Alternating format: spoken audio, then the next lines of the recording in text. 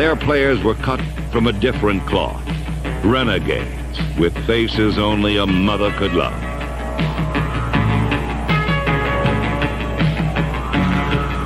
The Raiders cultivated, then reveled in their ominous image.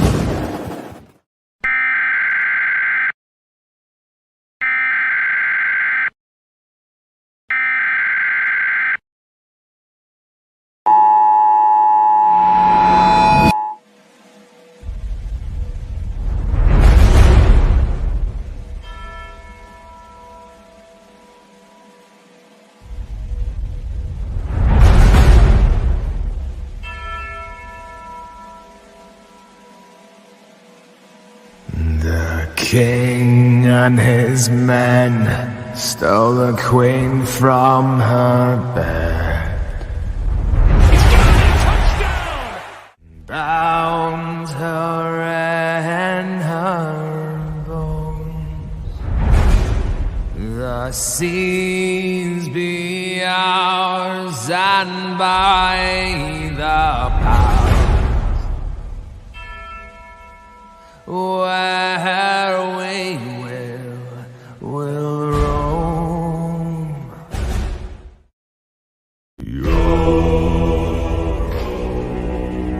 Hoist the colors high, heave ho.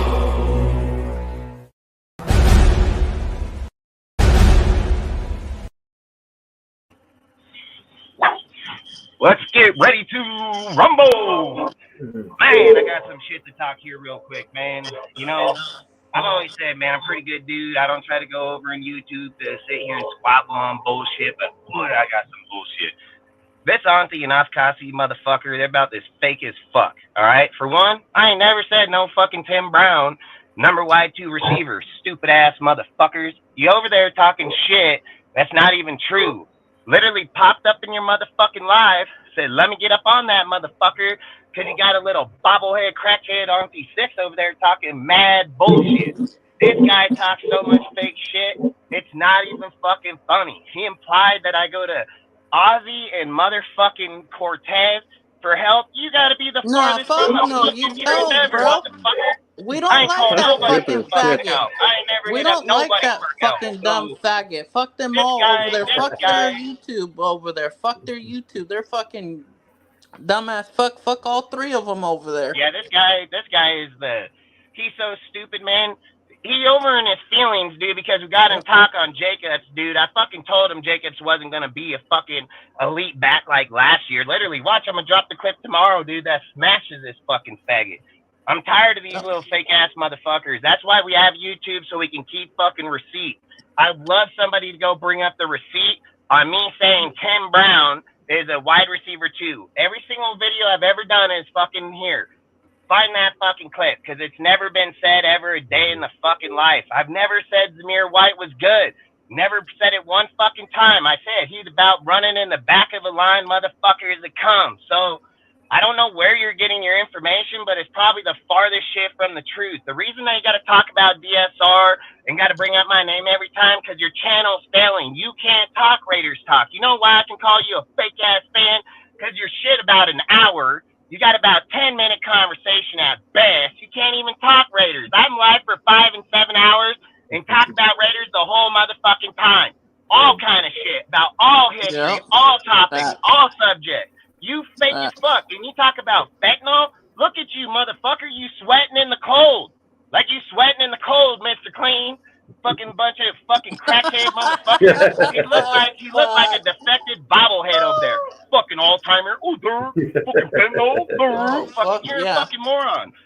Like, you're a fucking moron. You better hope to God I don't ever see you at a fucking game. You fucking with the wrong dude here, man. Like, you're gonna fuck with the bull, you're gonna get the fucking horns. I'm straight country, motherfucker. I don't fucking call bullshit. I don't come over here and hop in people's lives and talk fake shit. I got blocked on Afkasi's channel because I said that fool is straight fucking lying. Exact word said my dick is in his mouth at all fucking times because this motherfucker can't get off my fucking nut. And then when I get up in there to challenge that motherfucker, he comes up with lies. There ain't no motherfucker blocked over here. There ain't no motherfucker gonna get timed out over here. They can't come with the heat. I come with the heat every fucking day. Like, you ain't gonna come fucking with me, motherfucker. You're fake as fuck. You talk. Oh, oh, he's a fucking crack. You're the only crackhead, bitch. Look at you. Look at you. You straight sweating in the fucking cold. Fucking shaking like you got Alzheimer's. Like, you look like you fucking 70 and you probably 30. Like, what the fuck are you talking about? Like, this guy is a joke, bro. Like, don't fucking bring up my name, motherfucker. You want to talk about other people, you talk about them. You're going to talk about my name, you're going to catch a foot in your fucking mouth. You told me that you would come here to my town. I fucking dare you. I fucking dare you. Fill up your car, get 2 fucking cars, get fucking 5. I don't give a fuck. Because you're going to show up here, you're going to get your ass beat. And I already told you, if I go to fucking LA, I'm going to beat your ass there too. I'm not out of water, motherfucker. That's my fucking land. That's my town. Call me a fucking racist? You're fucking stupid as fuck, bitch. I ain't never said nothing racist. And I'm like, what? I know you a racist, motherfucker, because you say that shit because I'm fucking white, motherfucker. You watch. You watch. You the racist, motherfucker. You're a racist piece of shit, and I'm going to beat the fuck out of you for it. You watch. You done fuck with the wrong guy, man. I ain't like these motherfuckers in this fake-ass shit here. Sure. I ain't like that. I ain't about that life. I will beat your fucking ass. Like, that's facts. You want to schedule up a fucking appointment?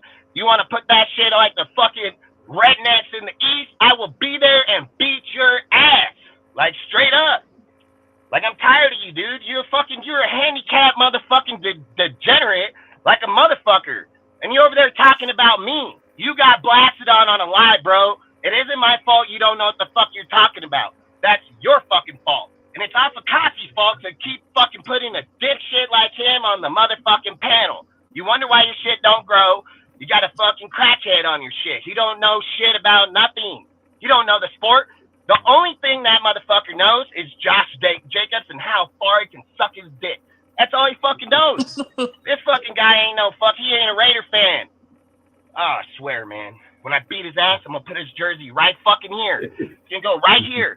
So you better hope to God when I see you don't have a fucking Raiders jersey on, because I'm going to put that shit right the fuck here in my motherfucking window every single motherfucking time I'm live. You mark it. Watch. Fucking keep fucking around, man. Yeah. You talking fake shit. You making up fucking lies. Like, you're a straight fucking liar. Just like I posted on my Instagram fucking a picture of your fucking faggot ass dude saying, stop lying, because you a fucking fake bitch. Like, you fuck fake yeah. as fuck. I hope you watch it too. I hope you watch this motherfucker, because you can fuck off. And when I see you, I'm going to beat your ass. Watch. I don't give a fuck. You think I'm afraid of these fucking people out here? Fuck no. Stupid ass motherfucker. You think because you roll with YouTubers like you somebody. You ain't fucking nobody, bro. The motherfuckers I roll with, we roll in the streets our whole life. I'm 40 years old. We didn't fucking go meet on YouTube. We didn't go talk on YouTube to go over. We fucking beat motherfuckers' ass, go to fucking jail. Then when we get the fuck out of jail, we'll beat your ass again. And you better hope to fucking God you ain't in that cell with us, because we'll beat your ass in there too. You want to keep talking about you're the life, why don't you fucking pop up, bitch? I fucking tell it how it is. You don't. You just go to a channel, you block me. You're a fucking pussy.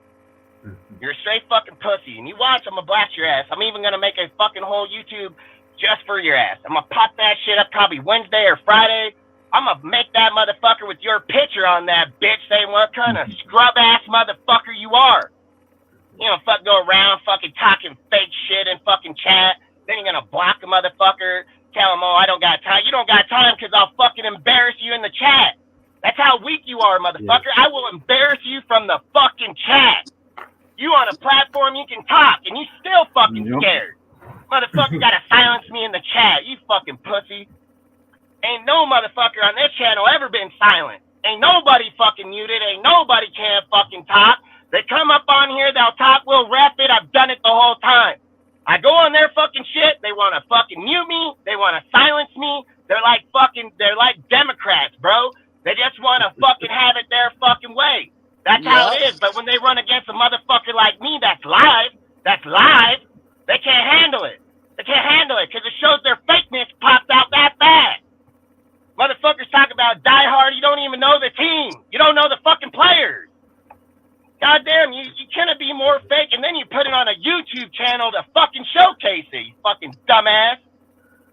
Motherfuckers, I swear you guys are weak as fuck. You wonder why no one watched your shit. You grew off other people's channels. That's why you got your subs.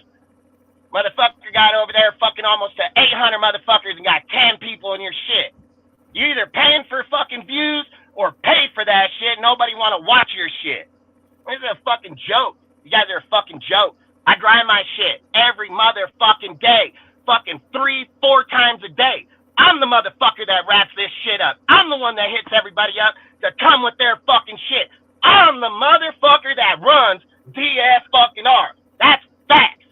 You wonder why when you motherfuckers step to the plate with me, you can't bat. You fucking strike the fuck out. Because you can't go against a heavy hitter. You fucking like Pee-wee on the fucking, you need to put it on the fucking stand. Yeah, fucking joke. You guys are fucking jokes, bro. Straight and you talk about, you can't talk Raider talk. Can't talk Raider talk. I thought that's what your channel is, motherfuckers. You talk about, how do you label us fake? Because you can't even talk about your fucking team. That's why. How do you go live for an hour? Can't even talk for Raiders talk an hour. You're fake, motherfucker. You don't have the content. And you can't fucking make it up as you go. Because you're going to have real motherfuckers in there. If I was I'll slay your channel. I'll slay that motherfucker like goddamn chef kebab on a fucking barbecue, dude. Like, literally. You guys fucking keep playing these games, man. You gonna keep playing these games. You motherfucking weak-ass fucking fake motherfuckers gonna get weeded out. You watch it, dude. I ain't afraid to go against nobody. This motherfucker literally said that he tried to debate me over on that channel. They're full of shit. They fucking invited me to a fucking. They invited me to a private chat with Raider me and Ozzy was fucking Afikazi, fucking. They brought fucking Auntie. They brought Hardcore Raider. They wanted to fucking and Ozzy. They wanted to debate me and Ozzy. I told him, yeah, no problem. Fuck, let's roll. Then I fucking get off. Then I fucking hear like 30 fucking messages come through the fucking chat. And here's Auntie's stupid ass fucking talking like he knows something. Then I blast him in there. And then he's like a third grader. His IQ is like a third grader, bro. He says the stupidest shit. He talks about, I bet you were one of the guys that cheered when Josh went for the fucking touchdown against the Seahawks. You're fucking stupid, bro. He thinks Josh was the one that identified that play. That's how dumb this fucking guy is. He's so stupid. He talks fake shit. And then guess what? In that chat, I fucking told him, hey, I don't fucking get in my feelings, bro, and I can tell you're in your fucking feelings. And I don't hop on panels and debate motherfuckers that are going to silence me because you're in your feelings. I told him straight up, when you become a fucking man and you want to hop up on a man's platform and debate this fucking team, let's fucking go. No, these guys are fake. They're cowards. I got the fucking screenshots in my fucking phone. Like, these guys are fucking cowards. I literally was sitting on the couch with my woman while we're fucking sitting there talking, and she's like, what, does this guy not know you? I said, this guy knows who I am. He's just a fucking dink. And he's just trying to get clout and talk his shit, but he don't even have no factual shit to talk. And even my woman laughing. She don't even do this shit. No, you fucking fake. Like, that's how you know you're just garbage, bro. You get in your feelings and you talk fucking bullshit. Fuck, I ain't never done that. I ain't never done fucking meth a day in my fucking life. I just smoke fucking weed. You do meth before you even get on the show so you can speak. Like, you too fucking dumb.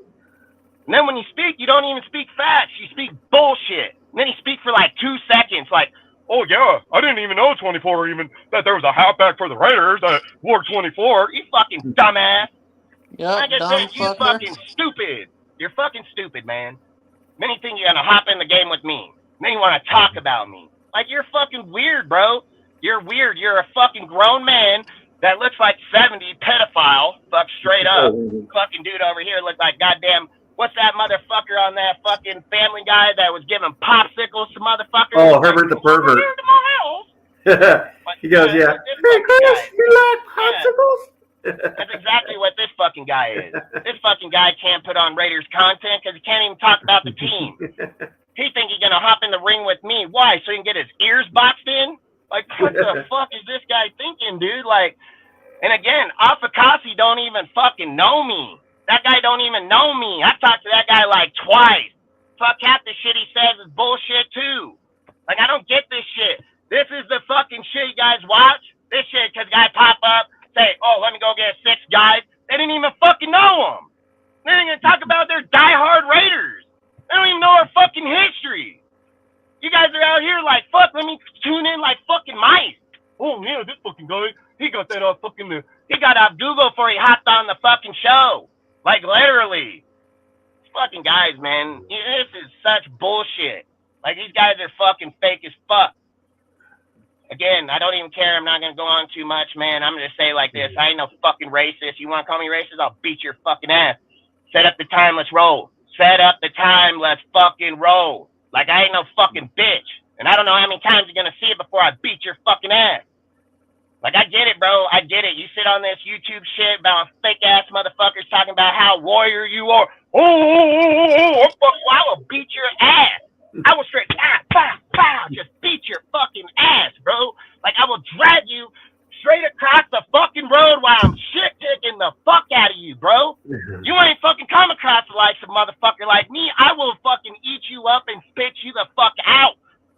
Like, I don't know why you come up on YouTube looking to get your ass beat. Like, I don't get it. But, hey, you want to head down that path? Let's fucking go. Like, you want to talk shit, bro. But don't fucking go over there talking fake shit. Like, you're a fake-ass motherfucker. That's all these fucking channels are. They're fake. Like, you fucking faggot. The topic is a fucking fake-ass hoe motherfucker Auntie Six is. He's a little faggot, dude. Like, straight up. This guy talks so much fake shit.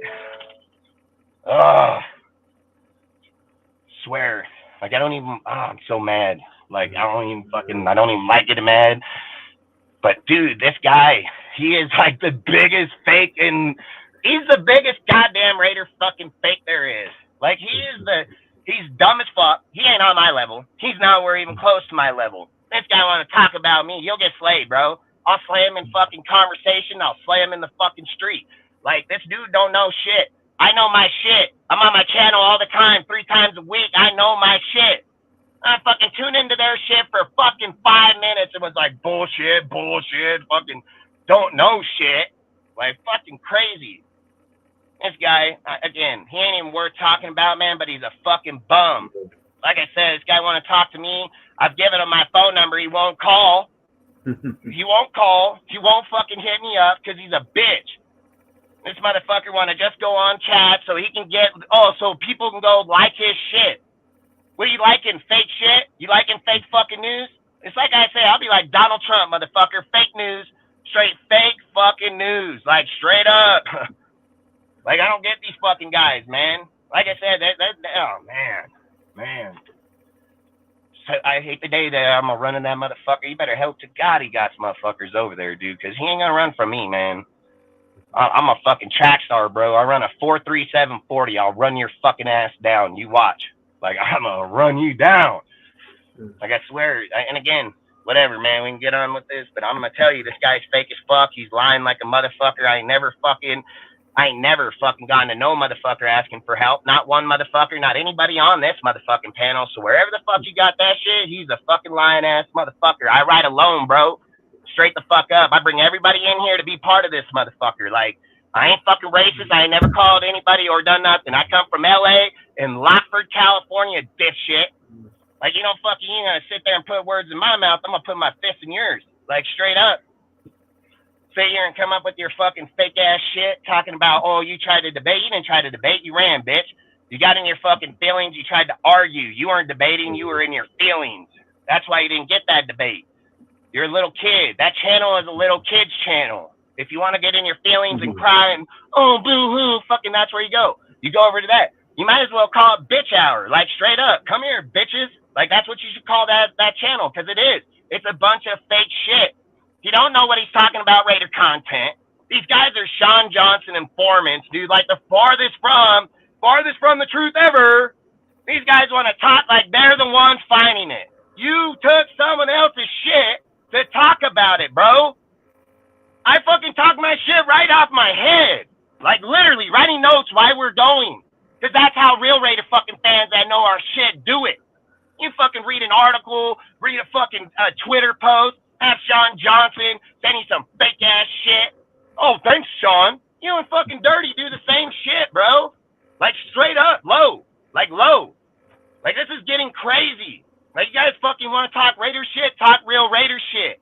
Quit fucking going over here, getting shit from other motherfuckers and talk about how you are a real Raider fan. You're not. You're not. You don't even do the work to research that shit. Like, get the fuck out of here, man. This is getting to be stupid as fuck. They ain't come over to a motherfucker like me that's die hard as fuck about my team. Motherfuckers ain't come across a vocalist like me yet because they ain't fucking out there, because they're not gonna hang out in this shit. Like, that's straight fact. I hopped in here just to see how it was, and then now I see how many fake ass motherfuckers. Like, I swear to God, I'm making my mission to just seek these fuckers out and destroy them. Like, literally just fucking destroy these guys' channel. What good are you doing the nation? What good do you offer the community but bullshit? What good do you allow some crackhead motherfucker on your motherfucking channel to talk nothing but fucking lies? Nothing but lies. Every motherfucker here knows me. Had to know the second that motherfucker said, oh, Dustin said that Tim Brown's a wide receiver. They knew you're full of shit. Like, they know you're full of shit. This fucking guy, he says, oh, I said Zamir. No, I did not. I said dual back system, bitch. Fucking learn to pay attention, dumbass. I don't know if you're confusing people, but it wasn't me that said it. I'm tired of these dudes. Fuck, keep your shit on track, bitch. I can fucking keep all you on track. Right here, right in this motherfucker. Talk about fake? Fuck, you're the definition of fake, bitch. Fuck, get out of here, fucking loser. Yeah, fuck that loser. Yeah, these guys, it just get so bad. You know, Dustin, you never came to get shit from me, bro. So that motherfucker's a liar right there. He just lies, bro. He's going around. Hey, the other real shit, I never gave out fucking Raider Joe's phone number for the first fucking place. I don't know where the fuck he got that from. I don't even play those games. I'm not a little kid. I'm a grown-ass fucking man that get off work or while I'm at work when I talk Raiders to other grown-ass men. That's what I'm trying to do. I ain't trying to talk to some fucking straight-up mental fuck sitting in his house taking medication, watching Raider chat so he can talk. Like, fuck that shit. Yeah. Like, I don't get where these fucking guys think they're gonna come over here, a fucking mental patient, trying to get in a fucking conversation with me about my goddamn team. Hey, bro, I just jumped on to talk about that. Yeah, they're fake. I just want to put it on here, and I'm glad you hopped on just so you can see they're fucking liars. They're straight fucking liars. Yep, bro. This motherfucker act like if I go and look for somebody to fucking hit up. You stupid as hell. I remember when we got into this debate with them, it was up on Ozzy's channel. Damn right. Watch when I post that shit on my YouTube. I'm going to post that shit tomorrow and slap this bitch, dude.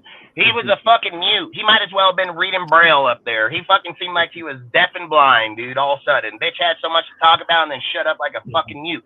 He shut up so bad, a dude told me in the chat, like, bro, quit wasting that dude. Like, that's literally what he told me. And I wasn't even wasting him. I was just telling him facts. This fucking guy, he's a fucking dipshit. Fucking dick riding ass motherfucker. You ride Josh so hard and me. Like, you fucking wake up with a fucking boner for both of us. Like, you're a fucking weirdo, bro. I'll be back Wednesday. All right. Yeah, we're gonna have a fucking whole show on Auntie Six's faggot ass, fucking little pedophile looking ass motherfucker. All right, nice to see you, Ozzy. Good to see you, bro. Hey, bro, you know I got your back 100. Fuck all them haters. Oh, I'm over it, man. That's why I went on Black Saturday, and the only thing they had against me was I think I said a fucking year ago. Because like people need to understand, man. I've been over to Africa. I have a lot of black friends. So I said a word that I shouldn't have used on YouTube, that's why you don't. And I apologize for it because I can understand how it could look and how people got offended. So I apologize for saying that word and stuff. But it doesn't change the fact that people are running around other people's chats talking a whole bunch of bullshit. I'm just fucking over all of it. Yeah, bro, that's why you guys don't see me on really nobody's fucking channels. I unsubscribe to all the motherfuckers. I don't fucking follow. This is the only one that I watch. Right, that's why I still go on Captain Jack's channel and that. Like, yeah. Captain Jack's solid. Yeah, like people that want to talk football and not talk drama and bullshit, then I'll go with that. Yeah, bro, I'm just over all the drama shit. They don't know how to talk football. Their football mind is like fucking. Their football mind's 10 minutes.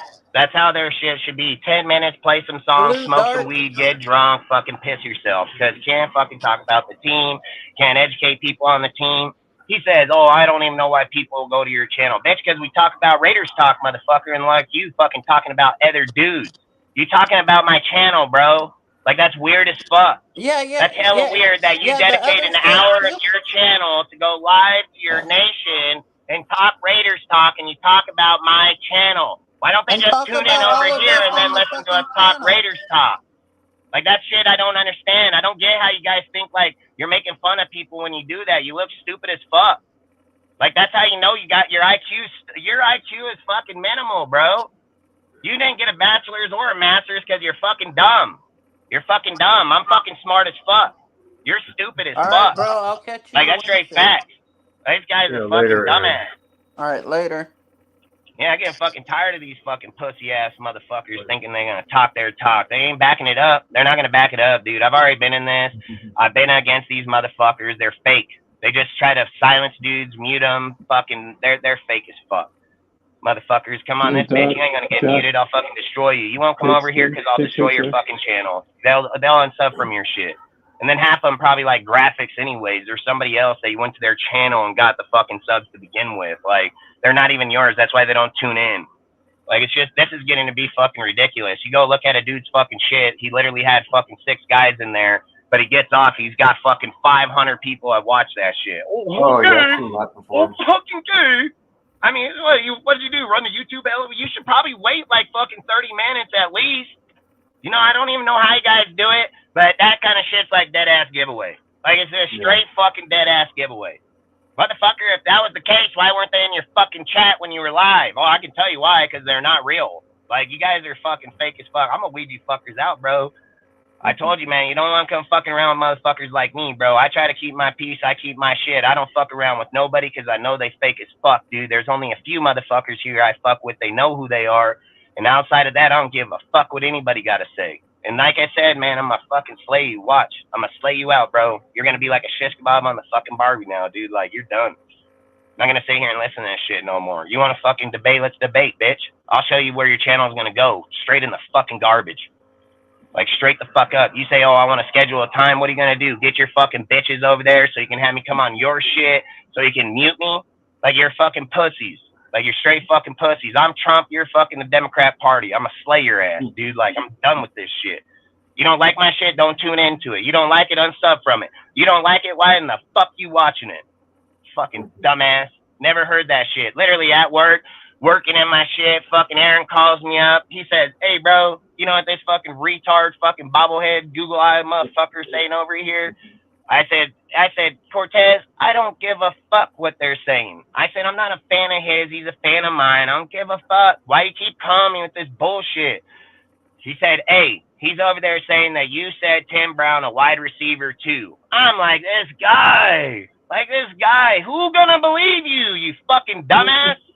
Then you have Afakasi over there saying like, oh yeah, I don't know if we were gonna go down. You're dumb too. You're fucking stupid as fuck if you believe that. You've seen my shit. You know how smart I am, and there ain't no fucking way I would ever said that. Like, that's the shit I don't get. And you're the host of your own channel, dumbass. Motherfucker, you can't even run your own channel. That's how sad you are. You can't even run your own shit. You can't even stop a guy when he said bullshit lie. That's your job. That's your job as the moderator, to fucking stop the shit and be like, false news. Sorry, Raider Nation, we're not here to give you false shit. I do it all the time. I do it to motherfuckers on my panel all the time. These fucking guys, they're fucking morons. Talk about your Raider fans. You're stupid as fuck, man. Like, you are like a disgrace to Raiders. Like I said, you guys are like infiltrating motherfuckers, dude. You got in the coattails of other motherfuckers and they let you in, dude. Like, that's what they did. They fucking tolerated you. I'm not. I'll see right through that shit. And I'm a fucking blast it. And I told you guys all the time, man. I said, hey, I don't give a fuck what you guys do in your own shit. I don't care what you talk. I don't give a fuck. You come seeking me, bro, you're going to get the fucking horns. Watch. And then, like I said, you guys can't debate. You can't debate. Why is my platform the only debatable platform? Why is my platform out of all Raiders YouTube that ain't got to come here, talking shit in the chat, hop on the fucking panel, talking, no person gets banned, no person gets fucking muted. But I literally go over there and literally said, hey, go play the video right now if you guys think I'm fucking lying. Go over there and look up the fucking video. Happened in like the first 10, 15 minutes of that video. I literally hopped up in the fucking chat, said, hey, this guy coming with fake fucking news all the fucking time. Said, I ain't never fucking said shit about fucking Tim Brown being a wide receiver fucking 2. Never said shit. Then I said, let me get up on that fucking panel. Said, let me hop on that panel right fucking now, because I'll slay that motherfucker. And what did they do? They fucking blocked me. They fucking silenced me and then said, oh, then they say in their deal, oh, we'll work on that to a later date. You're a fucking bitch. You're a straight fucking bitch. Can't roll with motherfuckers like me, bro. Can't roll with like me, because I'll do that shit right here, right now. That's why I hopped up in that shit on your shit. Literally went out of my comfort zone, walked into your shit, kicked the fucking door open, and said, give me the fuck on that shit, motherfucker. And what'd you do? You got scared, bro. You got scared behind the panel. Like, oh shit, I didn't think he was gonna pop up. Fucking silence him. Silence him. Don't let him talk. He'll fucking bag us in the chat. You guys are fucking dumb. Like I said, I'm tired of you fuckers, dude. You don't like this shit, get out of here. I don't give a fuck. I didn't come asking any motherfuckers to come over here. I didn't ask anybody to come sub to my shit. Didn't ask people to come here with their fake ass bullshit. You don't like it, get the hell on. Don't give a fuck. I've said it, dude. I'll lose and gain it. You guys are not the only fucking Raider fucking fans out here. You got the fakest motherfuckers for goddamn fucking sure, but you're not Raider fans. And I say every fucking time on this, bitch, and all I do is keep fucking growing. Because there's motherfuckers that watch this shit just like me, and they sit right in the fucking chat, not talking, and they see you fake-ass motherfuckers. Now, they see a motherfucker like me over here slaying them out, fucking calling them out, talking shit, boom, fucking what happens, get fucking it. These guys are fucking scrubs. They're fucking fake. They're liars, fake news. Don't come with any facts whatsoever. They gotta Google and search every fucking conversation they ever talk about. It is a joke. Auntie Six is the biggest fake and fucking off the Kasi Raider. If you support him, you a bitch too. Like straight the fuck up. That dude is fake fucking news. He comes with the fakest shit over there. You're your own host of your own fucking channel. You spill fake shit, you're gonna fucking hear it from here. I guarantee it. I ain't never say a fucking word about nobody. I will now. Like straight the fuck up. I don't care. I ain't a fucking bitch. I don't hide. I'm literally in the open all the fucking time. I go to the games, I'm in the public, I'm out everywhere. Everybody know where the fuck I'm at, so I ain't fucking hiding from nobody. I don't fucking hide. I'm up on this bitch front and center. Don't have my camera off, don't hide behind my camera, nothing. Right here, my face, my mouth, my words. Straight the fuck up every single week for a goddamn fucking 2 straight years. Like straight up. So I don't give a fuck, and I call you out every single time because you are about the most crackerjack, bobblehead looking fucking meth head I ever seen in my life. And then you're going to talk about me. You said fentanyl. Fucking, you're a joke, bro. Like, you're a straight joke. But, hey, man, keep those thoughts. Keep that energy. When we see you, I hope to God that you still have that energy. Like, I hope to God, dude. Like I said, man, that jersey, you better not have a fucking Raider jersey on that day because that shit going to be right here in my back window. And I'm going to fucking make God, I'll turn this fucking camera just like that. Put it up in a motherfucking, I'll turn on my back fucking light. So then every time, fucking, it'll be like, I'll be like you motherfuckers at your desk. I'll be at your desk with my trophy right here. Like, literally. Just like I say, dude, I hunt fucking animals for real life. I love trophies, bro. I love killing a cat, killing a bear, killing deer, and then mounting that motherfucker. So I promise you, right fucking there is where that motherfucker gonna go. Right there. Every time. You think I'm fucking kidding, man? You watch. You fucking watch, man. I tell you, fucking with the bull, bro. And again, I don't care. Our show's not going to be about that. It's 40 minutes of ranting on this piece of shit because he's a garbage-ass host. So long story short, that road's going to come to an end. He's going to run out a dead end. Like, literally. He already did. He just talking bullshit over there. And any person that goes to that channel to believe it, you stupid as they are. Like, literally. So I don't give a fuck. I don't care if you fake fucks go to that fucking channel and believe what that stupid bitch says. You just as fake as they are. I say my shit right here, front and center, dude. I ain't fucking doing nobody. They're all fake. Motherfuckers silence people. Oh, it's fucking dictator. I'll beat your ass, dictator. Like, straight up. That's why motherfuckers like me are called we the fucking people, bitch. Like, I swear to these guys, man. Either way, man. So I was just get back on, well, just start out the tonight, man. Fucking swear this guy. But either way, man, like, so basically there's all kind of talk going around right now that they're looking at other coaches. We've heard David Shaw. We've heard Rich Bisaccia now. We're hearing all kind of bullshit fucking names. And this is the other thing that kind of irritates me about Raider Nation, that they fucking intrigue those fucking names. They don't do the work to fucking do the research on who the fucking players are.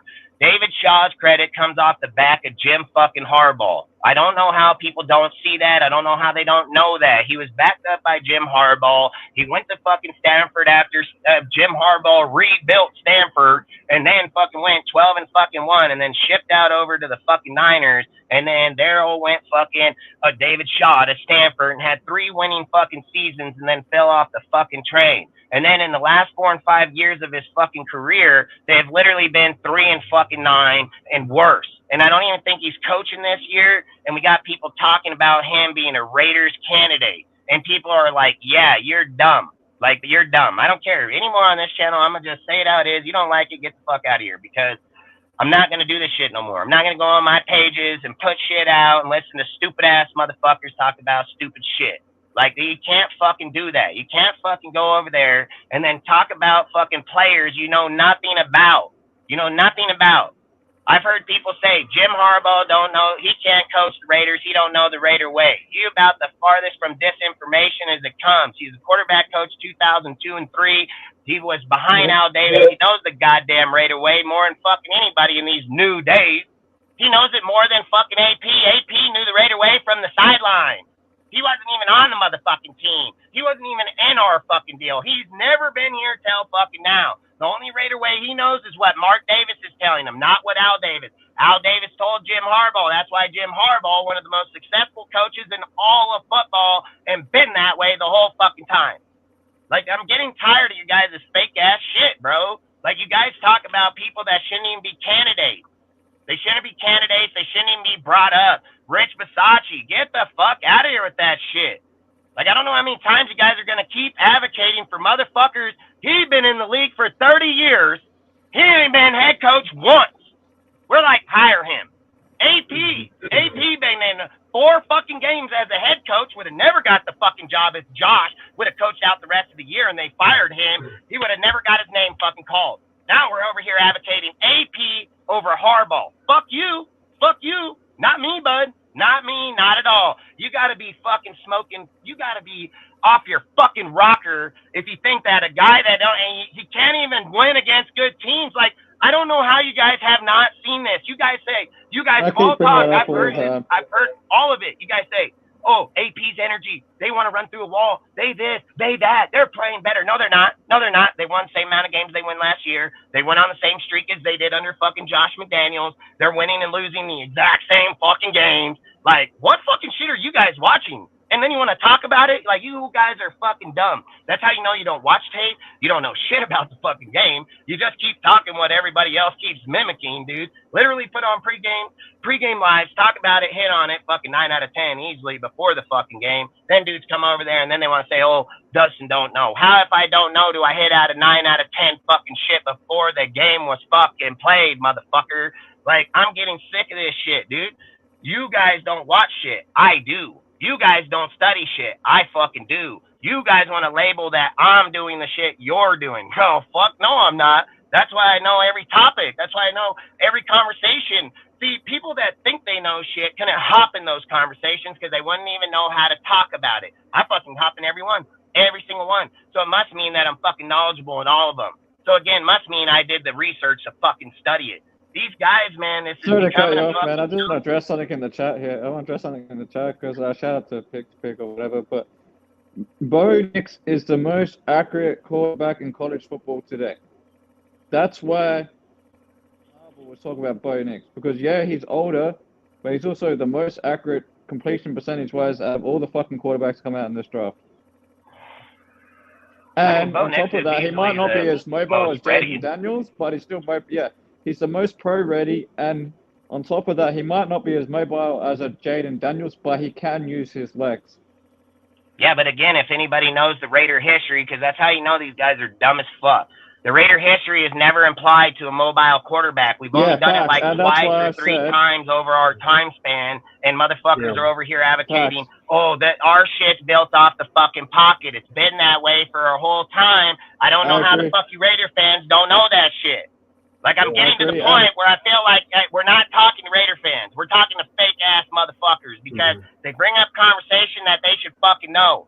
They bring up shit they should know the answer to, but they bring it up and then they're just the farthest from the truth on it. Like, it's crazy. And that's why I said it's either we go with Bo Nix, because my two choices has always been Bo Nix or Jayden Daniels. You either go with Bo Nix because he's more that pocket style and he's the most accurate quarterback in college, or if we want to go in a new direction, you go with Jayden Daniels. But that's if we want to go in a new direction with the more mobile quarterback, because we've never really. And that's all going to come down to who the head coach is.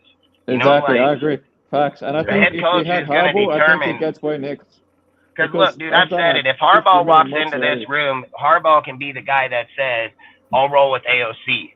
Like, that's the thing. We're not going to know until he gets there. He's even indicated that he would even probably take J.J. McCarthy. If he's indicating J.J. McCarthy, he most definitely gets shit done with AOC for goddamn sure. So those are the things I'm saying. He takes fucking below average fucking people and turns them into fucking superstars. That's what Harbaugh does. That's his whole fucking career. Every place Harbaugh's ever done, he's installed the run game with the defense. Go look at Stanford's team. That's how it's built. Look at the Niners. That's how it's built. Look at Michigan. That's how it's fucking built. Every single place that Harbaugh's went, his stamp is on that motherfucker. Ground and pound, beat your ass in defense. That's his shit. Been the whole time, dude. And that's the things, dude. People will sit here and advocate, you guys, man, you keep smoking whatever in the fuck it is you're smoking. Social media is just fucking ruining you guys, man. Salute Took Your Soul, salute to Pig, salute to all you guys, man. Dark, everybody pop up in here, man. Dirty, we'll read some of these messages, man. I don't mean to just pass them. I just think, like, for a minute, I just was raging, bro, because that shit irritates the fuck out of me, how people are trying to censor motherfuckers, but don't let them hop in there and fucking box their fucking ears in real quick, but whatever. But and that's the thing, dude. Like, so for me, like, the title of this deal is basically. Well, the thing is, I went on the channel. I literally told On Six, like, if you really want to do something, come over to Australia. We'll go sort that with the cops. He's not gonna do anything anywhere. Of course he's not. This fucking guy. They don't take food stamps on the transit, bro. Like, sorry. This motherfucker gonna have to go out and go to work, get some real fucking money, or he's gonna have to go hit up his fucking YouTube buddies and ask him to send him a 50 bill or something. This fucking guy, he ain't going nowhere. This guy talks. That's all he does. He just talks, dude. He is a fucking weirdo. He most definitely need a fucking doctor. Like, literally. I tell him like I tell my woman, you need fucking medication, bro, because you're fucking loopholed in your fucking head and weird.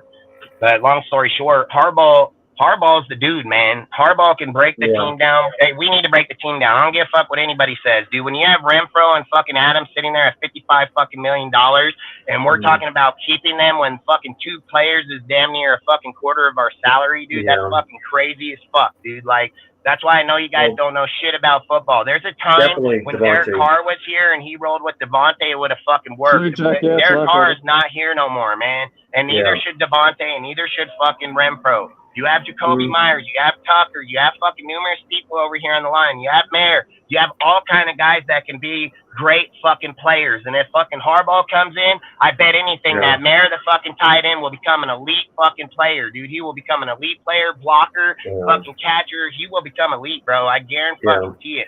Tucker's going to be a field stretcher, dude. He already stretching motherfuckers. Harbaugh does this. He's the guy that coached these fuckers before they got here, dude. Like, that's the whole thing. He knows how to develop. He knows how to work with them. He knows how to run the system. I don't care what anybody says. There's not a guy. Ben Johnson's not qualified to come to the Raiders and fucking take it over. If you think the offense is the problem, it's got the fucking one of the best offensive fucking put together. Like, it's got one of the best put together. It's just lacking the fucking quarterback. So if we're just bringing him here to do that, that's crazy as hell. And every person that thinks the defense is good, you're fucking dumb. I said it literally every single time. I said, Raiders beat fake fucking teams and we get our ass handed to by real teams. I said it all year long. Every time the Raiders play a legit team, they fucking 30-burger us. They beat our ass, dude. That's not good defense. Good defenses don't get rolled on by good offensive teams or good teams, period. You guys are blind as fuck to the sport, bro. Like, you see week to week. You don't look at the whole base. You're not looking at the whole base. I've been saying this all fucking year. Since week 2, when we got out of the Bills game, I literally said it right fucking there, and I've been saying it the whole time, and I've literally told people on this channel that, hey, you're going to go against fucking these 5 games that are going to be fucking tapered off, and people are going to talk like we're doing good. I've said it. They ain't going to do good. They don't even have their quarterbacks. They don't even have their players in there. We're going to take credit against fucking weak teams and act like we're fucking good. And then what did I say? Yeah, wait till you get over into Miami. Wait till you get into that fucking last stretch of that season. And you're going to find out real quick. And then what do? Go into the Dolphins, fucking stagnant. The Dolphins ain't been beating anybody. They beat weak-ass teams all year long. So to imply like they're just some superstar team, like they're not, dude. They're fucking hit and miss every single fucking week, dude. Like one week they do good, the next week they fucking suck. Even with the fucking Chiefs, but the Chiefs still find a way to beat the shit right out of us. So even though they beat the shit out of us and lose like they do, they still find a way to do it. Like, that's all I'm trying to say. We're not fucking good against teams, bro, and we need to quit fucking talking about like we are. That's what's the problem with Raider Nation. That's what's the problem with the content world out there. We're not being truthful to the fucking team. Why are you guys not being truthful? Are you worried that dudes ain't gonna watch your shit? You worried that, what is the fucking problem? Like, I'm not understanding the problem, dude. Like, they will say bullshit before they say the fucking truth. Like, how is that Raider content? That's not Raider content. This guy come over on my channel talking that shit and he's gonna get destroyed. Then I'm gonna tell him, like, go back to whatever little fucking platform you just came from, because that shit's bullshit. And then they want to be like, oh, no, and then you know what I do? Hop right on Instagram, grab the article, fucking DM him, and then they don't say shit in this fucking ad no more. These guys talking to you because you can't give out, but when I hit them up on Instagram and pop it, they shut the fuck up. These guys just talk to talk, dude. It's getting old. It's really getting old, man. On this channel, I've hit on like fucking 80% of the shit I've talked on. I'm only human. I'm going to miss just like people, but I don't run from missing. I don't fucking hide. I don't not go live. I say it straight up. I'll eat crow. I'll eat it as it comes, but I research my shit. I'm going to sit here and listen to people keep telling me shit that I know for a fact ain't true. I know for goddamn sure that Mark Davis did not fire fucking Josh McDaniels and Ziegler to hire Champ Kelly and A. Like, that's fucking facts. Mark didn't just say, damn, let me eat $90 million to put a guy that's never coached a fucking game in his life, let alone give him a fucking 2 or 4 year contract. Fuck no. You know what he did? He said, I'm going to fucking fire Josh right now because Harbaugh having shit going on over here. Then I'm going to indicate, hey, Harbaugh, we're looking for a motherfucker here. So Harbaugh know this shit vacant for him for the taking. That's exactly why they did it. It's exactly why I said it right when he took over. I said, I ain't going down the AP train. I said, I've watched this shit fucking over and over. I've literally said interim head coaches have like a 99% not getting the job fucking percentage. That's how history is, dude. It's only been given to very few motherfuckers. And Tom Cable was probably the last here. So, like I said, I don't see it. I don't see it happening. There's no way that you're going to, if Mark does that, he's stupid. If Mark hires AP over Harbaugh, he's the dumbest fucking owner, and he should sell the team ASAP. That's not what fucking smart owners do. They don't fucking put your team in fucking jeopardy on dudes that don't know how to coach the team. I literally said, if that motherfucker, if AP gets out to the end of the year and he fires everybody, who's hiring the coaches? Who's getting it? I'll bet everything I own it's going to go to fucking Champ Kelly, 100%. Champ Kelly going to be the guy that hires all the coaches. It's not AP. I don't know why the fuck we're indicating him to be our fucking head coach. People sit here and say, well, I don't want, John Gruden. He had full control, and our team was shit. And hey, how dumb are you guys? Our core team is built by his picks. Our core people that you motherfuckers fight for and talk shit on your live and debate motherfuckers are their picks. Yep. I don't know how in the fuck you say that they don't, but you're advocating for their players like they're the franchise. I don't know where all this shit comes from when they say, oh, he can't do it, and this guy, you guys don't know shit. You don't know shit. Like, literally, I don't give a fuck you guys watch my shit. Like, I don't. I really fucking don't. Like, I'm not going to keep having conversation with motherfuckers about players and the history of our fucking team that they say they watch 17 games a fucking year on. They should know that shit. They should straight know that shit. Then they sit here and advocate bullshit fucking lies. And then they get it up on a page or social media or somebody's YouTube. And then they feel like, okay, if this guy does it, and then they got 5 fucking YouTubers behind them, guess who's going to say the same shit? All 5 of those motherfuckers. Like, I'm just saying, it's just it's just insane. This is insane. And you guys call this our team. Like, this is getting ridiculous, bro. Like, we're supposed to advocate for the best shit of our team. We're supposed to be knowledgeable on the best shit of our team. We can't be advocating for motherfuckers that don't even have the credentials to have the job. And then debating over dudes that, like I said, if Harbaugh walked in the office and whipped this fucking dick out, it's going to stretch across the table into Mark's mouth. If AP walked in and whipped his dick out, it's going to be like this fucking big. He has nothing to back his shit up. I'm not rolling down that train. This is why we fucking suck, dude. This is why we suck. Got a guy that got a proven ass track record in all of NFL, and we're fucking advocating for a guy that's never even done shit. How about put him as a fucking assistant head coach, let him sit back there for 4 or 5 years, give him the motherfucker when Harbaugh's done. He's 40, he'll be 45 or 50, he'll be well fucking groomed to take that shit over. That would be the smart fucking deal. But to sit here and advocate him to be the head coach, that's the stupidest shit I ever heard. And then I've literally said the same thing on people's chats. I said I have no problems with AP being like an assistant head coach under Harbaugh or something like that. That would make sense, but there's no way I'm advocating him to be the head coach. And the only experience he has is fucking college. He has zero. He hasn't even been a defensive coordinator yet. Normally, you had to be a defensive coordinator or an offensive coordinator before becoming a head coach in the NFL. That's usually how it works. You know, Dirty, if I'm wrong, I'll eat fucking crow, bro. Like, if I'm wrong, I'll eat crow. And I'll be right here on this channel live the same fucking day as always. So I'll eat motherfucking crow. I'm not afraid to talk about something that I feel passionate and know my shit on. I'll eat fucking crow on it. I don't sit here and worry about you and your fucking opinion on, well, hey, what if it does? I don't give a fuck. The fact is it better not happen. Like, I don't give a fuck about if it does. If it does, we're in the wrong direction. That's fact. Now, are we trying to rebuild our fucking team, or are we trying to go out and lose every year and talk about us losing and trying to rebuild? I'm giving foundation. They're giving bullshit. Like, I don't give a fuck. I'll eat crow, bro. I ain't fucking scared of eating crow. I'm not fucking scared to talk about shit that I know that's probably like 95% going to happen. You know what I mean? Like, that's how it is here, man. I'm not scared. I'm not scared to talk football. I am football. The last time Harbaugh won the money from Michigan. Dude, they've already said, dude, during the Dolphins game, they literally came out and said Harbaugh's interested in 2 fucking teams, the Raiders and the fucking Bears. Then he's even been asked even recently, even more about and him in conversation joining the AFC West. And actually, conversation said that he liked the young talent, that he actually liked the Chargers with Harbaugh, with Herbert. But fucking, I already know what's going to happen. He'll end up here and get his own fucking quarterback, because that's the conversation he was having about how the AFC West is so elite in the quarterbacks and coaches that he would love to have young talent. That's exactly what he said. There's 2 directions they could go. He could get, if we did trade a player like an Adams because of the contract or whatever, we had 2 first-round picks, we go, and then say, because of our normal pick, right? Our normal pick is probably going to be top 10 again. And say fucking Jazan Newton, the D tackle out of Illinois, falls to us. You pick him with the first pick because he's like a top 10 pick, right?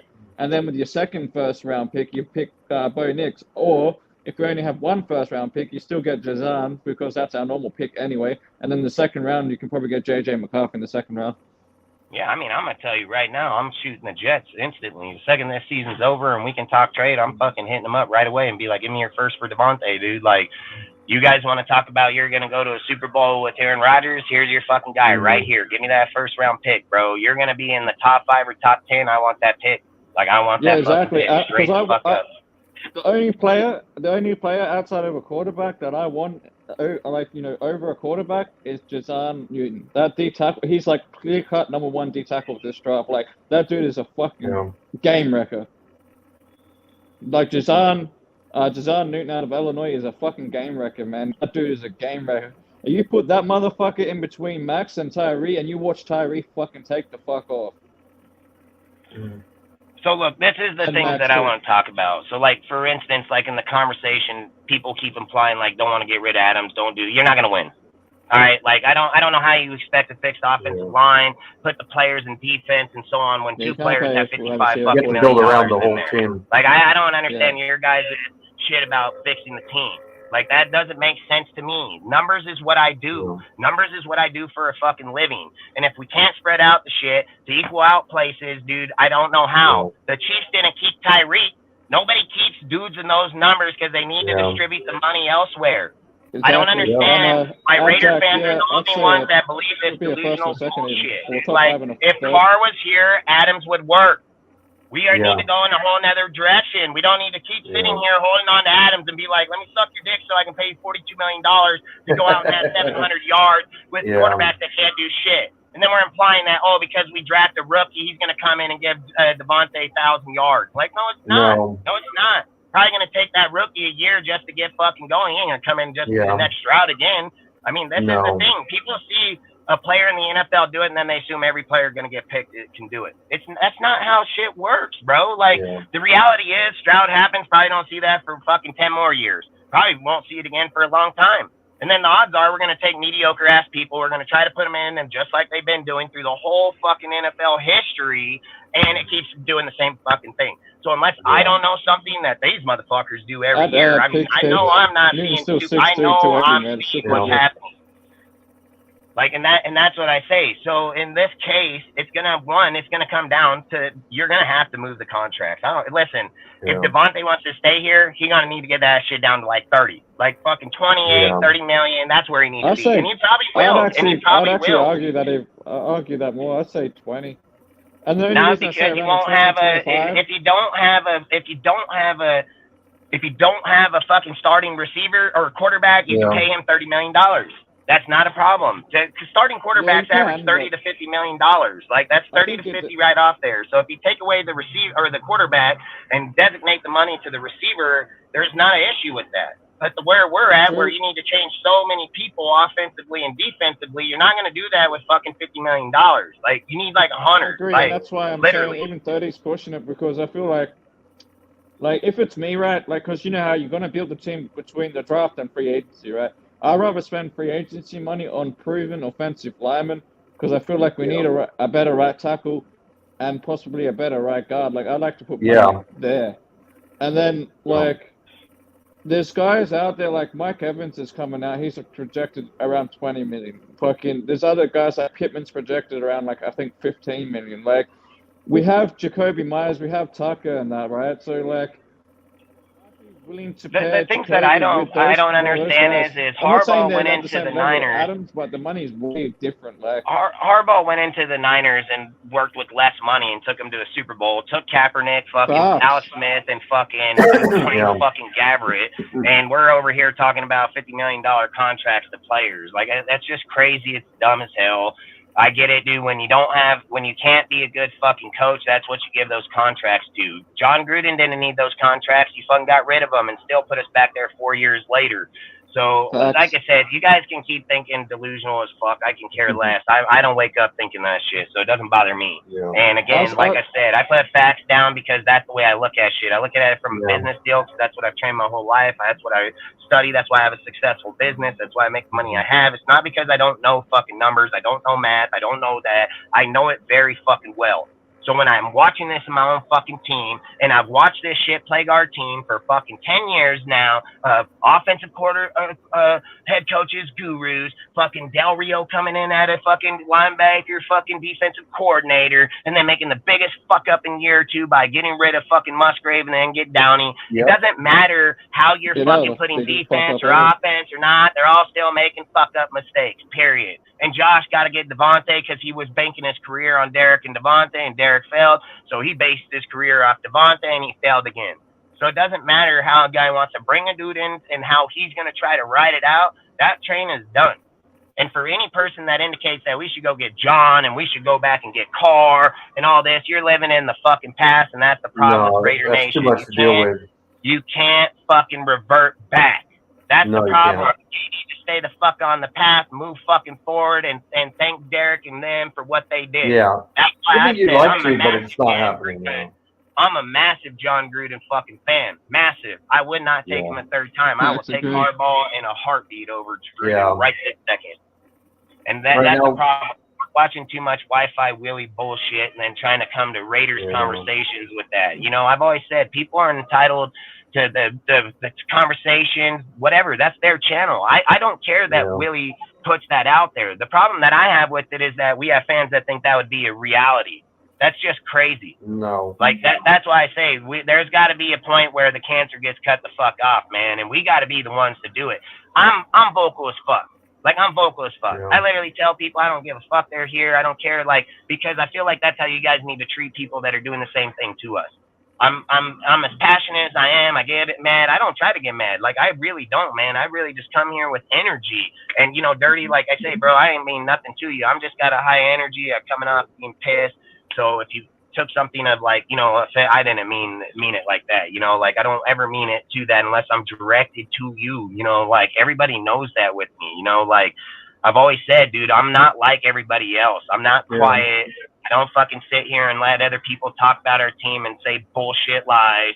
I don't have a problem to call people out. I don't. And it's just like you said, if I'm wrong, I'll be right here to space it, and you can come back and say, hey, Dustin, you're wrong. And I'm going to be like, hey, bro, you're right, because I can't be right on everything. So, like, straight up. And that's how I feel like with everybody here, you know, like everybody that comes to DSR supports everything. I like all of you guys, you know, like John, man. Like, I like John, all right? Like, I don't have a problem with John. I just don't like the fucking drama, bro. Like, I want to talk Raiders. I want to talk our team. I want to have conversations of, you know, why Pizzle thinks Seattle 86, I mean, why you don't think he'll come. That's what I want. I want football conversations, man. I like when I hear these because it gives us the platform to debate the topic. Why? How come? How come you feel that way? He spoke about it vocally just recently about coming to the Raiders and the Bears. Like, that's all I'm trying to say. The channel should be used for debating our fucking team. Not about some motherfucker dick riding another fucking guy. Like, I'm passionate about my team, bro. That's what DSR is, man. I'm passionate. Everybody knows it. I've been the same energy for fucking years. We've been here for a year now on this. Like, I appreciate all of you guys. I appreciate new people, the old people. I don't want people to sit and think like, oh, Dustin just motherfuck everybody. It's not like that. People that are here, I fuck with you, man. You're all good people. I don't fucking tolerate bullshit, dude. If my kids get out of line, I'll whip their ass right in the fucking store. And if some dude want to tell me so, I'll whip his ass too. Like, I don't come from this life where people think it's okay to do wrong shit. Nuh-uh. Like, I got my ass beat when I was fucking 15 and 12 and 10 and all the way till I was 18. My mom beat the living fuck out of me.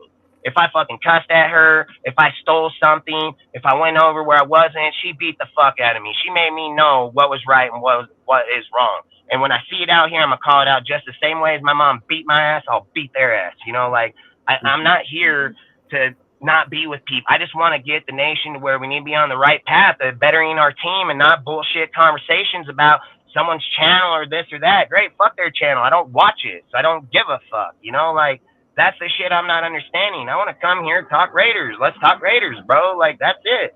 And again, if I'm wrong, hold the receipts, come back and be like, Dustin, you're wrong. Great. Hey, I can only learn. I'm not fucking scared to learn, bro, and neither should any person here. You know, fuck, we all make mistakes. We're not all perfect. I'm not perfect, bro. Look at my record, dude. I've been in the fucking drunk tank so many times. Look at fucking Turlock went into fucking jail on assault and battery attempt, a fucking murder, terrorist threat. I'm not fucking perfect, bro. Like, we all come from fucking deals, but I learned from my shit. I learned to be a fucking man, and I learned to accept responsibility, and I learned to know when hey, don't fucking put it on somebody else. I need to be a fucking man and put it on myself and fucking take it. That's what I did. Then when I had fucking kids, I said, I'm not going to be that piece of shit I was when I was a little fucking kid and fucking ran hell's loose. I said, I'm going to be the best motherfucking role model I can be for my kids. I'm going to love them to death, and I'm going to do the best that I can for them, and that's what I'm going to fucking do. Bring them in here. I want them to know you guys, even though you guys you'll see them at a game sometime, but that's who I am, man. It's a family shit. My Discords, it's family, dude. My Instagram, it's family. It's not, my shit isn't, I don't like talking about beating someone's ass. Like, I don't, but I will. Like, it's straight fucking facts. Like, I don't have time to sit here and keep having little kid conversations, dude, when I got little kids back here I'm raising. So when we come on these platforms and we want to talk about our shit, we need to talk about it as real as fucking possible. So if we're here for an hour or 3 hours, we're talking about the fucking Raiders, dude.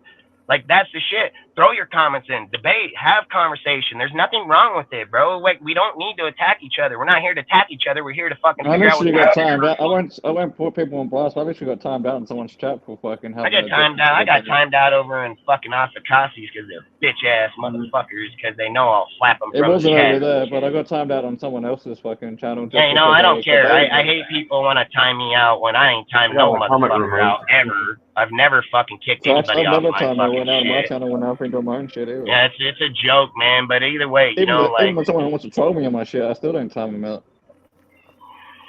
Yeah, man. And Pizzle, I like you, bro. You're a good ass dude, so I appreciate it, man. Pizzle's a good dude. Hey, look, man. Like I've said, dude, we all come from different places in life, dude. It's like Dark. I love Dark. He's a great dude. He got good energy. I've met him a few times just in podcasts and so on. Good dude. I've never really physically met Pizzle in any way, shape, or form, not talking on live or anywhere, but just him being in the chat and talking seems like good energy. I've told him, hit me up to Instagram. I'd love to have him over here to talk a few times, you know. I've always said, dude, I'm not about, Hollywood, when people come on our platform, I'm not to attack a guy, okay? I think people take it for the wrong thing. I think they're like, Dustin's out to attack. I'm not. I'm out to debate, dude. When I went through fucking school, that's the tactic that they teach us, is to get somebody out of their comfort zone, because if people can spew what other people are saying, then they're not confident in what they stand for. I can get people out of their comfort zone because they only know fucking about 10 sentences, and then after that, they're fucking ghosts in the fucking atmosphere, you know, and that's all. I've always said, if people have definitive answers to definitive questions, they'll be able to debate it over and over and have topic over topic because they've seen it and studied it and watch it. You know, for people to imply that Jacoby Myers can't get balls is crazy as fuck. Jacoby Myers has gotten balls triple and double coverage all year long. So I don't understand where people are coming up with these narratives. It's just the narrative of how people are relaying our team and falsified bullshit. Yeah, Dustin, sorry to cut you off, but just while you're bringing up that point about Jacoby, that's why I've kind of said, like, as much as, and I want to make this clear, as much as I love Davante Adams being a Raider, if I can get Mike Evans for half the price, or less than half, like 20 million, compared to 42 million, and pair him on the outside with Jacoby, I'm cool with that. That gives me an extra 20 million to invest in fucking offensive line or some shit. Yeah. Yeah, and I think the things that we need to look at going forward is like, I think the things we need to do going forward is like, like for instance, like, let's say Tyree is a bust, right? And let's say that you're holding on to $42 million on the offensive side, well, 55 between Renfro and him, Adam. And let's just say that we go through the draft, we get our people, but there was not a D in there. And let's say that a free agent pops up, and that free agent is going to cost us 18 million. He betters our team. Davante doesn't better our team. Our team can roll with the receivers and players they have already. I don't understand how Derek Carr has had more success with less ass fucking players' names, putting up 4,000 plus yards a year, and now we act like we just need all superstars at the wide receiver spot. That is fucking nuts.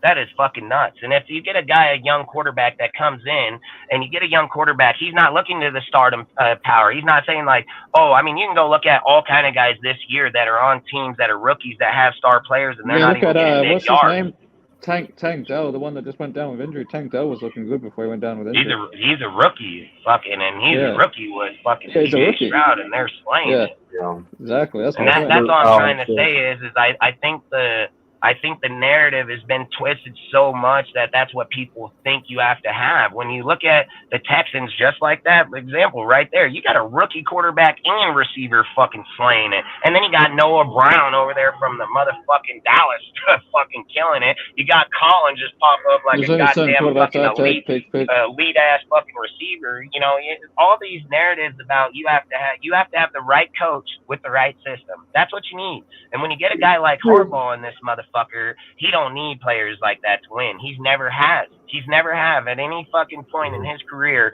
at any given stop he's ever been down, has he ever needed that. And we need to get back to that. If a guy becomes an elite player over our time, like Max, that's the guy you keep. You keep Max for his career. He was a fourth round pick. He worked to be a first round top notch dude. His value's every bit worth it because we carried him for 4 years before we gave him that contract. Like, that's the things we need to get back to, man. Harbaugh can get us back there, dude. This guy has some of the best fucking draft evaluation, development. Fuck, he's played some of these motherfuckers. He's coached them. He's going to leave there, come here, and still get those motherfuckers. And then there's another deal, like I keep saying.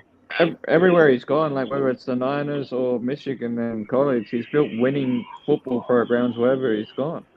Hey, let's look at it like this. Let's say, what was it in the Iowa game, right? Because that's where he just came back into, right? Iowa, he just dog shitted on him. I think it was like 26-0, just snuffed him. And long story short, this is the things that I look at Harbaugh. Okay, when they play teams like Ohio State or Iowa that's going to have racked up dudes, or other teams that have good players, Harbaugh has something that not any scout in the NFL will have. He's going to be like, he will sit at the table and say, when our GMs or somebody says like, hey, let's take that linebacker from Iowa. He played really good in there. And Jim's going to say, no, we're not going to take him because when I put this pressure down on him, he sold up, and that's how we were able to beat him. See, he knows a trait that's going to be a massive weakness to him in the NFL. That's something he knows. Scouts ain't going to know that. He knows it because he called the game. He knows it because he was the one that put that pressure on that motherfucker. He knows the evaluation of that player better than some motherfucker sitting over there watching tape because he was the one that put it on that fucking guy. So when you sit there and have that type of fucking mentality coming into a draft or developing, that's fucking priceless. That's priceless, man. So I don't think at that point it doesn't come down to your scouts or these or not, you know. So, but long story short, I think. Sorry, Jack was asking a good question. What did he say? Answer my question. Can Jacoby be a number 1 wide receiver? And I say yes. I say Jacoby most definitely can be a number 1 wide receiver. I mean, is. I'm not gonna say if Jacoby can't be or not. Yeah, I mean, I would. Yeah. So listen, I think like the answer to Jacoby is he's gonna be as good as the people around him. And to sit here and say like, could he be it? I would have to advocate yes, because if we watch his progression that came from the New England. Every year he's just gone up, and even this year he's fucking taking it to another level. And people were implying that, oh, Jacoby's only getting open because of Devontae. Bullshit. Go back in the beginning of the season and bring up tape. Jacoby Myers was getting double and triple teamed and still coming down with the ball in the beginning of the season like a motherfucker. He was straight dogging motherfuckers. So, nah, I don't buy that shit, dude. You don't. If you have Devontae on the other side, the idea is for them to be triple teaming him. He's still getting triple teamed over here. So no, I would have to advocate that if Jacoby Myers has the right people around him, yes. But if you're asking like, is he going to be like true superstar Devontae one-on-one with Rodgers? I don't think so. I mean, I think he's as good as the people around him, if I'm just being honest. I mean, don't get me wrong. I would. I've always said Jacoby's like a wide receiver 1B, if you know what I mean. Like when you say wide receiver 1A, 1B. Yeah. Jacoby can most definitely be a 1B. I mean, let's just be real. Let's just throw Tucker in the slot. We can most definitely call. Well, if we threw Tucker in the slot, we can most definitely call Jacoby a fucking 1, because Tucker will most definitely take the top off that middle section. So Jacoby would be considered a 1 at that point. Because all it is about deferring people off of them is all. If you get a dude like Mike Evans on the other, like say we do move on from Adams, right? That's what I would do. I'll get Mike Evans. Get Mike Evans for $20 million, half the cost. Dude, his contract's going to be cheap, and he's the only player in the NFL that's had 1,000 yards per year every year. Since he's been here. And the last guy that did that before him, I think, was Antonio Brown. Yeah. You mean Mike? Yeah. So I mean, I would most definitely go down the Mike. I always like big receivers. I would go down that road, but this is the thing, man. I just want to get Harbaugh here, man, before he brings in any players. For me, I don't even want to talk about players. I just want the coach. Like, if we can get the coach figured out, hey, fuck, we can figure out what players will work for them coaches. But if we're sitting here saying that, hey, we're looking at a certain set of players under Harbaugh that they're going to work the same for AP, that's bullshit. Harbaugh can take no-name motherfuckers and make them. AP can't.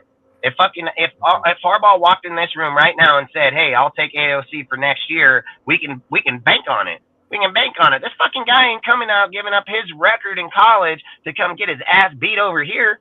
No way, no shape or form. And if he can trade Devontae and have 2 top 10 fucking picks, we're not even done with this season. We still got to play the fucking Vikings, Colts, fucking Denver Chargers, and fucking Chiefs. Like, like, we're about to get some beat at. We're about to get our ass beat. Could you imagine? Imagine. Here's the scenarios I see playing out if something like that was to happen, right? Either one, like say he goes, I can roll with AOC. Okay, we've got 2 top picks. I'd go fucking try and get Marvin Harrison at wide receiver, and then go get Jazan Newton, the D tackle. There you go. Yeah, and that's the thing that Harbaugh guarantees our franchises is that his picks are not going to be wasted picks. He's going to get Ed Dobbs. You can mark it. Ed Dobbs will be the GM for behind him. Ed Dobbs, and look it up right now if you think I'm full of shit. He is the most sought after fucking GM in all of NFL right now. He's one of the youngest. He's one of the upcoming dude. He's come off the Snyder fucking draft fucking board and shit. This guy knows development. He knows the player evaluation. This fucking guy is key as fuck. Same with the other guy. I think the guy's name's Chris Robinson that's there with him.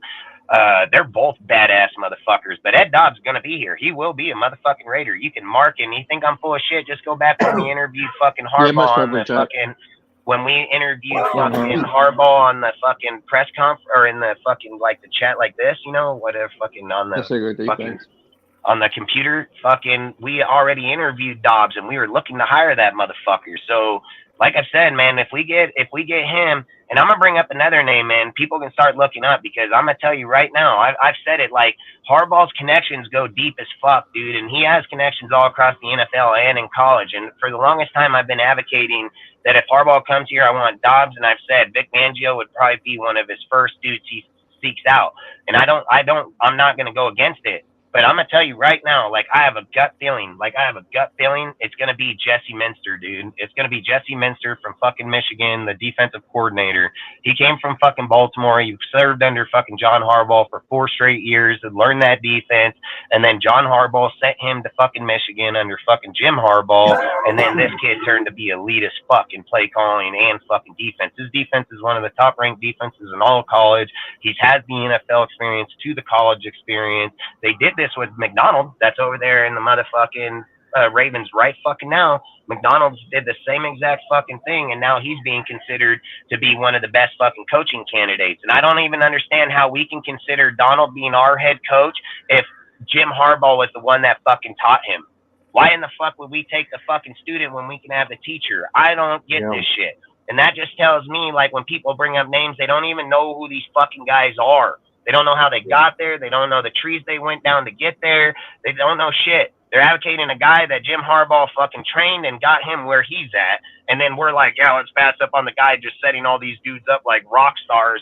I've said it. There are certain linear trees in the football franchise that just they umpire everybody else's. And his is one for goddamn sure. I've said it, dude. He's like the Bill Parcells of fucking football now. Like every stop this guy has ever been, dude, is his fucking label right on that motherfucker. Ground and pound and fucking ball and defense. This guy is Parcells in the making that right at this moment. And it's been the whole entire time. I'm just saying, for me, that's who I'm rolling with. I want Jesse Minster. If we can get Jesse Minster, I would take him over Vic Fangio because I feel like if we're advocating fucking Vic Fangio, I feel like Vic is, he's kind of falling off a little bit. And don't get me wrong, he's still got good, but let's be real, that Dolphins defense with dudes like fucking Xavier Howard and fucking Ramsey and fucking Holland and all that shit should be playing lights out. You know what I mean? Like, that should be lights out motherfucking defense over there. So for me, I would advocate to bring Jesse Minster here with fucking Jim Harbaugh. And I know, look, Jim is going to have like 18 to 22 fucking picks out of the draft this year from his college.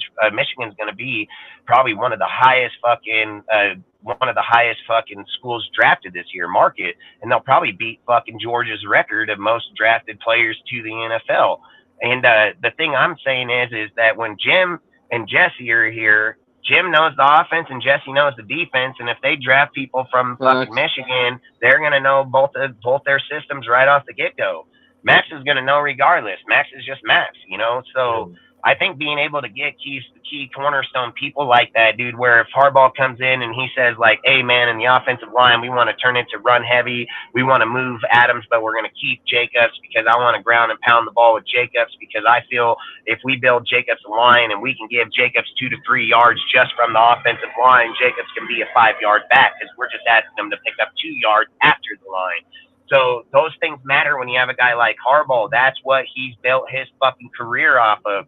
So for people to advocate, they want to keep Jacobs, you better advocate to hire fucking Harbaugh because he's going to build that line. And that's all Harbaugh does. That's all he does. So it's very similar to Gruden, the way he runs his offense, like pound, smash mouth football. Yeah, and that's all I say is like when we look at the ways that we need to rebuild our team and franchise. Al Ghost can be a big-time advocator for this. I've said the whole entire time, bro, I don't want to pull the fucking Band-Aid off and put a new one on. I said, pull that fucking Band-Aid off, cut those fucking stitches open, rip that shit out, clean it up, dude, get that gangrene the fuck out of there, stitch that shit back up, and fucking let it heal. Like, we need to break this fucking shit down. We have so many good key players right now. Like, look, dude, I don't understand how you guys can't see this. Listen, offensively, dude, you can sit here and say AOC is a backup, great backup, bro. Like, if you're talking about us getting rid of Devontae and having 2 top 10s, we can have a guy like Jalen Daniels or fucking Bo Nix or any. Fuck, you got 10 fucking guys there that are going to ball the fuck out. So if we're indicating that we're going to get one of them for our future, AOC to be the backup in case somebody gets fucking hurt, we're going to move over Myers, and we still got a top 10. That can go receiver, that can go fucking corner, that can go DT, that can go fucking linebacker, safety. You're starting to build shit for your team now, dude. Then you sit there and go offensively. You're sitting there saying, I got fucking 2 receivers tied in, so I really just draft 1 receiver, get an O-line. Hell, you don't even got to draft a receiver. Just pick them up in free agency because you already have. Yeah, like I said, just grab Mike Evans. That's my pick. I mean, you got a couple other guys, Curtis Samuel, fucking Michael Pittman Jr. There's a few receivers hitting free agency this year. Salute, fellas. But that's how I feel because, and then you look at the defense, you got fucking Paulo, dude. Paulo played really fucking good. That guy needs to see more time, dude. Like, he's a really good over-the-top safety fucking player. He needs to see more time, man. Fucking, you're sitting there saying Nate Hobbs, Tyler fucking Hall, dude. You got fucking Max Crosby. We have few good corner pieces that can get us moving in the right direction. And if Harbaugh comes in, he's gonna like Harbaugh's defense. His brother is one of the best defensive minds in all football, bro. Like, I don't understand how we have the chance to have a guy that's one of the best in both sides, dude, and we're just acting like this guy's fucking nobody. I honestly feel like Harbaugh will get the best out of Tyree. Because I feel like Harbaugh comes over, he's going to get the best out of Tyree. I think he's going to get the best out of all our players. Well, that don't. You know? You have anything you want to add, Al? Yeah. Oh, my bad. No, yeah, guys. I mean, I think Harbaugh would be a solid choice, right? Something that I think about. Did you guys see the report about apparently Mark Davis is open to considering Rich Bisaccia again? So then there's that consideration, right? I think he probably regrets not bringing back. Yes. I think that's just a regret. I think that is straight bullshit, but yeah. I don't think he would go for Rich Bisaccia. I think he it's like the Rooney rule, bro. Not anymore. Not at this time. Rich Bisaccia would have been better, you know, year after, but not now. Right now, it wouldn't be a good idea. And it would be a good idea if he had Gruden's guys. If he had Gruden's guys, what were you gonna say, Al? You're right. Yeah, but actually beyond that, right? I think Harbaugh, Michigan is in the it's in the college football playoff. He's done a really good job there. He was at Stanford. He did a hell of a job turning around the Stanford program. People forget before Harbaugh started at Stanford, Stanford had gone 1-11. They had one single game before Harbaugh came in, right? So he had 2 losing seasons and then knocked it out of the park from his recruits, 12-1. Just fucking killed it, right? So I actually think the concerning thing about Harbaugh is I think he's going to be in super high demand, and I don't know if we could get into a bidding war with like multiple teams, right? I think Mark can give him $50 million a year if he wants to. How is Mark going to lose this battle? He got $2.3 billion fucking dollars. Just so anybody can understand how much $2.3 billion is if Mark was to give fucking Harbaugh a 10-year, $100 million contract, he can do that 23 fucking times over. He got plenty of money. And not just that, the other thing to consider is Las Vegas is a tax-free state. Yeah, Harbaug's going to get more money being in Vegas than certain other places because he won't have to pay tax on that money. What were you saying, though, Al? Yeah, no, I think he'd be a good choice. I think the one thing that I would have in terms of like a consideration, right? I'd rather, and I think I mentioned this on one of the previous slides, the way that we should do this is first hire the GM, give the GM like real power, and then have that GM hire the head coach. That's traditionally how it's done because we need a GM that has ultimate say into like the personnel, who they're drafting, how they're scouting, etc. And the past couple of GMs that we've had, they've only been GM and title. They actually haven't had decision-making authority, right? So look at Mayock, right? John Gruden had ultimate veto power. With Ziegler, fuck, dude, if Ziegler had ultimate say, we would have had C.J. Stroud. We would have been set at quarterback. Yeah, but that's kind of where Ziegler's a bitch because he literally said at the table that the final fucking say comes through me, and they didn't. Yeah. You know, like, look at it like this with Mayock, right? With Mayock. Did they get some good picks? Yeah, they did, man. But that's what scares me the most if John was to be the head coach again. Is he going to go back and get Mayock, or is he going to try to get Paul Gunther again? Fuck that. Yeah. Fuck I don't know that. if you do Listen, that, but Harbaugh I think is he going to wanted get the elite of the elite Yeah. in their prime right fucking now. He ain't going to be like, hey, Mayock, man, I don't even know where the fuck you been. Like, you've been on a show. Like, what have you even been fucking doing? You want to come back be the GM? No, Harbaugh gets here. He's like, Ed Dobbs, my choice. That's like going on the basketball court and say, I want LeBron. Yeah. Like, literally. Like, it's literally exactly what he's going to do, man. That's exactly.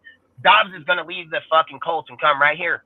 You think I'm lying? Yeah. Look it up 2 years ago. We already interviewed him and was doing the job. Like, literally. No, I hear you, Dustin. My thing is, like, my basic point is this. I don't want to hire a head coach first, because obviously then that head coach is going to handpick the GM and then have veto power over how that GM operates.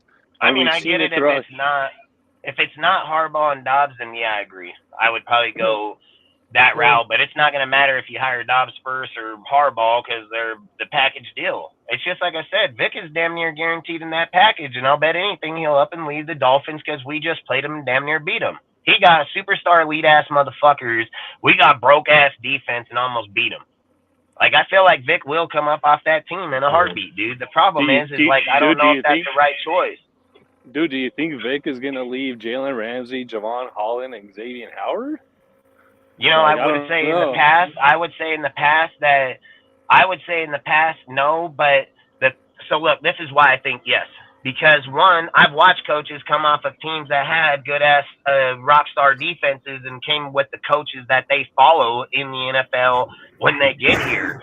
I guarantee you that fucking Harbaugh has deals with these guys in private that if he was to return back, that these are going to be their guys. There's guys that are loyal to their teams.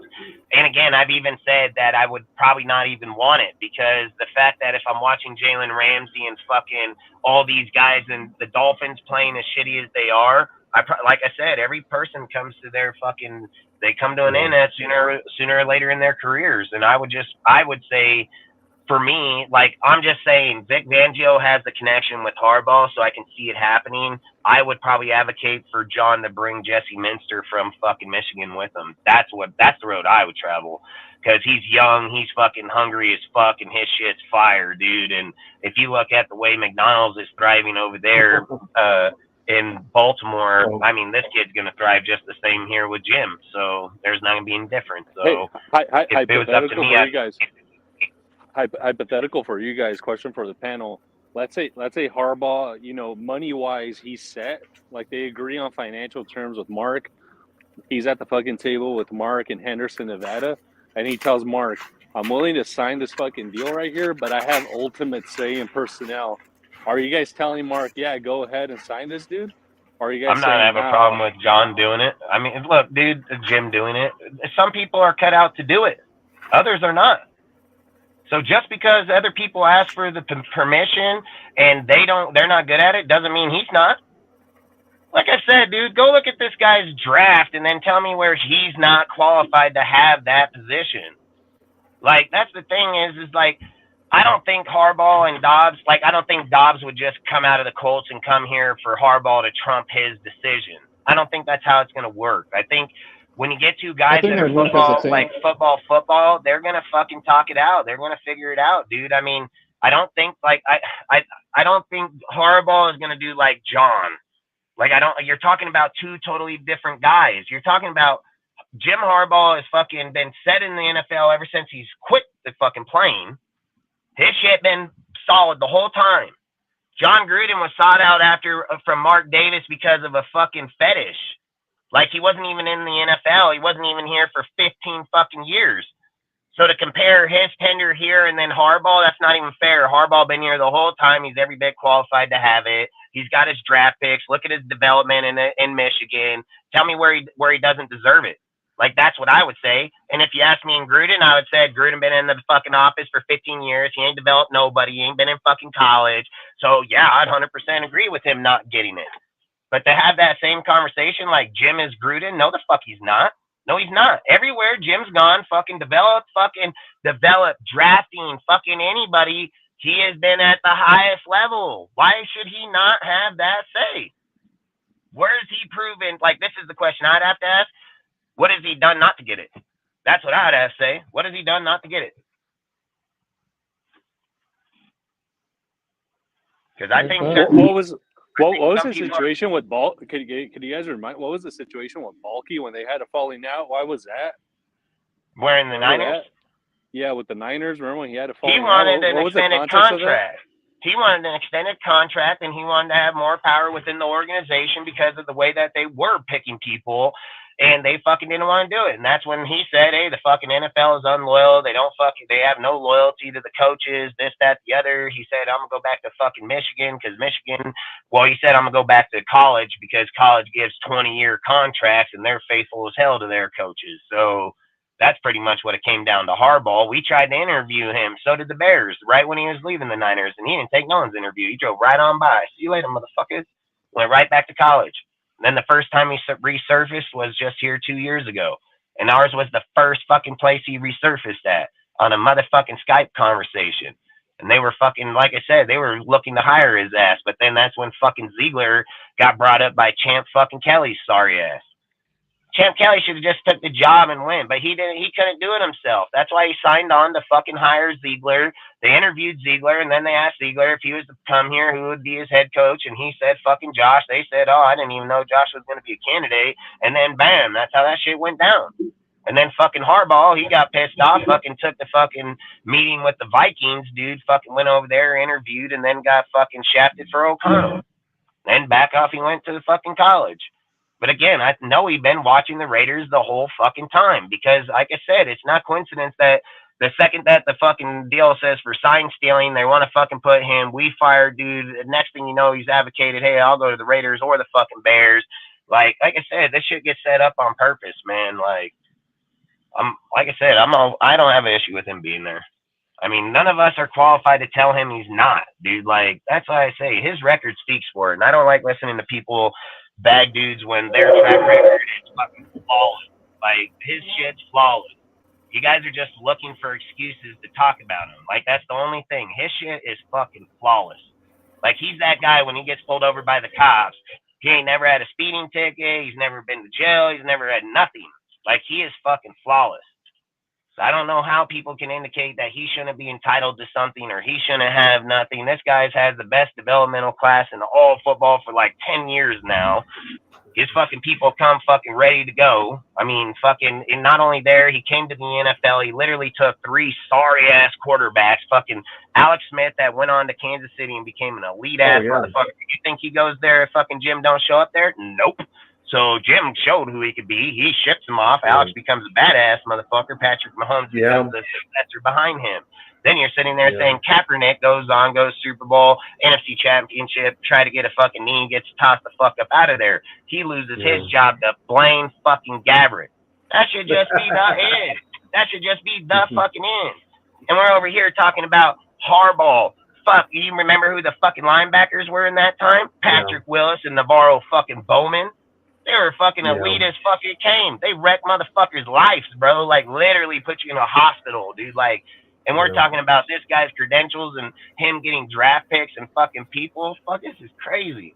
This dude is this guy's a fucking legend, bro. And we should even be lucky that he even looking at our team as a fucking first or second option. We're fucking over here outcasting one of the best coaches in all football, period. Young fucking got the fucking shit to back him up in college and in NFL, and we're just like, fucking, we'll take Harbaugh or we'll take Belichick. Like, what the hell? No, dude, for sure. No, dude, for sure. Like, I think Harbaugh definitely has the credentials because he's proven he's been successful in the NFL at the coaching level. He's been successful in college, as you know. Yeah, Caleb Williams. Fuck Caleb, man. No, but you go Dark. I didn't mean cut you off, bro. I already quit or something. They're saying he was wanting to quit. No, he's just not going to play the bowl game because he's going to debate going into the NFL or not. But what were you saying now?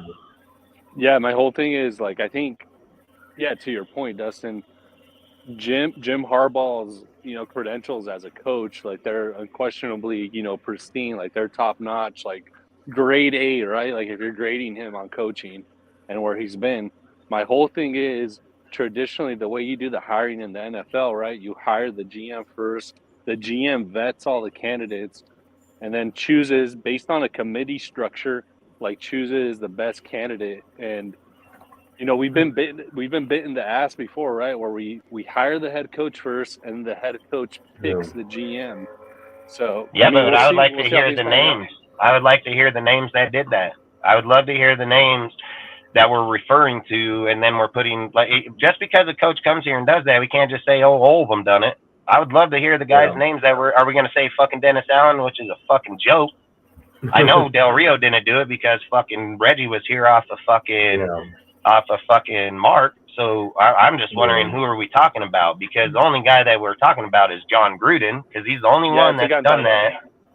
Yeah, but that's my point. That's a one guy, and but we're acting like literally the way the conversation was said is like we keep doing this. That's just one guy. That's not the whole fucking NFL. That's not all our coaches. And we're tendering his one guy. Ziegler was hired before Josh. So when you say that the GM should be hired first, Kelly and Ziegler were both hired before Josh. They picked Josh.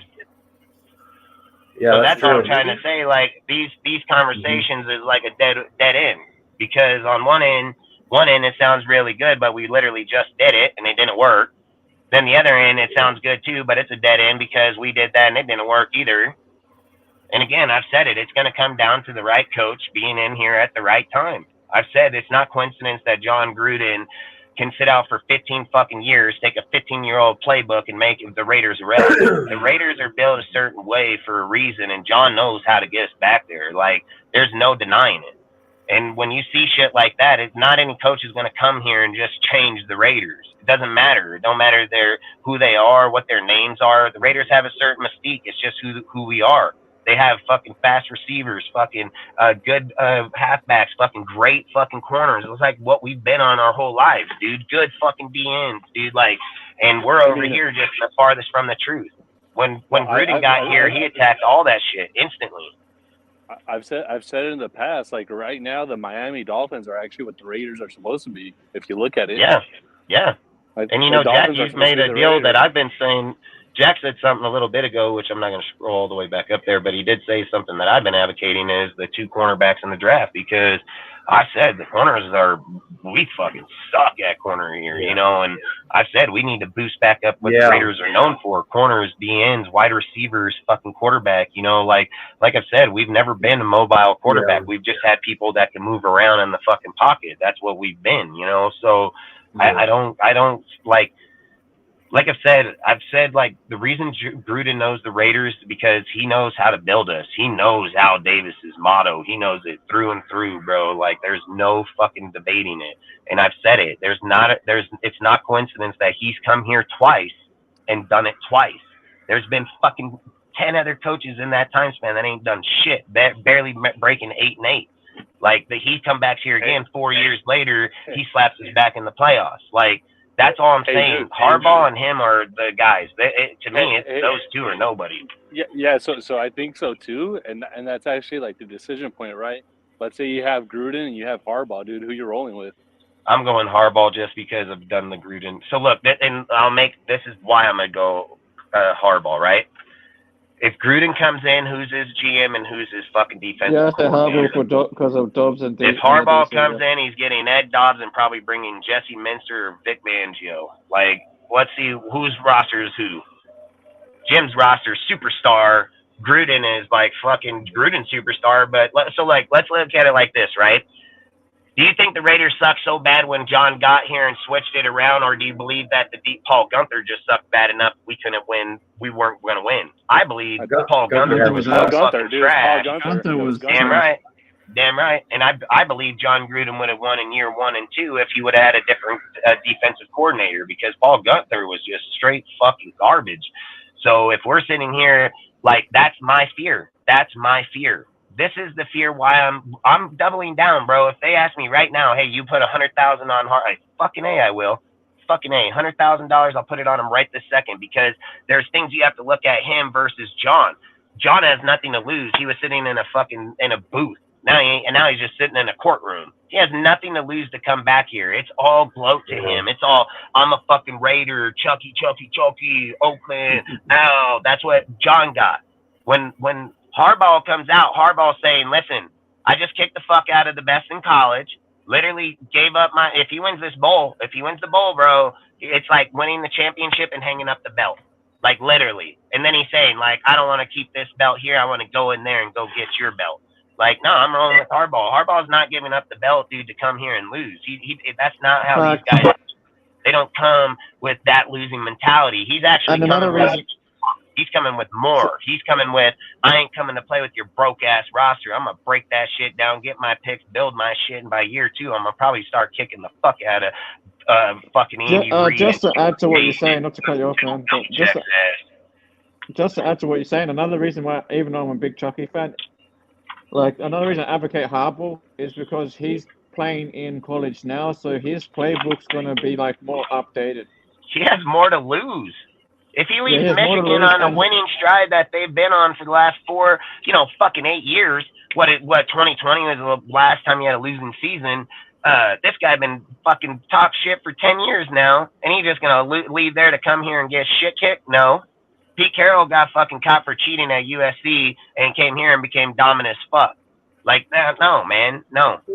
He's gonna come up out of here he's coming with with like vengeance, dude. I guarantee you. And then you're coming into probably the hardest division of all football, bro. Like you're gonna look across this division and be like Andy Reid, Sean Payton, and who the fuck is the Chargers? Like you ain't gonna be standing here. Oh, and ours is AP. You got fucking 3. If Belichick goes over there, he got 3 all-time Hall of Fame motherfucking coaches. We're talking about fucking, oh, hell no. Hell no. Take your fucking interim fucking, head coach shit. Get in line, motherfucker. I want this shit to be Harbaugh, Andy Reid, Sean Payton. I want this shit to be just as aggressive to them as it is to us. Like, why in the fuck are we okay with them all getting in? We're not. We're like, yeah, you guys have superstars. We'll be mediocre. Oh, the Broncos ain't going to do shit for the next 2 years, because that was me literally saying that shit. And then these motherfuckers pop off 5 in a row. Like, come on, man. No, you can't be blind to that shit. I've always said, I'll eat crow, man. I'm eating crow like a motherfucker. I ain't stupid. Like, I want to walk into MGM and be like, yeah, let me bet on this fucking team, knowing that they're fucking kicking the shit out of people.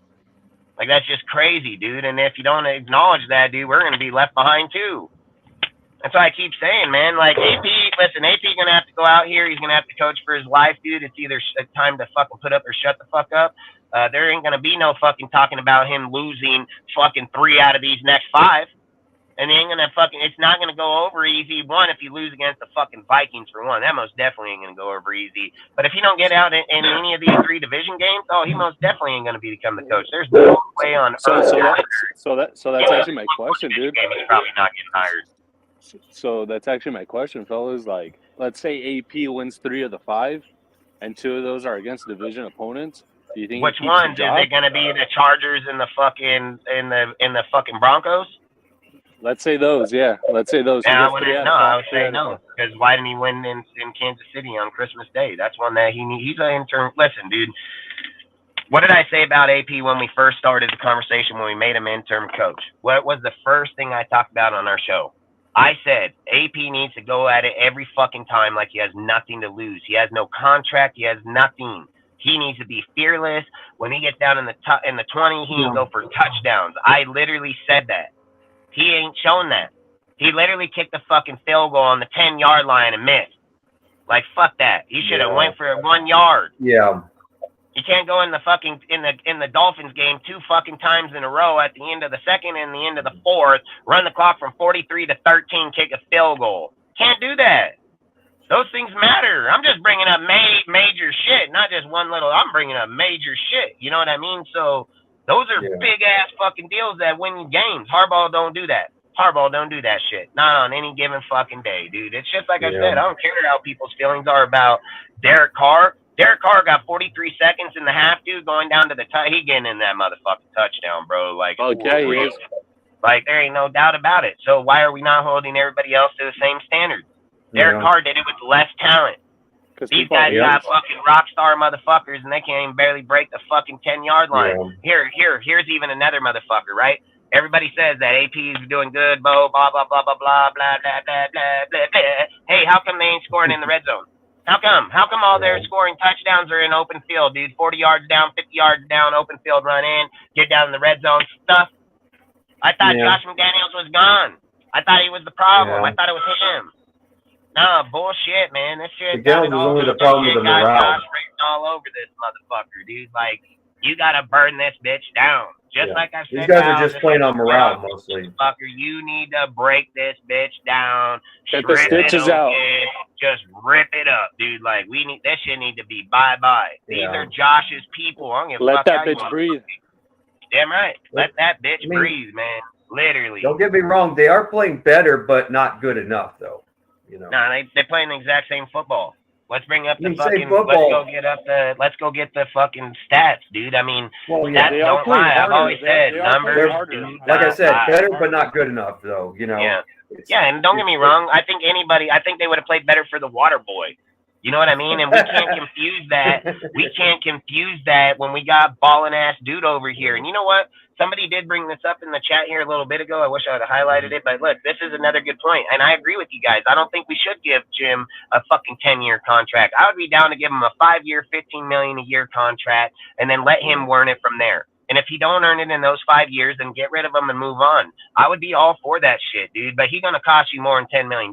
He's going to be like $15 million a year, bro. Like, there ain't no doubt about it. So if we were going to break it down in 5 years at 15 mil, I'd be all for it. I would take it in a heartbeat, dude, and then let him prove what he can do. Because I agree. I think you need to stop these 10 years putting us on the books for fucking, it's on $80 million fucking dollars. So I'm just addressing Jack in the chat. I'm just saying, like, where he says the red zone's on Bo. Yeah, it's on Bo because he's the OC, but it's also on the head coach too, right? We've got to give the same. It's always on the coach. And it's look, I would just ask this. Like, this is the shit I'm not understanding. Like, this is the biggest thing, and I don't even know why people are talking about Bo or AP. Listen, if fucking Josh coached the rest of the fucking year and Mark Davis fired him on the 18th game walking out the fucking tunnel like they did motherfucking Jack Del Rio, AP wouldn't even be considered in coach conversation. So why in the fuck are we even talking about him? Like, I don't understand that. There's nothing he has showed qualified that said, oh man, this guy got great shit. I said the whole time, he don't bring a playbook. All he does is bring cheerleading. He brings fucking linebacker development, but let's not confuse that too. Guess who's helping him? Rob fucking Ryan. Rob Ryan is the goddamn linebacker coach with him. It's the only fucking position on our whole team that's fucking balling out. So I don't get how people are saying all these. Listen, man, he is not qualified. Why do you guys not see that? It's not a fucking bad thing for him, dude. He's only fucking 40. He got a long time to fucking go. Sit here and act like the Raiders are a pee-wee team. Every time someone brings up fucking AP, they're like, he's a rookie, bro. He's learning. Not on our team, motherfucker. Go fucking do that shit on someone else's team. And then when you get good, come the fuck on back. If you're such a Raider, when we get done with the year, you would have fucking quit that job, come over here. But come the fuck on, man. If we're gonna fucking pass up Harbaugh for that, nuh-uh. And I don't give a fuck what any guys say. I don't give a fuck. I'm not. You couldn't pay me, dude. You couldn't pay me, dude. Like, there is no money on this earth you can hand me and be like, you'd be all right with or AP over Harbaugh. I'd fucking laugh at him. And I'd be like, that's why you're going to lose. That's why you're going to lose. You know why Rich would have worked the year after? Because he already had the morale of the same roster. Yeah. You think Rich coming here now with no motherfucker that was here for him? They ain't fucking here no more. It would be hard for him to do it. That'd be the dumbest fucking hiring the Raiders do. And again, you have to hire guys that were like second or third, like below that, and he's not like Jim Harbaugh. Jim Harbaugh doesn't even have to get his main guys. He can get guys who play at that level. That's the difference, you know. Yeah, this is crazy, dude, that we're advocating a fucking guy that we got a guy here that's got like the fucking holy grail of fucking the resume and fucking football, and we're advocating a dude because he come from fucking LA. That's so dumb. That's so dumb. It's like, yep, I'm going to give up our whole entire franchise, and then next year when you're in this fucking conversation, because this is the same conversations the Raiders have every fucking year, and be like, fuck AP. AP should have never been there. Oh, fucking AP, blah, blah, blah. That's what all you guys are going to do. His shit's on a time limit, bro, like literally, and it's already coming up. It's already expiring right now, so I don't see how you guys sit here and say, like, look, you guys claim that we had a good defense. We got fucking mutilated by the fucking Chiefs. Where in the fuck was a good defense at? Where was it at, man? Didn't show up, didn't do shit. That team went 14-0 and then got 31-3. 31. They put 31 straight motherfucking points on us. We put 3. Where in the fuck is a good defense at? Where's it at, man? Yeah. What did I tell you guys all year long? What did I say on this channel all year long? When all you motherfuckers coming over here with your fake ass stats, your fake ass shit, I said, hey, when they play good teams, they're gonna get dusted on. We don't have the motherfucking team. We don't have the cornerbacks. We don't have the fucking safeties. Right. Matt's the only motherfucker coming every fucking down. That's fact. And Spillane. So your shit gonna come on a time limit sooner or later. I put Spillane in there too.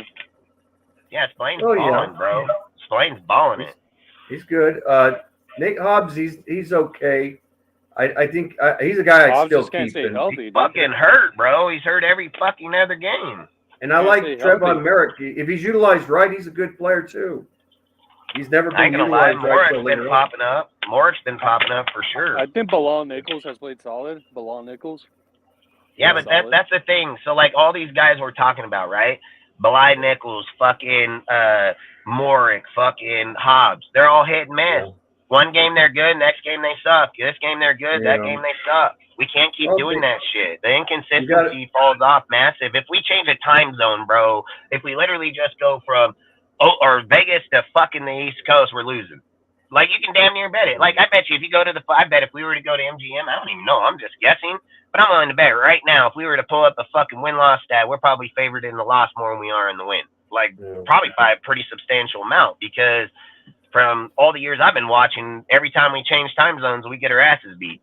So, I don't know, man. We got to get to a point where you get coaches in here. There's reason they can make their fucking time zone changes. They go on their trips and still kick the fuck out of it because it's their program. So, question for the panel. Something I've been thinking about. As you guys know, AP is very popular with the players, right? He's considered a players coach. Like, they really like the dude. How much weight should Mark give to that when considering the next coach? He should give 0. He should give 0 because teams ain't built off players. They're built off coaches. He should give 0 fucking fucks about what the players think. Players are rented. Like, I'm tired of how people look at it that it's a player-built team. It's not. Those players, dude, half of them won't even be on the fucking team next year. The only ones that'll be here are the guys that are under contract for a long time. No, team should not be looked at by the players. The team should be built by the fucking coach, just like every major fucking winning team does. Like, this is the shit I'm getting irritated with, that why are we the only ones doing stupid shit? Like, why are we the only ones advocating for stupid ass shit? Regular NFL team, the Niners ain't building their team off their players. They're building off the fucking coach, and the coach brought every single fucking player. Like, the fucking Rams, same fucking way. I mean, any winning fucking team, Philadelphia, fuck anybody that's win.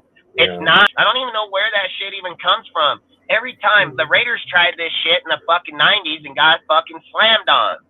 What was his name? Fucking White? Fucking wasn't White, I think. Fucking everybody liked that motherfucker, dude, and everybody was standing behind him. They went 4-12 in the following season. Like, you can't build teams off of fucking players like that. You got to bring the coach in, let the coach break the shit down, and get his motherfucking players to win this shit. That's how NFL is built. Like, coaches bring their shit, their staff, their players, their people. I ain't fucking worry about some fucking player here.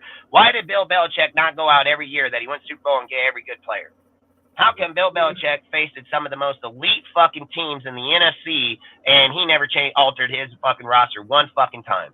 He didn't go out and hire elite-ass receivers, halfbacks, tight ends, edges, DTs. But they drafted them. Then that one dude was the cornerstone of their shit for years. Fucking Wilfork, fucking Brady, fucking Gronk, fucking Hightower, fucking all these dudes. They were all cornerstones. We're over here acting like we're gonna build our fucking team off players now. This is why the Raiders are gonna fucking suck forever. Coaches do that, not Harbaugh changes the whole entire team just walking through the door. I mean, the second they walk through that door, Harbaugh gonna tell them right to their face, you got greedy when you got your contract, because when I coached your ass over here in college, you weren't playing this shitty. That's exactly what he's going to tell these motherfuckers. I watched you when you were in college. You were playing with way more energy. You playing like a bitch now. Like, fucking, he's elite. He's going to tell it right to their face. He changes the whole culture just walking through those fucking doors. Everything he stands for got his name on it. Walk in Michigan and see who got it. That shit his. That's his shit. Yeah. Motherfuckers want to put him on 3-game suspensions, not even lose him, and still pay the motherfucker because of how good he is. And his team still kicked the shit out of motherfuckers with him not even being there. Can we say that? No. He can't even say that with fucking rock star ass coaches either. And we're talking about AP over Harbaugh. Get the fuck out of here, dude. Harbaugh, hey, AP wants to get this, dude. Listen, you're going to have to win all 3 fucking division games. You're going to have to beat Kansas City in their house. The only way I'm even going to, that's the only way I'm going to discuss it. Because why? Why, you say? Because, one, we sweep the Broncos every year, so we should sweep them again. We split with the Chargers every year. We need to win this one, so we split with them. And we're due for beating Kansas City every fucking 4 or 5 years. This should be a game we should win. Josh McDaniels literally went into Kansas City, man, damn near kicked the fuck right out of them in their fucking house, dude. So I don't even want to hear this shit. Like, this guy wants the job. He's going to have to go earn it, dude. Like, this shit isn't given away. This ain't a fucking Cracker Jack box that you open it up and anybody's fucking able to be hired. This is a fucking NFL motherfucking team. The highest level of all football. You better have the credentials to fucking be there. There ain't no fucking pass, go, collect $200 here, okay? There ain't no fucking freebies here. And we shouldn't even tolerate it. We shouldn't even want it. Like I said, put him back in there at the linebacker coach, dude. Give him the title and let him fucking earn it. He ain't earned it. He ain't showed nothing in these games outside of Josh. Played the same shit. Josh's games and his games are the exact same. There's nothing different. Why in the fuck you advocating him when he played the same game as what Josh McDaniels did? Exact fucking game. Because that's all they know. Oh, fuck yeah. Then we're advocating him. No, we're not. No, we're not. No. So I don't care. Like I said, dude, over here, man, we want to get back to being elite. But how do you justify AP against Andy Reid? Andy Reid got his number, bro, and he's gonna destroy him he's gonna destroy him 2 times a year. And you know Andy Reid's fat ass gonna be sitting on the other side with his fucking cheeseburger, bro. Like, literally, he gonna eat AP's ass up.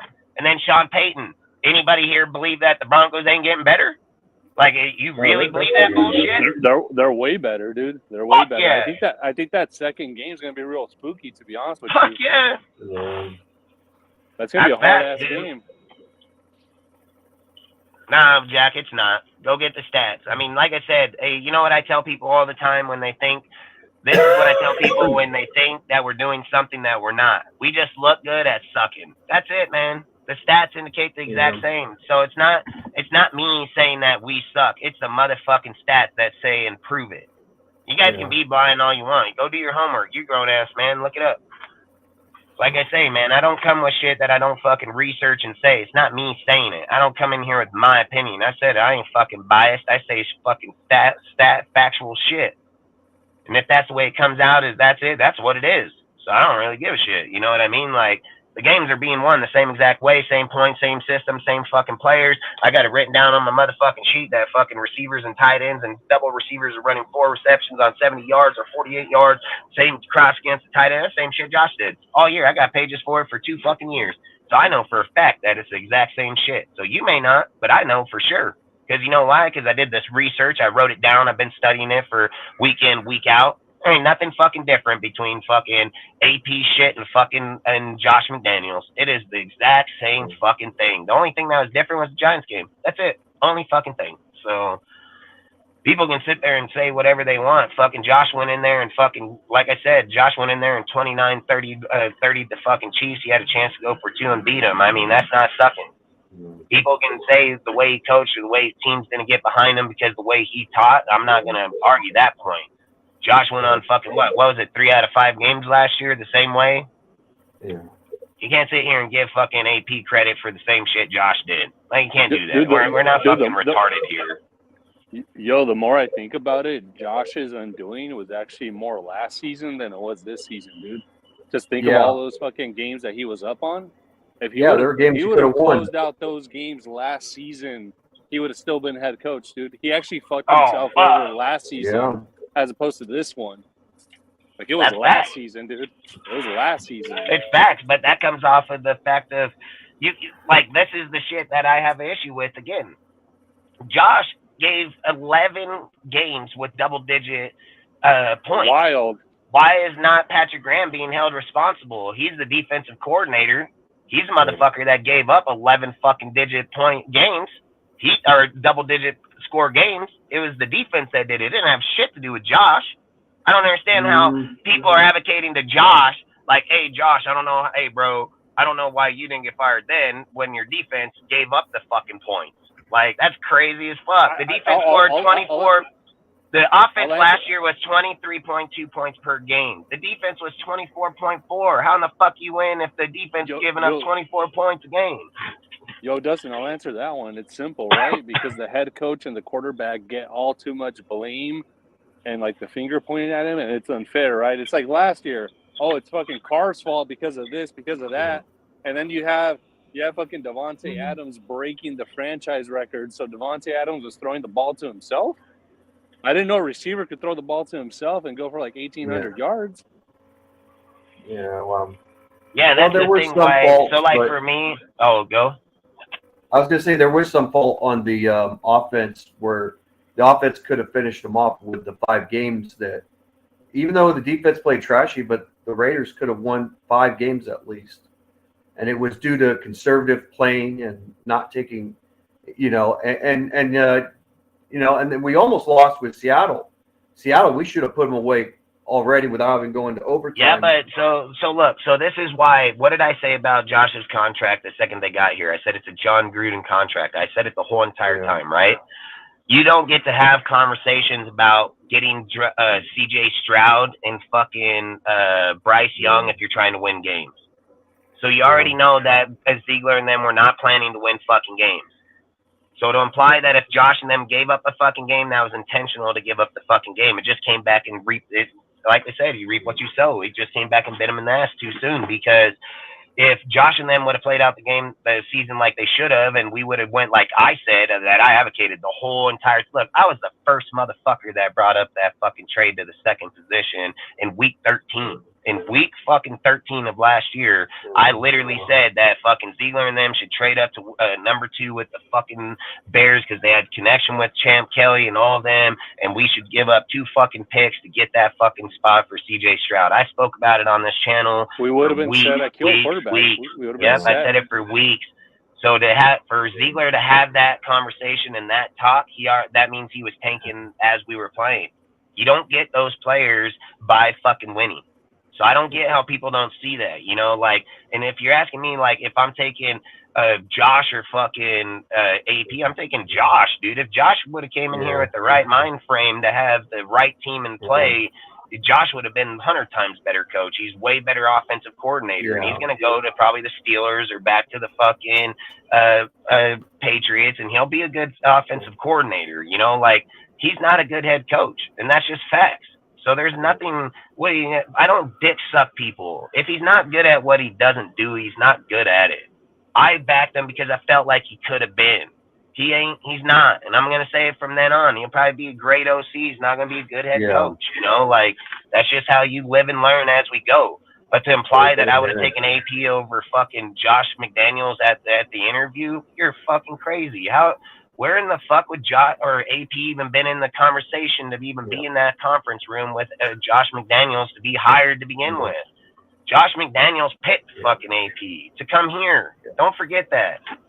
Yeah. I disagree with what Jack said, that AC is another Derek Carr. No, he's not another Derek Carr. He's a little bit more of an Alex Smith than a Derek Carr. He's a fucking Jimmy Garoppolo spitting ass image, dude. He got a better arm because he's younger. He's Jimmy. Like fucking AOC is like can't scramble though. Jimmy can scramble. Like a mile.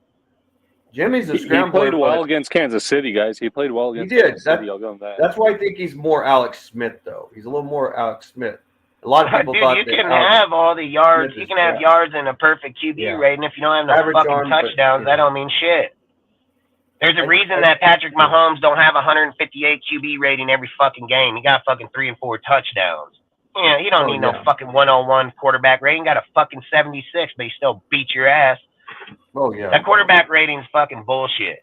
Like, that's bullshit-ass falsified fucking stat, dude. You don't fucking have that. Well, you know how you talk about that as if you had, like, 3-4 touchdowns, then it'd be like, yeah, that's fucking balling. You know, like, what's his name? Who just did that? Oh, yeah, Purdy. Fucking did that against the fucking Eagles. Like, literally just kicked the fuck out of them. That's what we're talking about, that shit. That's what, he had 300 and something fucking yards and 4 fucking touchdowns. Purdy put that ass beating, and so did fucking Samuel. Samuel's busted their ass twice on screenplay to the fucking house, dude. Like, when you got, dude. Like, when you got like Nick Bosa and you got Chase Young, you got the Legion of Doom. Not Boom, but Doom. Legion of Doom, you know. Yeah, I mean, don't get me wrong, that Chase and Nick Bosa is dangerous, dude. Yeah, you got Greenlaw, you got all those dudes. You got fucking, you got Foster, dude. I mean, you got all kind of crazy motherfuckers there. I mean, that's why Philadelphia just couldn't handle the pressure. It was too much for them. It's too much firepower, dude. They play from ahead, and then that's what Harbaugh's gonna bring. Harbaugh comes here, he's gonna do that exact thing. That's his shit there. His run and fucking defense. That's his shit. That's his system in there, dude. They just tailored it to their play calling for the West Coast. Same shit that he did. It's exact same shit. If we get Harbaugh here, that's the shit we're gonna get. That's his fucking. That is his deal, man. Like, he gonna be able to fucking pound the ground near fucking ass, dude, and then bring that D, bro. Like, he's gonna bring it. I said it on the show, right? If Mark knew football, he would have actually gone with Sean Payton instead of Josh McDaniels. We had the players in the system. Sean Payton, we had a Hey, Jack, Jack, just let me know, bro. Hit me up on Instagram. You can come on anytime. We're just not going to do all that arguing shit, but you're more than welcome on the you're more than welcome on the show. Have been able to and like I say with if John, if you're listening, bro, I've always said I like you, man. So I ain't got no hard feelings with you. I just don't like all the nagging and bickering, man. So John, I like you, bro. So no hard feelings. But like I say, Jack, if you want to come on or anybody wants to come on, just hit me up. Let me know. More than welcome. But no, you guys keep talking. I didn't want to cut you off, but he said his phone was dying, so I just want to say it before they hop out. Yeah, dude, I was just saying that. You know, I think if Mark Davis knew a little bit more about football when he was making the decision point as to who to replace John Gruden with, he should have replaced them with Sean Payton. He should have replaced him with Sean Payton because we had a West Coast offense system. We had the players and the personnel to excel in that system. And I think what fucked Josh over actually was he actually didn't rip off the Band-Aid from year one. He tried to keep a lot of the same players, and he extended a guy like Hunter Renfrow. And Ziegler wanted to, bro. What did I say about Ziegler the whole time? I said Ziegler a fucking rock star, bro. I said that shit the whole time. I said this guy got great evaluation, dude. Look how he got rid of the contracts. Look how he got rid of players. Man, fucking Josh, dude. I mean, he literally, like, if I was Josh, I'd feel so bad that I just ruined my best friend's fucking career, bro. Like, I'm dead. Yeah, dude. I don't think Ziegler's getting another shot, dude. I don't think Ziegler. Oh man, Josh will get hired right away. Like Josh will get hired. He's gonna get hired right into fucking Steelers, bro. Like the Steelers will hire him right now. I don't think Ziegler gets another shot. Like, I mean, he'll probably just become a scout somewhere, but to be a GM. Man, the only way I can see Ziegler getting a chance is if Josh goes back to fucking New England and they give him the head coach. That's the only way I see Ziegler getting another chance, man. But if I was Ziegler, I don't know if I would take it because after the reports that came out. Nah, man, Ziegler. I think a franchise is gonna give Ziegler a chance, bro. Like, let's be real. Look at all the shit that Ziegler literally came out and said in his conversation about the players he wanted to move off of, the players he wanted to start, the players they drafted, the players he wanted to trade for. Ziegler shit's like ballpark shit. Like, literally knocking it out of the ballpark. Like, Ziegler was on key for every fucking thing. Even like when he talked about how Josh wanted to roll with the veterans over the rookies. He wanted to fucking play. He's like, I want to play the fucking rookies over them. You know, like he said even about fucking Young, dude. He was like, I want to have Young in there more than the rookies or the veterans because they weren't playing well. He talked about all kind of fucking things, dude. And you know, they never made it seem like, you know, the article never read it out like it was Zeke. It's just one-sided article, so they're just assuming it was Ziegler talking all that. But if it is, I mean, he knocked it out of the park. And I've said that on our show for the whole fucking time that Ziegler was here. I literally said that shit every fucking time, man. And Josh, you know, I told you guys, I stood behind Josh. I still stand behind my word. I'm not going to go against him. I don't care if people say, oh, look, Dustin needs to. I don't give a fuck. I'm a man. I'll stand here and I'm a grown man. I can make my own choices. And when I picked Josh, I picked him because he was the qualified, and I felt like he could have did the best. I didn't know Josh has some fucking mental shit that he wants to block himself in a fucking box. It's me, like Leonardo DiCaprio shit in that movie about the pilot, you know, that got to the point where he couldn't even open the door, you know, because he didn't want to get germs. Yeah, and he had to fucking wait for someone to open the door so he can get out. You know, like, I didn't know Josh was like that. I can't like predict OCD that, shit. Yeah, his credentials back this shit up, dude. He didn't back it up. So, but I was actually gonna say this. So I mean, you know this, Dustin. I wasn't like the biggest Josh McDaniels fan. I was actually like very critical of him. Oh, but I at was the end of the day, critical. but at the end of the day, right? I'm a Raider fan. And I wanted the guy to succeed. Yeah. Does it make me happy that hey, we fired another head coach? No, it shouldn't make us happy, right? Because we're behind the 8 ball. Again, year after year, we're behind the fucking 8 ball. It's like when we got rid of Carr, and there were talks about bringing Jimmy G here. I was like, fuck, we're clearly downgrading at quarterback. But that being said, right, I'm gonna root for Jimmy G because I want the dude to succeed because I'm a Raider fan at the end of the day. Like, I don't want the guy to go out there and lead the NFL in interceptions. Like, that shit doesn't make me happy. Like, I want the dude to succeed. Yeah, I'm with you all. Like, this is how I feel. When the game starts, I'm all for every player on the team, bro. Like, there's no doubt. I'm a fucking diehard Raider. I'm 100% behind the players that are on our team. But I'm talking about when they're not playing, they're garbage, and that's what we do. That's what we do here. Like, we are here to criticize. We are here to show where people. I said that about Peters from day fucking one. They 86 them. So what? Am I right now? I'm right now, right? Because I said that shit the whole fucking time. Took me till week 3 to get my fucking credit, but I've been talking about it the whole fucking time. So, like I said, you guys can sit and play your little games how it is. I just call it how it is. I said that fool was garbage. I said he was going to be cut in the season. Literally said this dude ain't going to make it. And I've spoke on so much shit on this, dude, and people want to act like you're going to get a result the next day. It doesn't work like that. Sometimes results didn't come till week fucking 13. What about Jimmy? I spoke on Jimmy the whole entire offseason. How many of these fucking douchebag motherfuckers came over here, tried to give me shit? Oh, what is going to be? Jimmy going to be? Oh. Well, Jimmy's sitting on the fucking bench, bitch, just like I said he would, and that AOC would be the quarterback. Like, that's the problem. You motherfuckers are just trying to get your high for that 2 seconds. I'm right, motherfuckers. I know my shit. Yeah. And I gotta head out, guys, and run an errand. But I'll just say this about the whole Jimmy G shit. You had dudes out there getting like the number 10 tattoos, thinking that he was going to be the next coming of Ken Stabler, dude, and look what happened. Oh, like, my God. Yeah, facts, bro. Facts. But I got to head out, guys. I'll be in the chat, but always great chopping it up. Go Raiders, fellas. Hell yeah. And you know, Pig, dude, that's what I said up on this shit the whole time, bro. I said the whole time, hey, they should have let AOC and fucking Jimmy battle it out in the third preseason. I said these dudes should have went at it. Whoever did the best should be the starter. I said it the whole time, you know, and look, dude, like I said, I've always said I'm not a hater against Carr because Carr's a Raider at the end of the day, a lifetime Raider. He's gonna always be there.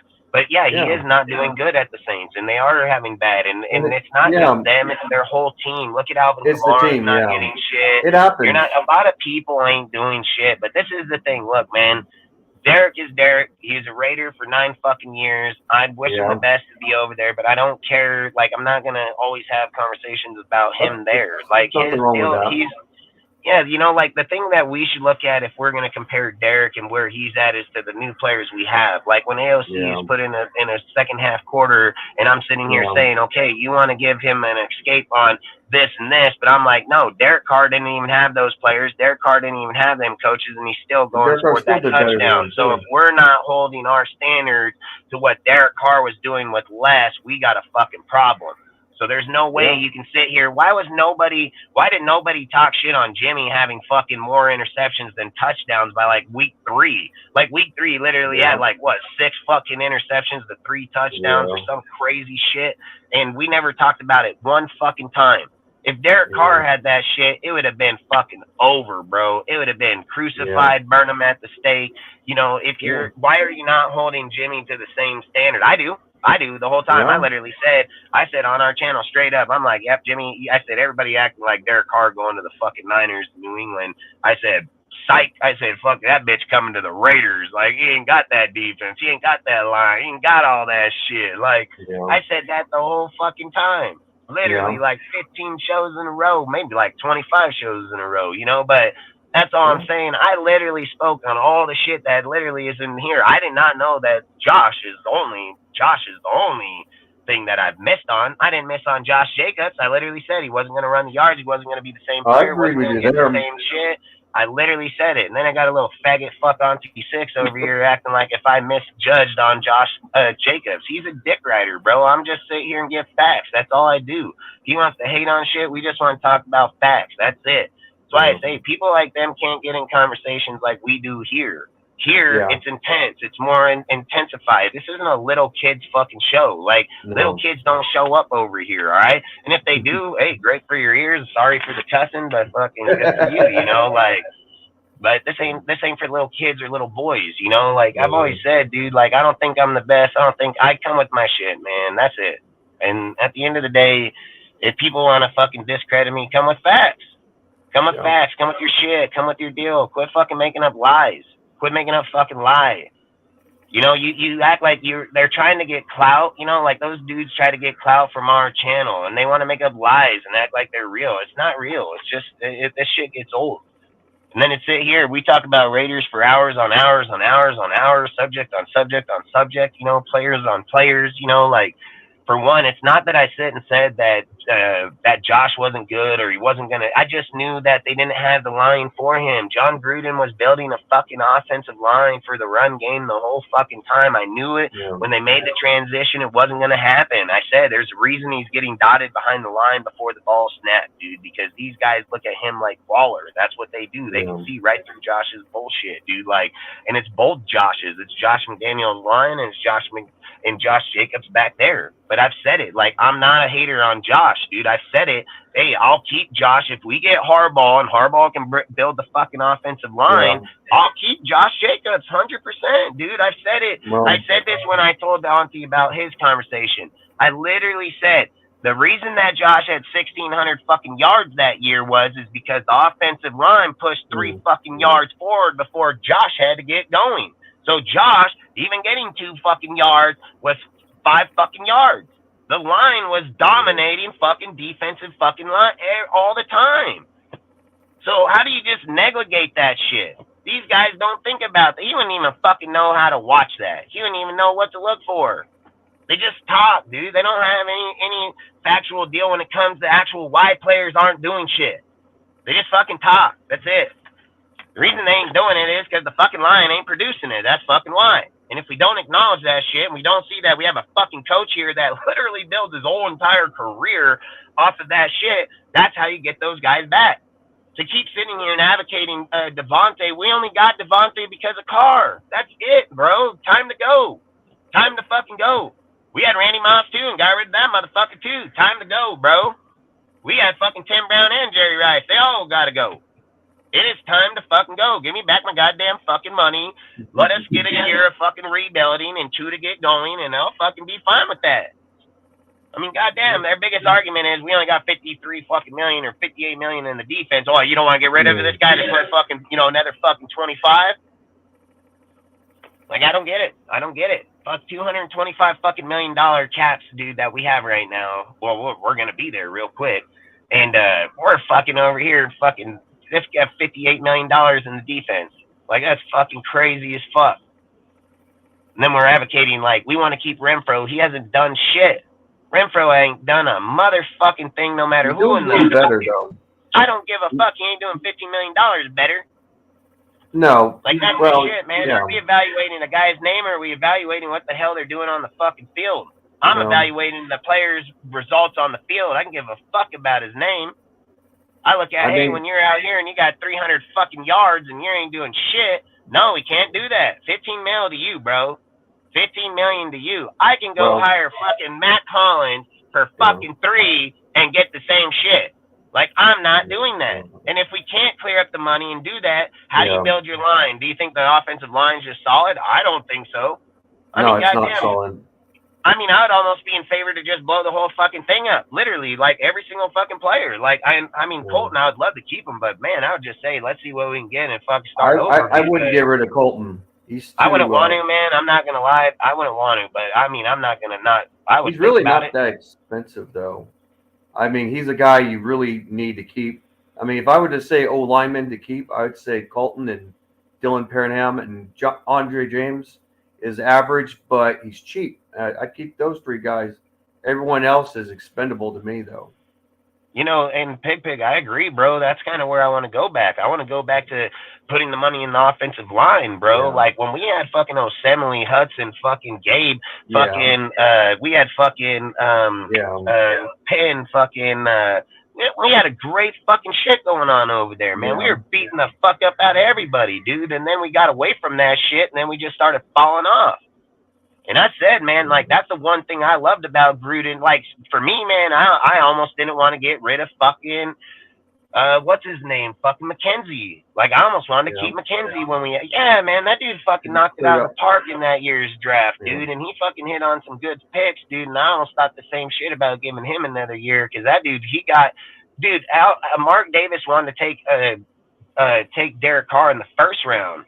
And McKenzie convinced him, man, not to take Carr in the first round. He wanted to take fucking Khalil Mack from Buffalo. He told him, hey, man, Arizona is going to be the only team that's going to be looking at Carr going into the second round. He fucking told Mark, like, hey, Derek will fucking be there. And if you guys think I'm lying, go look up the fucking article. The article will be Mark Davis fucking drafts fucking Derek Carr. And it'll fucking talk about the whole thing. And he fucking literally said, like, McKenzie literally fucking told him, like, hey, man, he will be there in the second fucking round. And he got fucking Derek Carr, Cleo Max, fucking Gabe Jackson, dude. I mean, he got some good picks that year, dude. And that's all I'm saying. Like, that's why I want Harbaugh. Like, I don't understand how we can't see this, dude. Like, we are, like, playing Madden right now. And instead of cheating and taking the fucking shit off where we can just pick any fucking guy we want, we literally got this guy sitting here. And money is not an option. Money is not a fucking option. Mark Davis got $2.3 billion right now. Guess what it'll be probably next year? Like $4 billion. And then in another few years, it'll probably be up to fucking 5 and 10. Money's not a fucking option about getting Harbaugh. Harbaugh is $15 million a year, dude. That's fucking chump change, dude. That's wipe your ass with $100 bills all year, literally, for Mark. So, nah, man, you can get him. You can get him 100%. So that money is not an issue. You can give him $18 million. You can give him $20 million. It's not going to matter. And that's what you have to do. Like, you can't walk out of that. Listen, dude, I'm telling you guys, if there's a time in our life, dude, that we're going to go to a fucking board meeting and put our shit down on the end, dude, and literally stand by our fucking last dollar and try to become a Google or a Facebook or something, this is the time. This is the fucking time, man. Like, this is where you literally say, like, hey, it's all or fucking nothing, because there's not another guy in the NFL or anywhere even got credentials of this fucking dude. There's nobody that's restructured any type of teams like this fucking guy at every level, and we're just gonna fucking let him walk out? No, the fuck we're not, dude. Like, I would literally be in the back saying, like, hey, I'll give my company, I'll give my home, dude, as long as my kids have a place to live. Like, I'm all in, man. Like, I'm all in, because when I sit here, I'm a businessman. I want to make the best of every fucking dollar I spend, dude, in life, period. No matter for the person, the company, the people, anything, dude. That's just who I am. So, no, I'm putting all my money on him, man. You're not convincing me. Look, I've said it. I'm a John Gruden dude, like a motherfucker.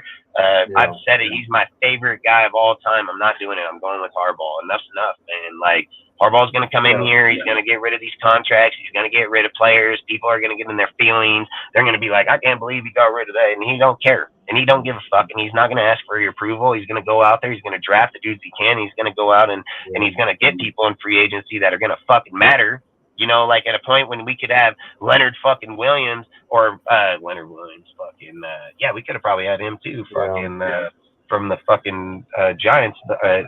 At the same time, you go look at Chase, you look at Sweat, you look at all these dudes. We were talking about being competitive, wanting to win Super Bowl. We didn't even give up a third-round pick for Chase. We didn't give up second round for Sweat. We didn't intrigue any of those fucking deals. Harbaugh would have intrigued him if he felt our team was good. He would have fucking most definitely went after those dudes, because at the end of the day, to him, it's about winning fucking championships, dude, being on top of the top, dude. Like, I don't understand why we're not seeing it. None of these guys pulled the trigger. None of them wanted to pull the trigger. They're all part of the same team. They've been handpicked by Josh. These are Josh's guys, dude. It doesn't matter how you want to sugarcoat the fucking bullshit around. These are Josh's dudes all the way through and through to the end.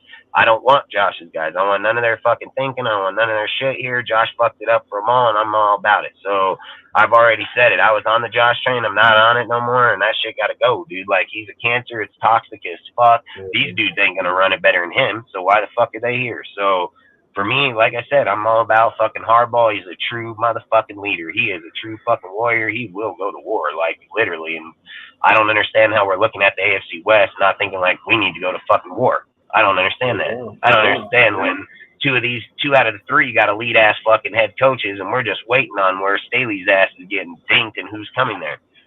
Like, that's how I look at football, bro. I don't need to look at week 18. We suck, bro. We ain't gonna fucking come out of here winning 5 fucking games. There's no way we win 5 games. Like, no way, not at all. It's not happening, dude. The Chiefs, somewhere along the line, we were gonna get our ass snubbed, and it's not even that. Herbert, dude, has got fucking, he puts up 24 on us in the first 2 quarters, then he gets fractured hand, and we still couldn't fucking beat him. Our quarterback can't get over 20 fucking points. Not any of them can. I don't know how we're just all of a sudden, we're so elite, you know, like, we go against Kansas City in our house where we have the favor. They literally 31-3'd us, dude. Like, how do you guys not fucking see that shit? And then you're talking about we're elite, we're good. No, we're not. We're not even fucking. They want you to think. Look, if I was the Chiefs, like, I'm just gonna be real here, all right? If I was the Chiefs, I would fucking toy with your ass. I would let you think you're fucking good, so that way you don't draft nobody, you don't go get nobody, and then when it comes back to the following year where you guys think like, oh, we put up with them and we put a good game, then they just beat the fuck out of you because you never got nobody because you thought you were good. That's why I think it's stupid as hell. Like, you can't be in these positions and then not be fucking certified to see that shit. Like, I know we are not good. I'm not even a fucking NFL employee. Like, I don't get paid to even tell them that. Like, I really want to go get a job. Like, I really want to get a job in the NFL. I really feel like I can probably get a job really easy. Like, I swear to God, I probably could. But like I said, I think this is getting crazy, man. Like, I think it's getting crazy. And you know, like, yeah, like I said, a lot of people said about Josh, you know, look, I've said I felt like Josh's credentials in the offense was every bit suited for it. The problem was Josh got problems, bro. Like, and I've said it, I'm not afraid to eat crow that, hey, I was wrong on that. I wish I wasn't, because I felt like he could have been ruthless with Carr and then would have got it done in year 1. Like, man, that we could have been ruthless, dude. But whatever happened in that deal, I said that's why I kept talking about it being a Gruden contract, because I was like, they're going to take these seasons out, get the players, and then you'll see, like, where Sean Gruden did it in year 4, we'll do probably the same thing, because theirs was a 6-year contract. Theirs was a 6-year contract. Theirs was a 6-year contract, and then fucking, I don't know why your deal just kicked up like that, but, and I felt like that's what John, or like Josh McDaniels and them were kind of banking on, was to get like the year 2, 3, but too many people, like, you know, Mark up there at that blonde bitch fucking probably want to get his dick sucked, and he got dudes yelling at him about fire fucking Josh McDaniels. He's like, yeah, I can't get my dick sucked while you fucking dude. So I feel like it was more like a PR move for fucking Mark, dude, where he's like, quit fucking talking me up in the fucking boxes. Where I felt like John Gruden, they said the same shit about John Gruden. Just go look it up, dude. When John Gruden got here in the first year and 2, people were saying the same shit, bro. Fire that motherfucker, get rid of him, and he didn't. He got rid of Paul Gunther. That's why I said the whole time. It's going to be Patrick Graham, because he's going to be the fall guy. I literally watched this shit with Gruden. The problem is Mark doesn't have the loyalty to Josh as he did Gruden. So that's why he was like, fuck this guy. I don't really give a fuck.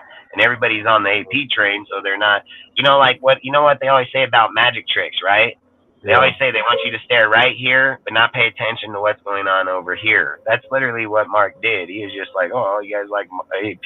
Fucking, here he is, you know, like, you look here while we're off over here, you know. Like I've said, dude, they got a lot of money invested into Vegas, dude. There's a lot that's going to go behind it.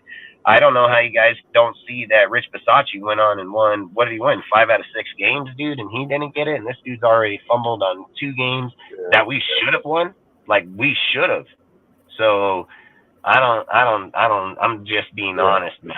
It don't look good for him. So that's just real talk. And then if we're sitting here talking about, the Harbaugh, John, I'm just going to say it. I want Harbaugh, dude. I've said my piece. Like I've said it. He has the best drafting capability. He has the best development. He's got the best talent, man. He's going to get shit hot GM, dude. I mean, you guys think, oh, he's not. Yeah, right. I said it. Go look up 2 years ago and see if we did an interview at Dodds and weren't going to hire him. We most definitely interviewed him, and we were most definitely going to hire him. So to sit here and imply like we're not going to get it again, that's bullshit. We most definitely will get it. If Harbaugh gets here, we getting it. Hunter, fucking, you bet your ass on it. So that's all I'm saying. When we look at shit like this is shit that people say like this is where you got to use cheat codes to get these types of players, these type of people. Like, I wish I had a computer I can bring it up, because look up Jesse fucking Minster, dude, Michigan defensive coordinator. Just look him up. Look up his history, dude. Like, you guys will be shocked like a motherfucker, dude. Like, and everything leads that he's going to come with Harbaugh. And listen, I get you're going to get these dudes that are going to tell me. They're going to say, yeah, but Dustin, why would fucking Jesse Minster leave fucking Michigan when Michigan's thriving at the best that it is? And if Harbaugh leaves there, these guys can thrive. All right, I'm going to tell you why. Because fucking Harbaugh is the one that built that shit. Those are Harbaugh's players. Those are Harbaugh's development. That's Harbaugh's shit. So guess what? It's just like fucking David Shaw. That fuse is lit when Harbaugh leaves. Now, you may get it for a year, you might get it for 2 or 3, but eventually it's going to dwindle out, because at the end of the day, Harbaugh is the one that goes to these parents' homes, and he's the one that talks to them about recruiting, and he's the one that develops them when they fucking get there. He's the one that promises and keeps those promises. It's fucking Harbaugh that does that shit. And that's facts. And any person that thinks otherwise, go look up Michigan fucking coaches, and they'll all tell you about who the fuck Jim Harbaugh is and what he offers and what he brings. This guy brings everything. And when you're sitting there saying, like, hey, we can literally have the cream of the crop, like, this is why I say Jesse leaves. Jesse knows his time, his fuse is lit from when he leaves. Why would he not go with Harbaugh and have success with him? He knows this guy's not going to fail. He knows, like, hey, everywhere this guy's gone, everything he's been through, I've been right with him for some of it. Like, he thrives. And then if I'm getting to coach his defense like I did here, we're going to kick the shit out of people. Like, you already know that. And then Harbaugh's already knowing, like, hey, I'm going to give you some of your play. You might get some of your Michigan players back up over here so you can build your fucking defense. Like, these are real deal motherfuckers. These are real deal Holyfield people. It's like I've said about fucking McDonald that's over in Baltimore. He's being considered as the fucking head coach candidate right now, even for our fucking team. That's a Jim Harbaugh guy.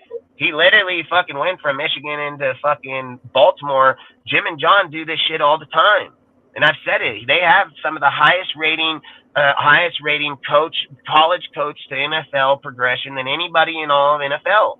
And that's from coaches and everything. They brought some of the biggest names out of fucking college, and they got kicked right in their fucking face.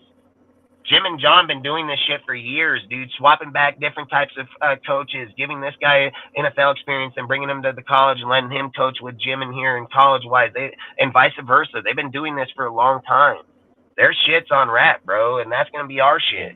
We're no longer going to be fucking second-guessing who we are. They're going to come with something, and I'm telling you, I'll say it before it happens, it's going to be smash-mouth football and badass defense. Like, that's what they're going to do. So everybody that loves what Josh does, he's going to see a lot of it. And he's going to get signed for his 4 years. Guarantee you, if Harbaugh comes in here, he'll probably give him a 4-year, $40 million contract, dude, because he'll probably run him till he's 30, get it done with them, and then fucking move on. But he will draft another halfback, and he will run that halfback behind fucking Josh Jacobs. Like, that's facts. He won't do it. Like, that's what I don't understand about Josh. Like, that shit bugs me hella about a guy that has the credentials Josh McDaniels had, and he didn't fucking run it like he did in New England. He didn't run dual back system. He didn't run the dual tight end system. Like, he didn't run it anywhere close like they did over there. And I think that's what most definitely killed that fool, because I don't think you can change, like, your program that drastic and then not have those similarities. Like, that's what worked for so long, you know? So, he said Bears can certainly flip the script very quickly with the top pick and options. You know, so look, this is the reason why I don't think the Bears would be as attractive, because, so for instance, whenever teams have the number 1 pick, right? Because that's what they have. They have, like, I think 1 and 2. Or I think New England just took the 2nd pick, so they probably got 1 and 3. But long story short, I think for me, in my personal opinion, when coaches come into new teams, dude, and they have the first overall pick, owners want to have an influence, like be influenced on it. Like they want a certain quarterback. You know what I mean? Like they want a certain person. So like for instance, if Jim gets over there and the owner tells him he wants Caleb and he wants to bring fucking like let's just say Lincoln Riley there and make him the OC, I think all hell's gonna break loose. Like he's not gonna do that. He's not gonna be like, yeah, you're fucking crazy as fuck. So I don't know if the first pick is gonna be intriguing to a guy because one, if he comes here, he's gonna pick up whatever the fuck he wants. If he wants quarterback, the corner, D line, O line, like Mark is not gonna fucking tell him what he can and cannot have. So, like I said, that's the only thing I would see about the Bears. I don't think the Bears hold a chance to us. I think the Bears organization is fucking shit. They've had probably some of the baddest ass fucking defensive players on that team over the last fucking 10 years. Ain't done shit with it. Offensively, same fucking thing. At least the Raiders have been in the fucking top category. You know, like, and I get it. Jim was drafted to the Bears, dude, but Jim chose to come to the Raiders. Like, big fucking difference. So, I don't know, man. I think you will want to be a Raider. I mean, every single time he's linked to us, every fucking time, dude. Like, you don't get guys, like, you get high-profile ass dudes like him, and every single time it comes up, it's like Raiders. And he's like Raiders. Like, he says it straight up. He said when we were interviewing Josh and them, he said if the Raiders were to offer me the job, I would take it right now. He said it straight up. We just never offered it to him, so it's just bullshit. Yeah. But beat out the Bears if he decided to leave college a tall order.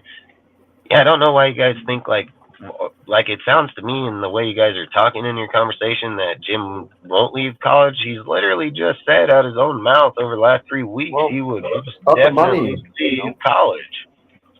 He's literally said it out his own mouth. If the right team offered him the job, he would leave right now. Like he said, I'm tired of the way the CBS comes after me. They're coming after me year in and year out. This, that. He's already spoke about this on his own, on literally right on the fucking post games and things of those factors. So Jim most definitely gonna leave there and come here, like literally. So. Yeah, I think with Mark Davis, he's very, very, very frustrated that, you know, and with it's even our own fan base is telling him right into his face, like a Raider fan that was in Los Angeles. He told Mark Davis, fire Josh McDaniels, hire Jim Harbaugh. And it's been, the Jim Harbaugh thing's been building up like crazy. Like, you know, it's very popular. If you do a Raider poll of, should the Raiders hire Jim Harbaugh, he would be the highest candidate in the Raider poll, you know, fan base. Yeah, and I've always said if you go to MGM or any type of betting place, right? Yeah. They're gonna know more than any fucking beat writer or any motherfucker. Yeah. Like there's a lot of times that I use that for what I do because the reason why people don't know this shit because they're not, obviously they don't gamble, so they're never gonna know this. But for most people that gamble, know anytime that a trade's going to happen, anytime coaches are coming or going somewhere, the odds will divot from, for instance, it can be a fucking 10-1, it can drop to a 4-1, dude, and then it will skyrocket to a fucking 12-1 because at some point they have to pay out. So you're going to be able to watch and see exactly where people are going or who's indicating them long before any beat writer will ever have his information. That fucking guy ain't going to have any information before the casinos. The casinos are going to have the outs on those conversations long before any fucking beat writer ever hears it. Because they don't just have billions of fucking dollars that they pay out and do the way that they do and receive the money they do by not having inside information that fluctuates the way shit really travels. And I said it. You think I'm full of shit, just hop up on there. You'll see fucking Harbaugh be like a 4-1 odds. I mean, what that telling you right now, that at 4-1, they're saying that motherfucker gonna be like, that's pretty much saying like he's gonna be the motherfucking coach. Now, don't get me wrong, we're in the middle of, you know, we still have 5 more games. They've got Bull. Michigan can probably offer a contract. That 4-1 can fucking shoot up over. But where I would be paying attention to it is in December. in December and January, if that fucking odd board is still saying 4-1, oh, you can get ready. You can get fucking ready. Yeah, because they're gonna know it before we will. And you think I'm full of shit? Just go to the MGM bet, dude, and go look up who the coaching odds are, and then watch when they hit and see what ones change and show up. I guarantee you, they're gonna know. They'll change their shit within the fucking 5 hours of that coach being hired, dude. Like, these guys know, and I don't know if they have people in those buildings. I don't know how it works. I don't know if they make a fucking, like if they make a hire, they have to call the casinos because now it's betting. I don't know how they do it, but somebody got it. Somebody in that motherfucker got it for sure. So I've watched this shit for the last year, dude. Literally, they'll tell you the story long before anybody will tell you. And that's how a lot of times I'll speak on shit and be right about it, because they'll be betting on fucking deals on like Tom Brady or things of them. And just like I said in the deal that he had family deals, and one of his shit was on that in the MGM, that he had family deals, that he was getting through the marriage, he was going to quit his deal. I fucking hit on that shit right away. Like, I hit on that, and I spoke about that on here, and that was something that was in that motherfucker that I bet on. So, like I said, like, the casinos are going to have a lot of information on where players are going and coaches are coming and all this bullshit. If they got fucking, let's just say that they put AP at a 52-1 and he wins, that's a massive payout on fucking, 100,000 motherfuckers, even $1 million. Like, you can go broke on shit like that. Like, you're not going to do that. If they felt like his odds were favored up there with others, this shit wouldn't be so far down the board, because they're going to have to pay that eventually.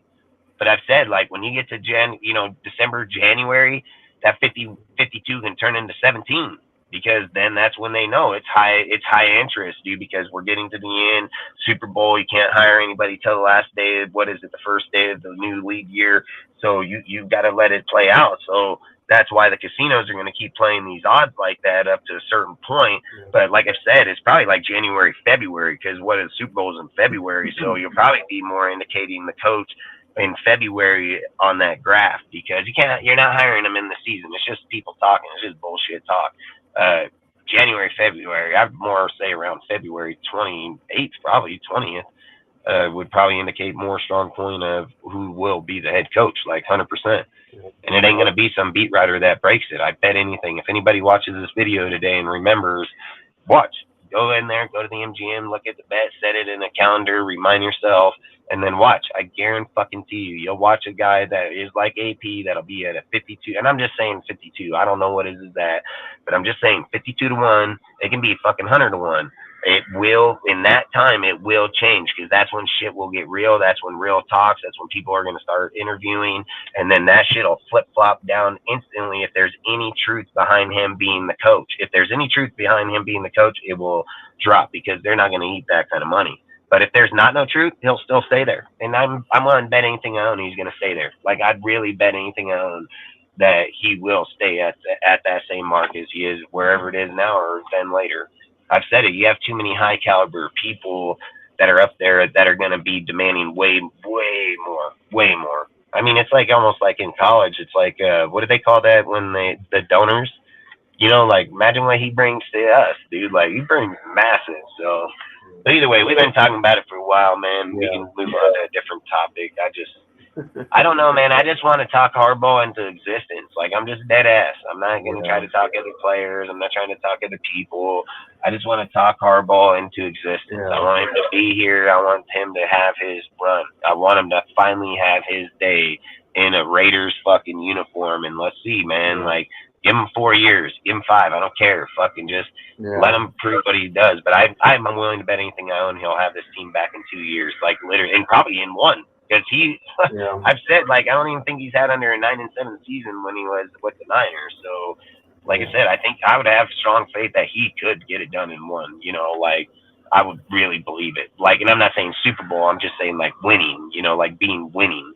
But long story short, we'll move on to a different topic, because I just feel like I just like the guy a lot. But I don't know. What do you want to talk about? You have anything off the top of your head? Anything you want to bring up? Or you did cover my topic already about what would about the Ziegler situation. That it's true that Ziegler had full control. He was the GM, but he didn't take leadership. If he took leadership, he would have put Josh McDowns in his place. He never did that. And I know some people said that he didn't want Derek Carr gone, but they made some big decisions. The Davante Adams trade was not Ziegler's idea. That was Josh McDaniels' idea. He should have said, no, that's too much money. We got to keep Derek Carr. Add weapons to him, younger, affordable weapons. The Raiders could have got Chris Olave, traded up and got him instead of getting, trading up for Davante Adams. That would have been a better situation, But there was a lot of different variables, but that's Ziegler's fault, not Josh McDaniels' fault completely. So there is accountability. We put the blame on Josh McDaniels, and I do, but I also put the blame on Ziegler too. They were both at fault, Josh McDaniels for lack of leadership and working with his players. Great play caller, but not good at managing his staff and everything. Nobody was together. If you're still out there and you want to hop on the show, let me know, bro. I'll send you the link. But no, keep going. I didn't mean to cut you off. Yeah, and I've said this before. I knew Josh McDaniels wasn't just because of his reputation, and I just didn't think he could do it. He's just not a head coach material. He's a good play caller, and when he was with the Patriots, when he was the OC, they were the number 6 seed when the Raiders were the number 5 seed. And at that time, I would have said Bisaccia is the better coach over him. Just that Bisaccia would be better keeping the same guys that Gruden has. And they wouldn't be a playoff winning team. They would probably still be a wild card team. And then if that didn't work out, then you try to get Sean Payton. But there was no way we'd get Sean Payton last year, or anything like that. I think we'd have, or the year before where Josh McDaniels was hired. There's no way, but we could have. Dude, if you're telling me all we had to do was give up a first round, dude, and be where they're at right now, I mean, I would have did it in a fucking heartbeat, dude. That would have been that would actually be better than the Davante Adams. I mean, look at what they did with the Russell trade and him, dude, and they're fucking playing better than we are. So look at it like this. Yeah. They did the Russell trade. They did the Peyton Manning or the Sean Payton trade. Yeah. Then they cut Frank Clark and Randy Gregory. What the fuck? Yeah. And they're fucking better. Like, even worse. And you turn fucking Courtland Sutton into a fucking red zone machine. And then Judy, he's still a bitch, but he's playing better under him for sure. I mean, I don't know, man. I would have did that in a fucking heartbeat. If you're telling me Sean Payton came here, I said that's why I felt like I spoke about that on our live the whole time. Like when we made the Josh McDaniels hire, I said, like, dude, if you were literally trying to go in the John Gruden era like that way, you would have fucking hired dude. Like, you wouldn't have did that.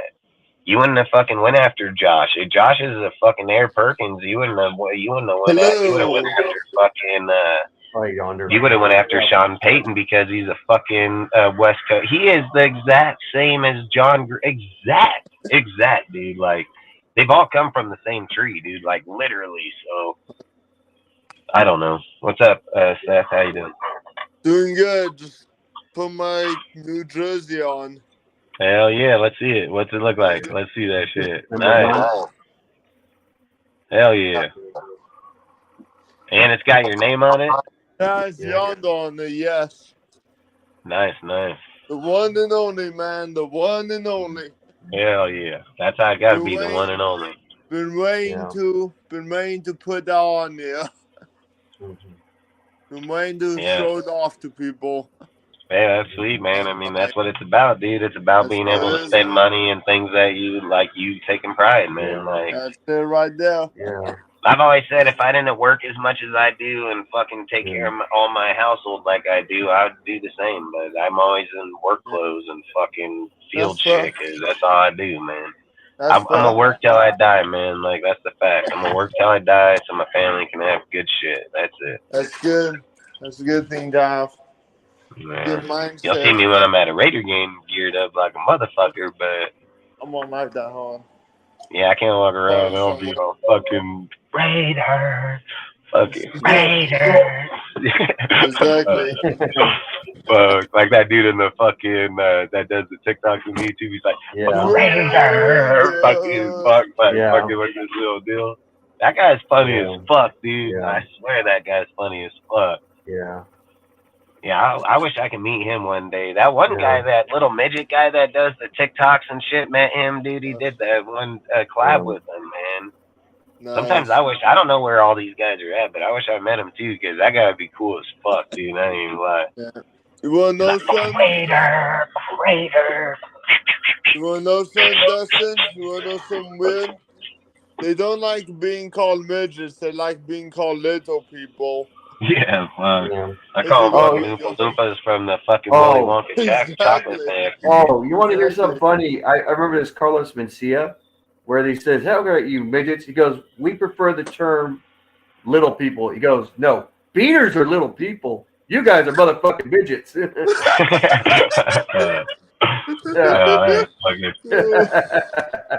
think it's fucking. It was pretty funny when he got these guys going, and Carlos Mencia is supposed to be a coach or whatever. And these guys said, "We're not midgets, we're hobbits."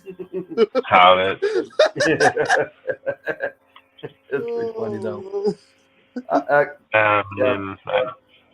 Nah, it is. I think, like I said, I think there's a lot of good things out there, man. That's why I love the Raiders, dude, because there's so much shit going on in life now, dude. Like the collabing, the fucking graphics, the art, dude. Like everything people are doing, they got cool ass shit, dude. Like I almost want to start a tavern here in fucking in Oregon, because right here is big time Raider shit, dude. And I was almost thinking like how they do down there. They've asked me to be part of that fucking group, dude, that goes all the way across the U.S. Fucking God, what's that fucking group called? They're big time Raider group, but I don't like doing that shit, because they're like, when they confronted and talked to me, dude, they talked like if they were like the Hells Angels, dude. They were talking about fucking ranking and all this shit, and how I'd have to pay. Like they were like, "Oh, if we put on a fundraiser in your deal, you're gonna give." No, I ain't giving you shit, motherfucker. I'll put that in a bank account and get that to like fucking Make-A-Wish or something. Like I ain't giving you shit. That's what I told him straight up. I'm like, bro, if I put on a fundraiser here, why would I give you anything? Like it might be your shit. Like I might put your logo up there for your shit, but I'm not gonna give you no fucking money. That's like if I'm doing a deal for like fucking cancer, fucking like, you know, children to make a wish. Why in the fuck would I give them fucking money? Why would I give them money? So I thought about this a lot lately. Like build it, like have a tavern fucking deal here in Oregon, like in Klamath Falls, and then fucking do that shit, dude. Like, cause a lot of people like that shit. What's it called? Cornhole? Is that what it's called? Cornhole? That fucking game where they throw it into the fucking where they throw beanbag. Yeah, dude. And here, so like here, it's for real. Like here, these dudes get in the fucking like straight turn. Dude, they're little fucking 8-year-old kids that'll put an ass beating on you, bro. Like they'll make you look stupid as fuck, dude. Like, you almost want to punch that little kid, dude. Like you motherfucker. What I was thinking. If I even get beat up, like, well, I win some, I lose some. That's I was thinking for me though. What I was thinking is if you can do like cancer deals, Make-A-Wish, fucking all these type of deals with that type of deal. You put a tavern on for the game, then you put these games for tournaments, dude, and then let all because a lot of these guys love that shit. So. And then take that money and just give it back to the fucking nation, or give it back. Like the thing I don't see that bugs me a lot is about like communities, right? Communities are supposed to be building the communities. So like from what I grew up in, and like Pop Warner football, fucking, you know, swim team, shit like that. We do car washes, so we can get our pads or do things. And the thing I've never watched from content creators is like they take everybody's super chats. They fucking get. I mean, I've watched some dudes make $1,000 in a night on a super chat, literally, fucking, and probably more, a few thousand. But I saw one make $45,000 on a super chat.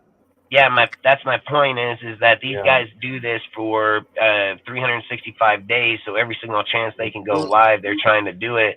But how come they don't have events at the end of the year? Like, why are they not putting on events or putting on for the nation, like giving back for free? Like, it would take nothing but like 10. It would take like 10 or 15,000. And if you had 2 content creators, you'd cut that shit in half, like $7,000 a piece. And then you can go put on a golfing tournament. You can go put on fucking deals for people to come. None of them do that. They talk about for the Raiders. They talk about for shit. But then, like, you see them at the games, they'll just lock themselves up, dude. They're not for the nation, dude. They're just for your checkbooks, dude, in their pocket. That's it.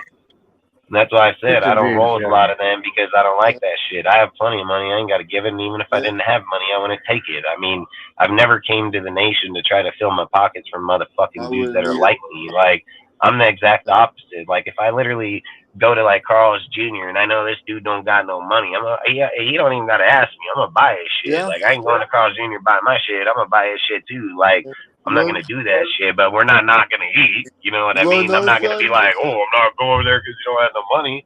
I'm like, bitch, you're gonna eat too. Like, I'm fucking hungry. Let's go. What may cost me 15 today gonna cost me 30, but I'm gonna fucking be full, so I don't care. You know, like. And that's how I've always said. But when I watch these guys, it's like earlier today. I get silenced because I go in and call a guy out on fake shit. Like, that's what I'm talking about. These fucking YouTubers are fucking fake, dude. They're fake. They're fucking garbage, dude. Like, yeah, you can't silence a guy. You got to let me speak when you want to speak about me. You know, like, you can't just go in somewhere, speak about a motherfucker, and then, those guys, it was like those guys seen a ghost when they see me pop up in that motherfucker, because they know I don't pay attention to that fucking think-ass shit. They know it. I don't watch fucking hardly anybody's shit. There's only a few people I'll watch when I'm fucking doing something, or, and a lot of times I can't watch it live. I'll have to watch it, like, when I'm out in the field and they're done. Like, I don't have the time to be on it when they're live. But at the same time, I just think it's funny as fuck that when motherfucker goes in there to speak up, motherfuckers are like, nope, let's silence them. Like, why? Because, you know, I'll beat that motherfucker in the chat. Like, literally. And that's the kind of shit I hate, that we're at a point that dudes want to talk on dudes, but they don't want to let them talk. And then they talk that they're real. They talk they're real. My shit for real. Nobody get blocked here. No one get silenced here, motherfucker. Come on. Come the fuck on, motherfucker. Like, that's the shit that irritates the fuck out of me. These guys are fake, bro. I don't know how people don't see that shit. I don't see how they don't fucking notice that shit. I seen it right away. What were we gonna say, Seth? Oh, me, I would love to do something for Make-A-Wish or whatever. Hell yeah, I'm gonna do it for Make-A-Wish. I would do if they try and pay me. I'll be like, no, I'm doing this for free. I'm doing this for free. I don't give two shits. I'll go over there for free. I want to do the same, man. I want to do the same. Yeah. At one time, I was still at school. Not. We went to a restaurant or something. This dude didn't have anything to eat. Not one of my classmates. And I was like, and I asked him what does he want? Why don't he have any food?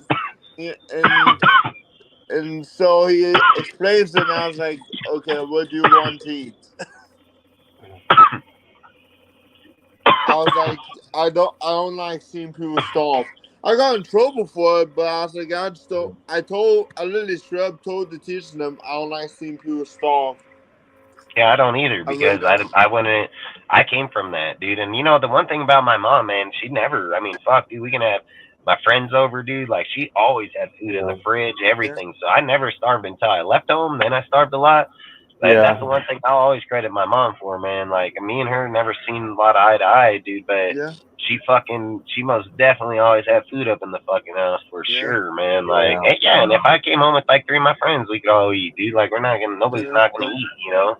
You want sandwich, you want peanut butter and jelly, you want ham and cheese, you want motherfucking bean and beef, fucking bean and cheese, you want a fucking corn dog, like, we're always eating something. You want Papa Roman, Hot Pocket, like, that's pretty much what we were eating all the time. Yeah. For me, I was like, what do you want to eat? It cost me money, but I was like, done, I got you. Yeah, for me, I got in trouble for that at school because the teachers not, because the dude with special needs and all that crap, and they were warning me that I might get screwed over, and I was like, I don't care. If he needs to eat, I got him. His mom doesn't like who doing either, and I was like, dude, I don't give two shits if she literally argues with me about if someone's gotta eat, they gotta eat. There's facts. I mean, fuck, I believe that too. I've always said, like, people are gonna have bad days if they don't get to be on a full stomach Yeah. And then if you're working and shit, dude, you don't want to have that because you can start arguments, combativeness. Sometimes just somebody being hungry can be irritating, you know. So I've always said, like, it's true, like the I think the reason, commercial too. Yeah, I think the reason I'm as good with people or seeing it is because I walk by it every day. I'm the guy that does that every day. Like, and if I don't see that or take a second to talk to them or see, like, I've always said, like, you know, my woman, she'll tell me, like, why do you just go out of your way and talk to that guy? And I tell her, like, babe, you don't fucking know how people's lives are. You don't know how that fucking guy, you don't know if that guy was fighting with his woman last night, want to kill himself today. Like, you don't fucking know, dude. And sometimes just walking by somebody and being like, hey, what's up? How you doing? Fucking might change the way they feel. Like, it's not about you. I mean, in this life, dude, that's what's the problem with people is they always think it's me, me, me. Like, I know I'm going to fucking die. I'm going to die, dude, one day. There's no fucking doubt about it. There's nothing I'm going to do to change that venture, dude. Like, the things I look about in my life is death is unstoppable. You're not going to stop it. But I'm not going to treat people like shit going down that road. And I'm not going to let people fucking treat me like shit either.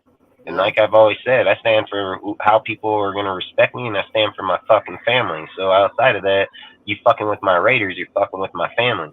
Like, that's fact. I don't have very many things in life, dude. I don't have a lot of people that I call my friends or not. Fucking Raiders mean shit to me, dude. That's everything I fucking have. Like, that's everything when I don't have nothing I can go to, and it's always going to be there regardless of win or loss, dude. It doesn't matter. And when I go to my real Raider fans and fucking that are friends and we fucking talk, we're always there, dude. Like, that's why I'm a fucking Raider, and I don't think being a Raider has to do with anything of it. I think it has to do with the friendships that I met people that entitle us to the same shit.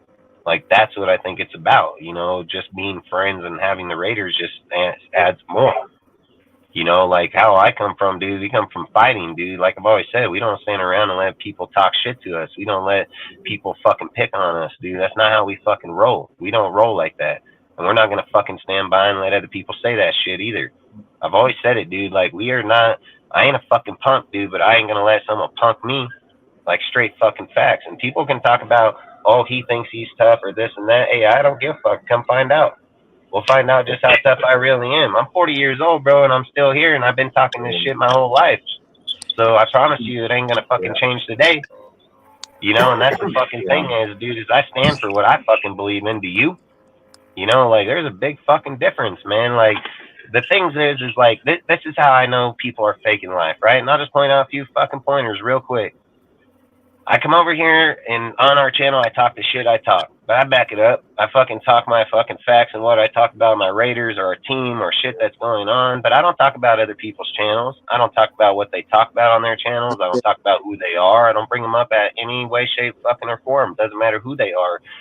There are certain people on here that I'll throw shout outs every now and again because I like them, dude. Like fucking Lunatic, great fucking dude. Ben, great dude, got good shit, dude. They got all kind of platforms for all the shit they do. Like, there are certain people around here, Dirty fucking like The Nation, he's fucking cool ass dude. There's all kind of dudes over here that are good ass fucking dudes, but then there's a lot of fake ass motherfuckers. There's a lot of dudes out here that try to fucking write off other fucking people, try to come with fucking bullshit. And then fucking sit here and ask me like I'm gonna tolerate it. I don't tolerate it, dude. Like, every one of them guys I've mentioned, I talked to or I've spoke. Like, I don't know Lunatic to any deal. I just like him. He's a good ass dude. Like, in the mornings, dude, when I ain't got shit to do or I'm in a fucking meeting, dude, and I can throw my fucking earpiece in and they're fucking talking and I can fucking listen, dude. Like, I'll listen to him talk. I like how he talks. He's not out. He ain't out for nothing but talking about the team. Got this puppy. He's for the nation, bro. He don't got no fucking secret agendas, dude. Like, he's a true ass dude. And fucking Dirty is the same fucking way. Dirty's the same he was actually one of the first guys I met, dude. Like, Dirty was one of the dudes when I started getting in here. I was in my tractor fucking working, dude. Talk with Dirty. Dirty, good ass dude. I even want to do a golf like a fucking golf deal with him, dude. I've even spoke with him about doing it, you know? I just think, like, when people get into certain deals, it ventures different paths sometimes, and it ain't that I think of him any less or anybody else. I just don't look to ask people to help us do what we want to do. I feel like we're all going to get where we're at. We're all going to be where we are by what the work we put in. I like him. When we get to a point where we can have those conversations, then we will. And if he does, he does. He don't, he don't. That's the part that we do. You know, like, I said there's guys out here that are fake as fuck. I wouldn't even have that conversation with them. I wouldn't even fucking talk to them. I don't even talk to them. I don't fucking follow them. I don't have them on my shit. I don't let them follow me. Like, they make fake accounts, dude. They follow my shit, dude. I literally fucking block them. They'll fucking come back in a different account. I can't block that, you know? And these guys do that shit. They talk all this shit. I don't know what I'm doing, but why are they making fake accounts to come back to my shit? You know, like, that's my shit. I run it. Nobody else does. I'm the one that puts it all. It's all my shit. So these guys are just fake as fuck, dude. They go and talk one shit on one deal, and then they're over here in the backyard fucking following what we do. Why are you using my material to talk about your show? That doesn't even make sense. Terrible. I don't fucking come on my shit, talk about. I don't take other people's material and then talk about it on my show. That's what they're doing. They literally don't have nothing to talk about, so they got to come over here, get shit, and then they can have shit to talk about. They're bums. They're bums. Guys like me fucking laugh at guys like them. Why would you entertain them? Why do you entertain them? They talk about education. I got one, motherfucker. That's why I don't entertain your stupid ass. Like, that's why when I pop up over there and try to fucking make it be known, they want to fucking hide. Like, you guys know me. I don't go up in anybody's shit. I don't go to people's lives. I haven't been going to them for a long fucking time just because of how much bullshit people have. But if I fucking pop up over there, there's a fucking reason why. There's a motherfucking reason, 100%. That's These fucking guys, they don't want to fucking man up. They don't want to fucking man up. Motherfucker, you want to talk about me, but when I say, hey, let me hop up on that bitch and let's have it out. Like, you want to see your show grow? Let's have this shit out, motherfucker. Your show would probably gain more views in that night than it has all year. Like, literally. Then I'm probably going to gain more subs because I'm going to destroy your fucking ass. Like, that's what I'm going to do. I'm going to embarrass your fucking ass. Like, they don't want to get into those type of deals with me, man. Like, I got an education. I fucking been studying these motherfuckers my whole life. When I had nothing to do, guess what, Raiders, motherfucker? I've always said, dude, I'm just like the song. I don't need to fucking wear it. I'm in it every day. Like, I don't even tat it on me, motherfucker. I come from it. Like, fucking get the hell out of here. Tattoos. I'm thinking about getting the henna one, but yeah, this shit's getting old. This shit's getting old. These motherfuckers over here, man, they're just fucking fake, dude. Then they want to have YouTube, man. I've been talking about this on DSR the whole entire time. I said these guys go out, they fucking make up these fucking YouTube channels, they get behind fucking people, they start fucking talking bullshit, and then they want to come out and put out content. That's not how it works, dude. It's not how it works. The way it works is like people are going to read through the bullshit right away. Some people might not like my takes because they may be hot takes, but I don't care. I'm not here to sit and say everything I say you're going to fucking agree with. Look, Rudy, everybody's had issues with the way you said things or not. I've always told you straight up, and you know it straight up. I've always said, hey, man, way we see football is how we see football, but we're friends. I said it straight up, dude. Like, that's not going to change. And I've made that clear as day to every single motherfucker from day one. I don't fucking sit here to destroy people. We all have different takes. We all see shit differently. It doesn't mean I'm wrong, he's right, I'm right. It doesn't mean it's just takes. It's what we're all trying to figure out at the end of the day what is. But then guys want to get live and bash on dudes. Well, you ain't going to bash on motherfuckers. I've literally said it here. I've said it the whole time even when you weren't here because we don't roll like that. I don't roll like that. And I've always said, if motherfuckers want to come to this platform, be part of it, we ain't going to fucking be bitches over here. Like, we're going to be fucking men. We're going to be real motherfuckers here. And I don't care if people don't like me. I'm built the way I am to not have motherfuckers like me. I wasn't built like a bitch, so I had to be like, please like me. God built me the way he built me because he knew I didn't like some of these motherfuckers, and he knew I was going to engage them. He knew damn fucking well. So God made me just fucking right. He made me fast and strong as fuck, dude. So, hey, I'm all about it. So, I'm all about that life. I ain't fucking running from it. I was born in it. Why the fuck would I run from it? I'll probably run to it. You know what I mean? Motherfuckers say, like, hey, he wants to fight. I'm going to be the first motherfucker there. Just go look my rap up. You'll find out. I'll be that first motherfucker. I'll push right through that crowd and be like, let's go. Like, fuck, you want to roll? Let's go. Yeah. I think I have some rails posters if you want to, if you plan on opening a bar or something. Oh, hell no, dude. No, it's not going to be like that. I'm just going to go to a bar and then basically rent it out for like that on that day.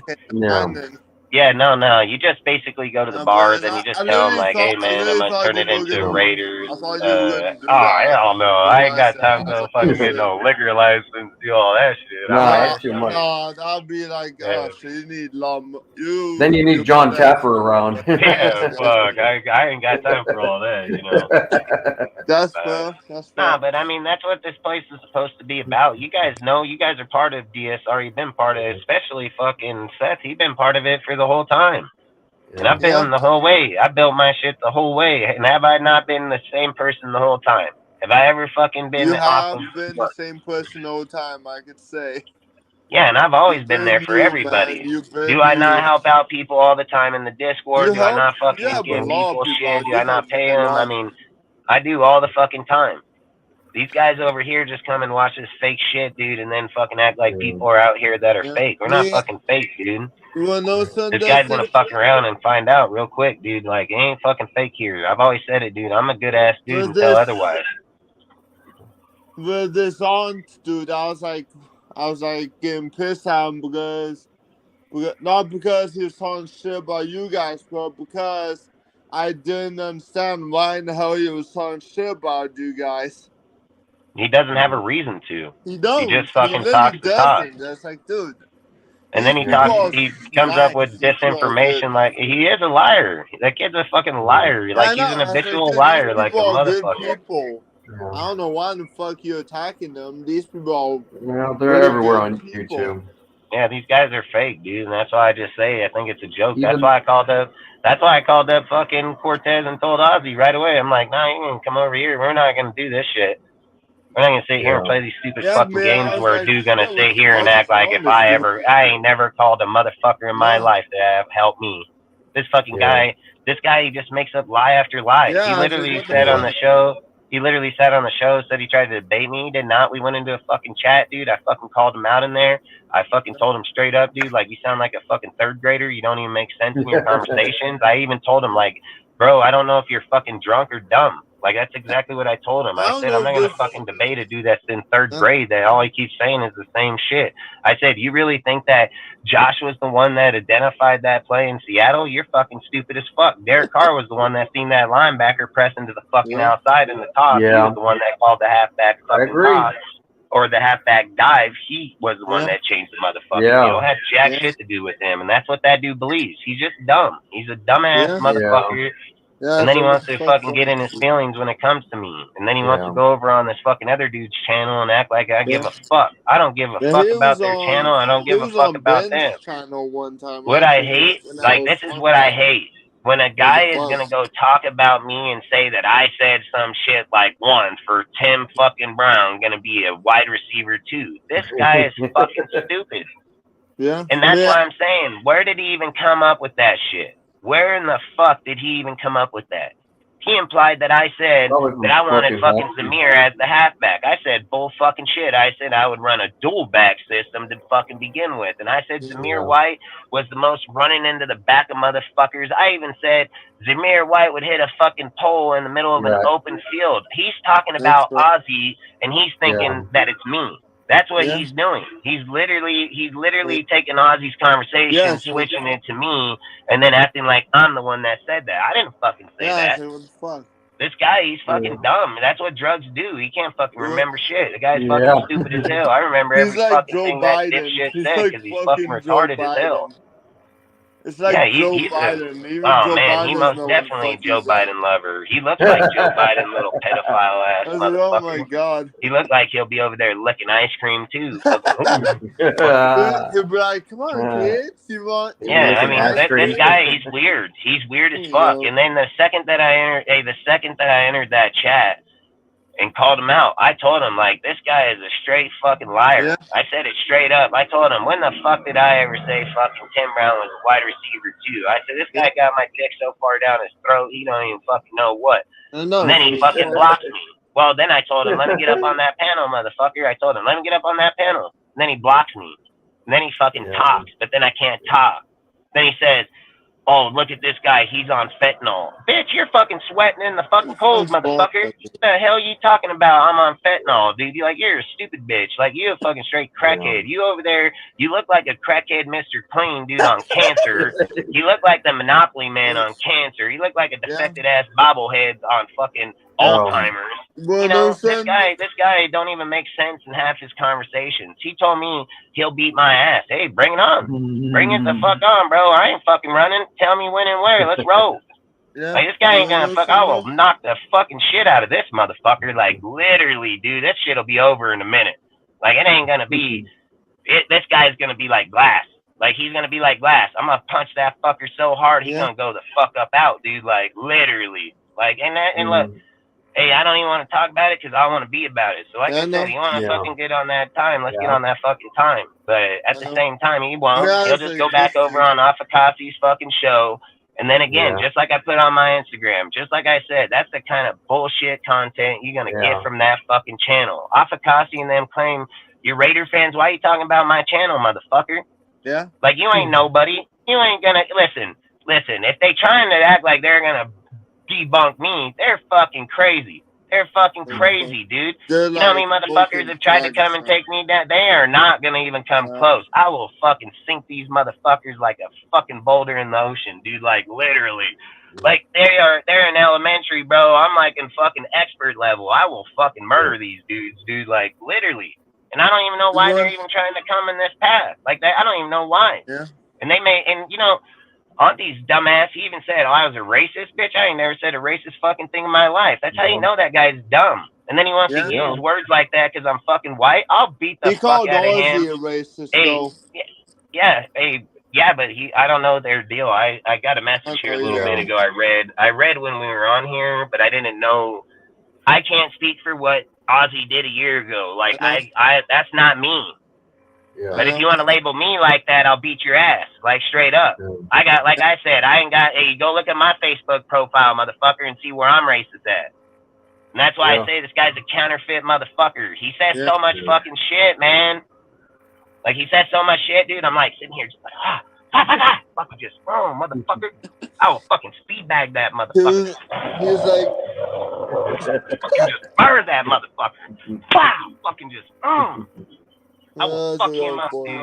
Like, he don't even come from my streets. He don't come from my streets. No. That fool is in a fucking apartment. Like, literally sitting there, I will fucking beat his ass. Like, I wish he would come out in my streets. He literally sent his address on. Nah, you're just a bullshit motherfucker, man.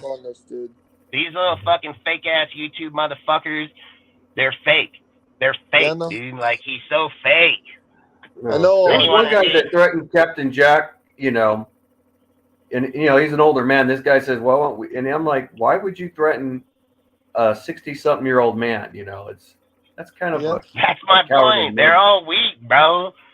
They're all weak. Hey, I'll hop right up out of this truck right here, right here. Hey, he said my broke ass F-150. My shit brand new. Like, I don't know broke shit, bro. Like, I don't know broke shit. I disagree with Captain Jack, but I ain't gonna threaten the dude. I wouldn't hurt a guy. I'd be like, nah. You know what I would say? Captain Jack, I disagree with you, but I'll give you a beer anyway, you know? Yeah, I mean, that's what I would say. Man. I disagree with you, but I'll give you the beer. I'll give you the beer because you got the beard, okay? That's what I would say. On me or if he hurt my family and friends. You know, I was sitting there at work. I was sitting there at work, man, and Aaron, he always calls and tells me bullshit all the time. Oh, yeah. I just tell him all the time. I'm like, bro, I don't care. I'm saying he's like, he'll always tell me, because he's always trying to watch out. Like, he's always doing a good thing. But I just tell him, like, I'm not into all that shit. Like, I tell him I'm not into that drama. Well, no, and he's like, he told me, like, hey, man, he's like, look, bro, I know you're not. But he's like, this bro just said that you fucking said Tim Brown was a wide receiver, too. I told Cortez, I'm like, see, motherfucker, that's why I don't like that. I hate listening to this bullshit. So I fucking hung up. I told him, I'm gonna fuck go. I ain't even listen. I told him, I ain't got time for this. I got shit I'm doing. So I fucking hung up, and then I'm sitting there thinking. I started thinking right away. I'm like, there's no way this guy's that fucking stupid that he literally went on this show and fucking said that Dustin fucking said DSR say that Tim Brown a wide receiver too. I literally was saying it to myself. I'm like, nah, Cortez just taking this out of proportion. No. Then I fucking turned it on and I fucking laughed. I literally fucking laughed. I'm like, this guy. I'm like, both of these guys are fucking dumbasses. Motherfuckers, like, these guys are fucking dipshits. Like, literally. I literally was just fucking laughing. And then I was like, you know what? I said, you know what? Fuck these guys. I'm gonna confront this motherfucker right here in the chat. Yeah. And I even thought about not even writing the fucking deal. I literally wrote it. Then I sat there and thought, nah, I ain't gonna fuck this guy. He's just a bitch.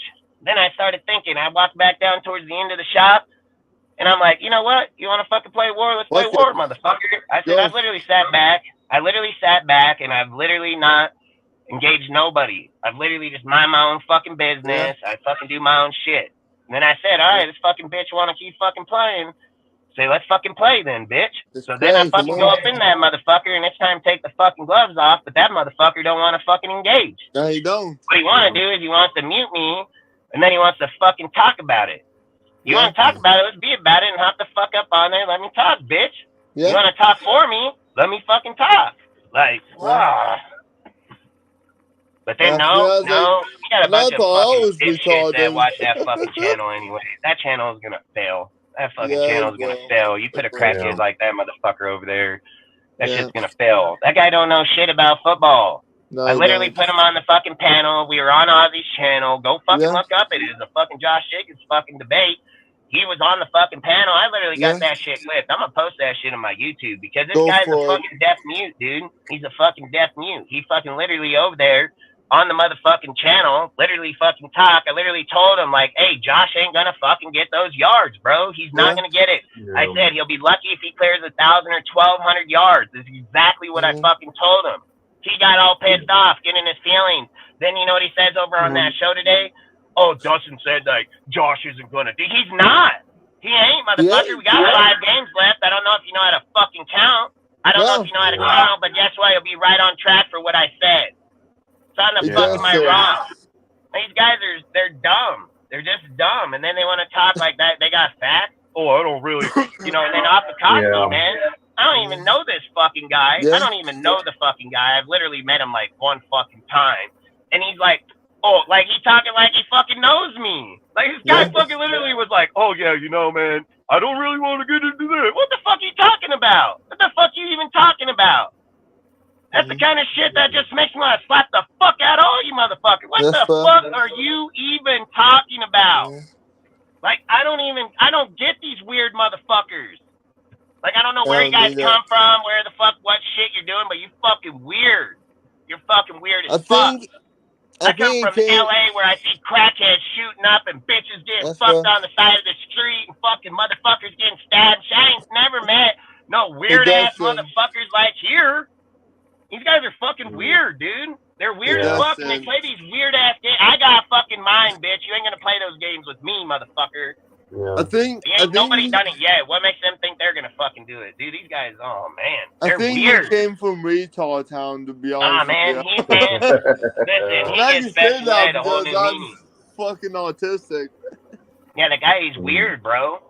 He goes and talks about me. He talks about me and people listen, and the funniest thing was I was in that chat because I fucking screenshot that shit because I see all these motherfuckers in that chat, and then I stroll through those fucking deals, and I sit and think like, yep, I know these fucking guys are fake because half these fucking dudes come over to this channel, watch this shit, and don't even say a motherfucking thing. Don't say shit. They don't say, hey, I've never heard Dustin say that. Hey, why don't you fucking hit Dustin up and say that to him? Why aren't you fucking talking to Dustin? How come you guys come into this show and don't fucking hit up Dustin and let him fucking know? How come? There's fucking 10 dudes in that chat all come here. All of them. Not one guy say shit. And that's why I say this shit's fake as fuck. These guys are fake. So you know what? I got to go in there and tell them all, you know what? You're fucking dumb. Your channel's fucking dumb. Now I got to blast your ass. I don't want to blast you. I got better shit to do over here. I don't give a fuck about your channel. But now you're going to make me step the fuck up out of this motherfucker, go over there and blast your fucking ass, because why? You're going to open your fucking mouth, catch a foot right in it. That's what's going to happen. So Like, I don't know where these guys come from. I know they think it's a game. This ain't a fucking game, bro. You think it's a fucking game because you're going to hide in your fucking deal. And you're right. You probably will hide in your deal. You'll probably never go to a fucking game, never be in the public. You're right. And I don't care about motherfuckers like you. Like I say, you're like dust in the fucking wind to me. I don't give a fuck. These motherfuckers out here want to play, let's play. Like, I don't know. If you guys want to play ball, let's play ball, bitch. I ain't fucking scared. I'm a grown-ass fucking man. I ain't hiding. I ain't going nowhere. I literally told them this. If I even see you, dude, I'm beating the shit out of you. They don't do shit. They just fucking talk. They're all talk. Yeah, they're just they're all barking their bite. DSR. They talk about my channel like fucking if they know, like they can even put on a fucking channel. They talk about over here about takes and the conversations you can't even have them, bitch. You over there talking about players you didn't even know were on the Raiders. How fucking dumb are you? How fuck sad is that? How in the fuck you do a fucking show and then not even know that guy was even a goddamn player? Like, that's my point. These guys are Googling their shit, bro. Sometimes. Then they're talking to me like, I don't know my shit. Motherfucker, I know not only my team, I know about 31 other fucking teams, too. Yeah. Like, these guys are weird. Other teams, too. Yeah. They're fucking weird. I said it, dude. You got to be a fucking NFL fan before you can be a Raider fan, dipshit. That's cool. Fucking motherfuckers don't know shit. That's why their shows go for fucking 30 minutes, dude. Their information runs fucking dry so fucking fast. They just want to hop up in there so they can feel irrelevant in the world. So they can feel like fucking 10 guys talk to them in the fucking chat. It was like, hey, salute, bro. Salute. Well, guess what? Your shit gonna be over in like 30 seconds, so it don't fucking matter. Salute. Fuck off. See you later. Like, you will be fucking dust in the wind. You can't come up with content. I come fucking 3-4 times a week, fucking 3 hours to 7 fucking hours. Been doing it for a fucking year, probably fucking a little more. Ain't never fucking get to no points where we can't talk Raiders. Motherfuckers, I'm a fucking real fan. You're a fake ass fan. You fake as fuck, bitch. You a sideline fucking watcher, motherfucker. Get back up in the stands. Bandwagon fan, yeah. Yeah, these motherfuckers, they're the sideline watchers. They're the fucking little stand fans, dude. Go get up in there, sit your fucking ass in there, get your little fucking blanket with your Raider fucking emblem, with your little fucking beanie. Make yourself feel welcome. I'm gonna be up in that bitch saying like, let's fucking go, motherfucker. Then when I see him, bam, get the fuck out, pussy. Fucking literally. Hey, Dustin. Fucking motherfuckers. This is what I have to say to all them fake fans out there. Fuck you. Yeah, I mean, that guy, he baits himself. He baits himself. He says, where does Dustin feel like he can get people to say, where he can say fake fan? Bitch, you let me. You fucking let me, motherfucker, the way you act, bro. That's why I can say it. I'm confident as fuck in it. I don't fucking need anybody's approval. That shit came out of my motherfucking mouth. Right to you, motherfucker. Right to your ass, direct to you. Motherfucker, I don't need no one's validation. I've been watching football for fucking 30 fucking some odd years. I can see fake motherfuckers the second I see them. I've been there my whole life. Motherfucking dude over here, he wanna fucking, why you mute me, bitch? If you got so much to say, why you fucking mute me, you fucking dipshit? I swear to God, every time I see him, he looks like a fucking defected bobblehead on fucking Alzheimer's. Like I swear, every time. Half the time I don't even take this guy fucking serious. Just like I told him in that chat. Like Afkasi, he said, oh, we tried the deal. No, you didn't. No, you fucking didn't, bitch. You tried to bring in like 5 fucking dudes to attack me. I fucking called them all out, put them in their fucking spot, told you guys you're fucking chumps, and straight fucking left your shit. Like, you fucking liars. You're fucking liars. And I have the screenshots to fucking say it. And I got the screenshots to prove that all Auntie did was talk about, oh, if I was a fucking Seahawks fucking fan and fucking if I was at the game and I lied. Like, this guy's fucking stupid. He's dumb. And then you don't think what motherfuckers like me don't keep receipts? You're fucking stupid as fuck. People like me blast on motherfuckers like you all fucking day long. Dustin. You act like if I just walked into this shit yesterday, you fucking dumbass. Like, you're a fucking moron. You act like there's no YouTube video of you going up on the fucking panel and getting dusted. You talk about debate. Why'd you have to run to all your little bitch-ass friends and then fucking try to have a debate then? Why didn't you have the debate when you were on the panel when it wasn't even my fucking panel? That's fair. Hey, this guy, he's a scrub, bro. Then he tried to go get all his friends. Dude, his friends didn't even say shit in the fucking chat. Yeah. Like, even Afakasi didn't even say but fucking 2 words. They actually tried to get me back in there, and that's why I like Raider Critique, because he's a cool ass dude. He wanted me to go in there and debate him, and he wanted to be in. I was all for it. Yeah. And Raider Critique knows. I even talked to him in private and told him, like, hey, I'm all for that shit, but this fool's fucking crackhead, bro. I told him straight up in a private fucking message and told him, like, hey, I'm all about debating. I'm all about going on channels and having this. I said this dude in his feelings like a motherfucker, dude. I'm not going on shit so a dude can try to attack me, mute me, and then fucking talk and then tell me, all I try to do is talk over him. That's what he's gonna say. He's a fucking bitch. Talk up then, pussy. You worry about someone talking over you, speak up, motherfucker. Hey, Dustin. Yeah. Speaking of Critique, he literally posted 2 videos, one about you and one about Ozzy. I don't give a fuck. They can post whatever. I'm not a fake person. I just tell them how it is. Like, I'm not, listen, like, at the end of the day, I'm not a fake ass dude. Now, if they're fake when they leave here, that's their fucking problem. I'm not a fake ass motherfucker. And it's just like I said this. I don't give a fuck about anybody's memes or shit. They ain't never sent it to me. They ain't never showed me. And they ain't never showed a fucking thing. So they're weak as fuck. I've always said, here, I'll fucking tag motherfuckers straight. I've hit them up in their fucking shit straight up. I got every fucking message to prove it because I don't delete my shit. I confront motherfuckers straight. I say it right here on this channel. Then I hop up off this motherfucker, find him in Facebook or Instagram, and then confront him right there too. I don't fucking hide.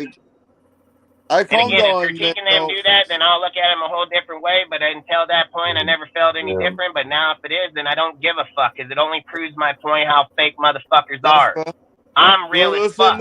I literally walk out here, tell them fuck the free world, and they all sit there and say, yeah. And then they go behind closed doors and fucking say, oh man, why don't you guys grow a sack and fucking say something, motherfuckers? Listen, I literally you guys are fucking bitch ass motherfuckers. Like, you guys are bitch ass hoes. I'm fucking from that life. That's why I say it, because I'm from that motherfucking life. Motherfuckers, they'll say here right to my face. You know how many times I've had so many conversations with these guys? They don't fucking do that shit. Yeah. They don't say that shit. I mean, goddamn, I could literally bring up the messages right fucking now. I swear to God, I'm about to make a fucking bio and do like a Wi-Fi Willy on some fake ass Raider fucking fans, and then I'm gonna pop up their fucking messages with the person, and then have like a fucking 5-minute fucking segment on why does this guy be so fucking fake behind the doors? Why does this motherfucker be so fake when he gets confronted? But then when they go to their private fucking little shit, they're all I'll say this, I'll say that. No, you guys are fucking bitch ass motherfuckers. You want to listen? No, I God, I'm gonna make you watch. On it I'm gonna straight make that shit, fool. I commented on the post saying this. Don't have any problems with them. I have nothing to say about it because I don't have any problems with them. Sorry, I don't even care. I can care less. Let them go on their shows and talk about trolls. Yeah. Listen, I can give a fuck. I'm here to talk about Raider shit. That's it. When we go to the games, man, and they're talking about their trolls, just beat their ass. Like, that's how it is, bro. Like, I don't care that they waste their time going and making memes about me in private. Like, good. I'm not. I don't have what is it called? Like, I don't have fucking That's fun. Energy. No. Like, I don't have like where I'm worried about myself. Like, what's it called? Fucking I don't remember without this. God damn it! Why am I blanking? Nah, dude. Like, I don't have fucking complexion issues, dude. Like, I'm not worried about what other people fucking think. Like, I walk through this world thinking fuck every motherfucker I walk by. So when guys go and do shit like that in private or do shit in there, that it just shows about who I am. I'm front and center. They're not. I'm right up to in front, right to their fucking faces, right in the private, public, fucking here, there, or not. I'm in everything. Yeah, insecure, exactly. I'm not insecure, dude. I'm fucking 100% real as fuck, dude. I don't come on here and get my feelings fucking hurt. I don't come on here and fucking wake up tomorrow and be like, you know, that guy said this comment on me. I don't have social media fucking issues, bro. I'm a real ass motherfucker. I read a comment and then I fucking discard it just as fast as I read it. And then not only that, if I'm talking to a guy and comment, I'll probably keep it and then talk about it in a minute. But I don't have issues like most fucking people here in social media got straight fucking mental problems. I don't have those problems. I don't know why people keep like try to put me in those categories correct. It's not. I'm the farthest The goddamn drama fucking community. thing from there. Yeah. Yeah, it's crazy as fuck, dude. It's- Like these guys oh, do this shit. If we go get video for like the last 2 years, I can show video on every one of these guys from this YouTube channel to this YouTube channel doing the exact same shit. I can show Auntie and fucking Sultan's fucking live all the time. I got messages of fucking Auntie over there claiming like, oh, fucking Sultan was trying to borrow money. This motherfucker hit me up asking me if fucking Sultan was borrowing money from me. Like, this guy's a fake ass bitch, dude. Like, Auntie's a straight fake ass bitch. He fucking just chat hops, dude. Fucking from one to one to one, dude. This guy's a fucking fake ass motherfucker, dude. He's not even real. And then he gets in where he fits in, dude, and where people accept him, dude. Like, that's exactly who that motherfucker is. But guess what? I'm not Kyle, motherfucker. I'm the wolf, bitch, and I fucking seen you the whole time, and you're the fucking sheep, motherfucker. You watch. Like, straight the fuck up, dude. Like, this guy don't want to fucking play with me. I know everywhere this motherfucker been because I've been doing this shit for a long time, dude, and I have receipts of messages of this motherfucker to me about him sucking Sultan's dick. Like, literally went over there, sucked Sultan's dick because he's a little homo, dude, and he had to pay him back, so he had to suck him off. Like, so this fucking guy, like, this guy is a fucking bitch. And then he wants to go talk shit on dudes. Like, he talks shit on dudes, but he was best friend with them. Like, that's what I'm saying. This guy is a straight fucking weird motherfucker. He just fucking jumps. Bro. That's all he does. And then he wants to try to come at me. You're not going to come at me, bitch, because I'll slap the fuck out of you. And again, I don't play them stupid-ass little girl games, so that's never going to happen with me. It's never going to happen. I was tagged in the Aussie video, and I was like, why the fuck was I tagged in this?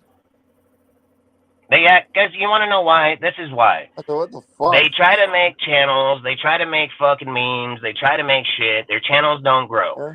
Their channels don't grow. They don't get nowhere. They fucking keep acting like they go like, hey, let me go and try to get a guy where Dustin's with, and they think they're going to change your mind. That's what they think. But the difference they don't understand is the word loyalty, where we've been around each other for like, you know, fucking 3-4 years. We've all fucking been around the whole time. None of us shit on each other because that's not who we fucking are. So these guys keep playing these fucking games that we literally sit in my chat talking to my Discord where I say these fucking channels are part of these fucking guys. These dudes were part of them. They're fucking over here trying to start this bullshit now. Those guys were part of Sultan shit. These guys were part of fucking SC and all these. Like, all these guys are just fucking fake, dude. Like, I like SC. I don't want to say that SC is a good dude, but fucking outside of it, these guys are doing it because they're looking for clout. They want to tag you so they can get a view or like, not. Why? They're worried that they've been doing their shit. They've been doing their channels for 6 years and got 600 people. We've been doing DSR for 1 fucking year, 3 months. We got goddamn fucking over 6,000. They're pissed off that they can't come up with content, so they feel like, oh, if we attack Dustin and put out these, you're not attacking me. It doesn't hurt my feelings, so you're not attacking me. I don't give a fuck. You don't think that I didn't see, or you don't think I didn't hear about the video about me being in the deal with Josh in the bathroom? I'm not a faggot, so it didn't bother me. I ain't fucking worried. Like, you don't hurt my feelings. Like, if I see something like that, you know what the first thing a guy like me thinks? I'm going to tell you exactly what I think. I said, man, if this fucking guy put as much effort into the Raiders as he did in this stupid-ass meme, he'd probably be a hell of a lot smarter in Raider content. But this motherfucker don't pay attention to the shit he talks about. He just wants to go make up stupid-ass shit, talk about a motherfucker that knows his shit, and then this motherfucker acts like he's gonna talk. Like, this is crazy, dude. Like, it's crazy as hell. You know, I just think fucking... I just think it's crazy just how much these fucking guys rotate their bullshit. And then I guess they don't come against real motherfuckers in real life because this shit's been tolerated for so many years.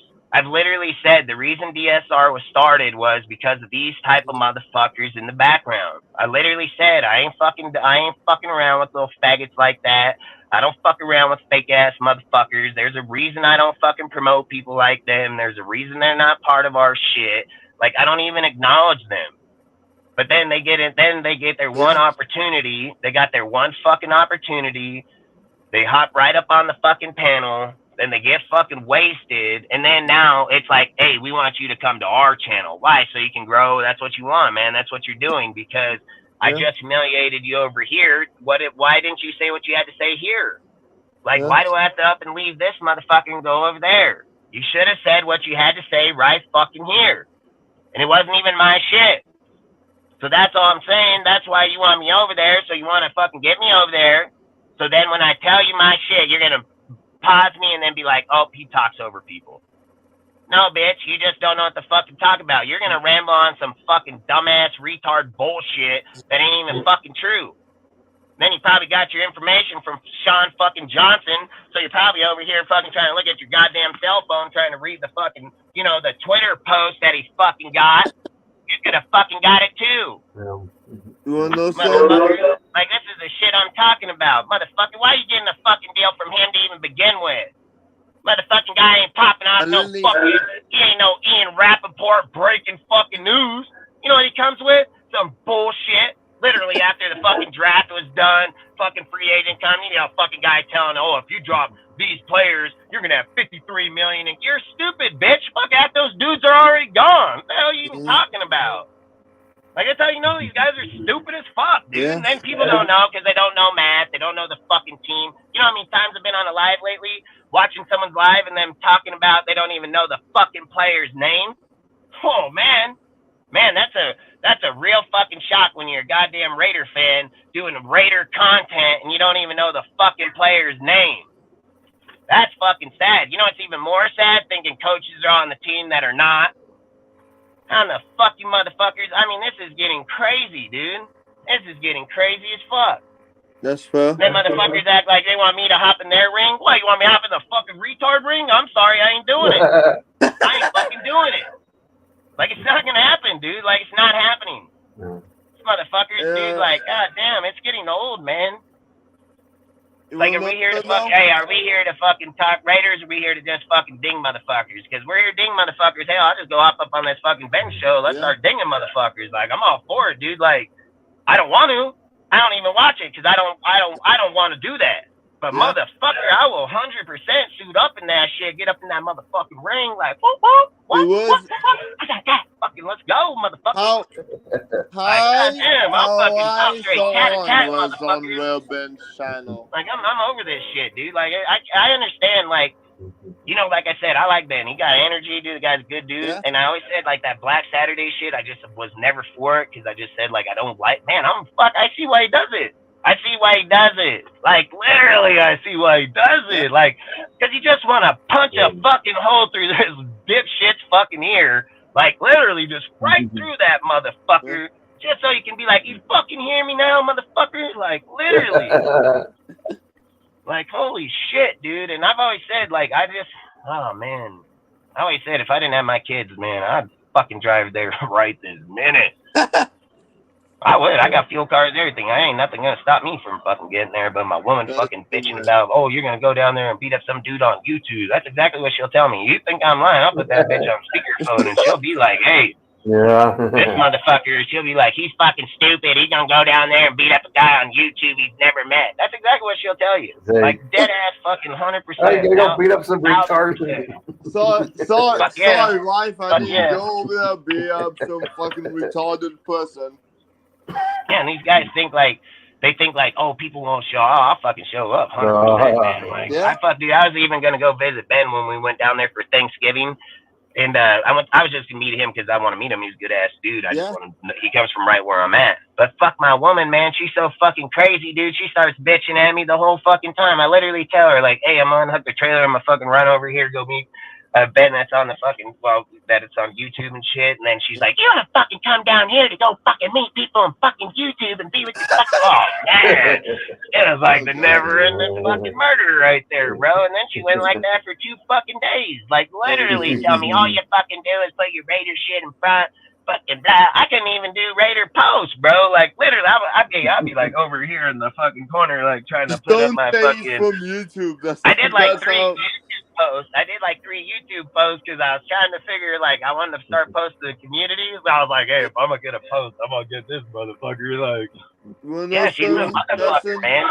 She's like a motherfucker. Like, but. All you have to do is don't say he's from YouTube or nothing. Just go. No, I shouldn't even have told her that. I should have just said, hey, I'm going to go to my cousin. I'll be right back, dude, and fucking win. But exactly. I don't want to lie. I don't want to lie to her, so I just fucking told her, and then fucking it just causes a fight. But that's how women are. See, like this is how that dude is. He's like my woman. He's like fucking motherfucker over here. I'm gonna fucking argue for no fucking reason. I don't even know the motherfucker. You want to fucking argue with me? So he's like my woman, dude. I mean, I will. Don't even matter. I'm like, fuck yeah, let's go.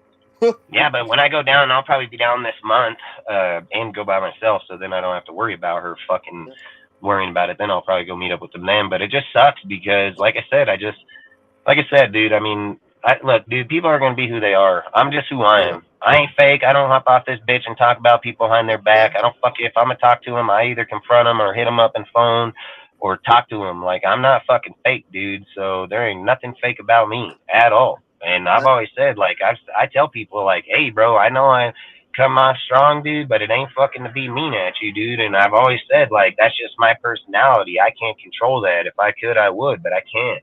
And I've even said there's so many times I'm with my woman and we're talking and she'll say something, dude, and I try my hardest not to be like, you're fucking dumb. Like, where the fuck you think that? Where do you?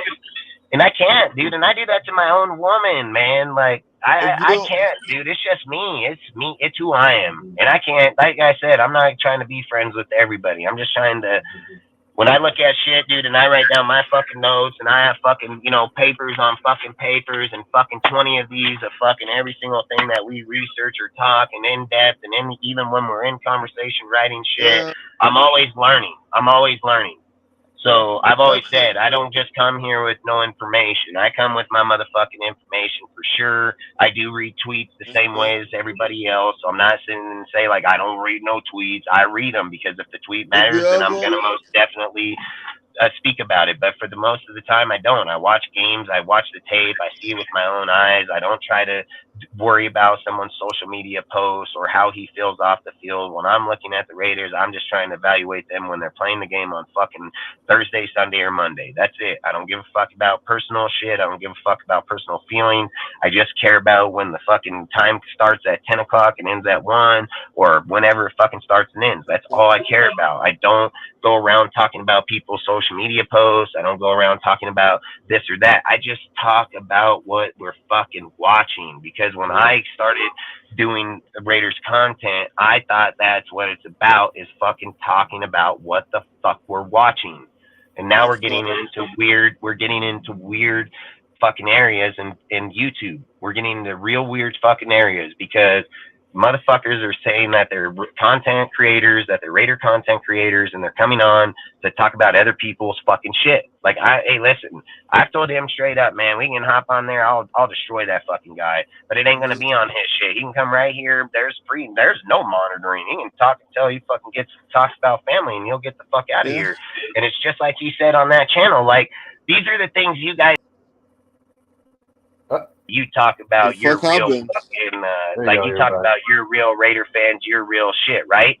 Hey, the first thing he said in that fucking video of fucking off of Cassie's was, he said, over here, we talk about people's families, and we do that. See, it shows that he's weak as fuck, because I thought the conversation was entitling that we were talking Raider shit. Now, you ain't going to talk shit about my family to my face, because I'll fucking bury you 6 feet under this earth. I fucking, on my kid's life, I will. So I don't need to go on no fucking channel. I don't need to go on Black Saturday. I don't need to go nowhere to tell you those words. I'm going to tell you those words one motherfucking time, and that's that. And outside of that, I don't give a fuck how many times it takes for your retard, stupid ass to fucking get it through your head, but it's only going to come out of my mouth once. And again, I've always said it. I ain't here to fucking go and debate some stupid motherfucker about his feelings. He talked about the Raiders. I told him he don't know shit about them Raiders, and he don't want to debate me about the Raiders. He literally said, when he muted me, when I told him, like, let me up on that fucking panel, he said, like, we talk about, but you don't talk about Raiders, bitch. I thought that's what you told me you about. I thought you said you about that fucking life. Yeah. You ain't talking about street life here, bitch. I know that. I already know you a straight hoe. You a straight hoe. Hey, listen, if we were in jail, you'd hold my pocket. I fucking guarantee goddamn fucking kid. There ain't a fucking doubt. And I said I need my Taco Roman. You gonna go heat that shit up.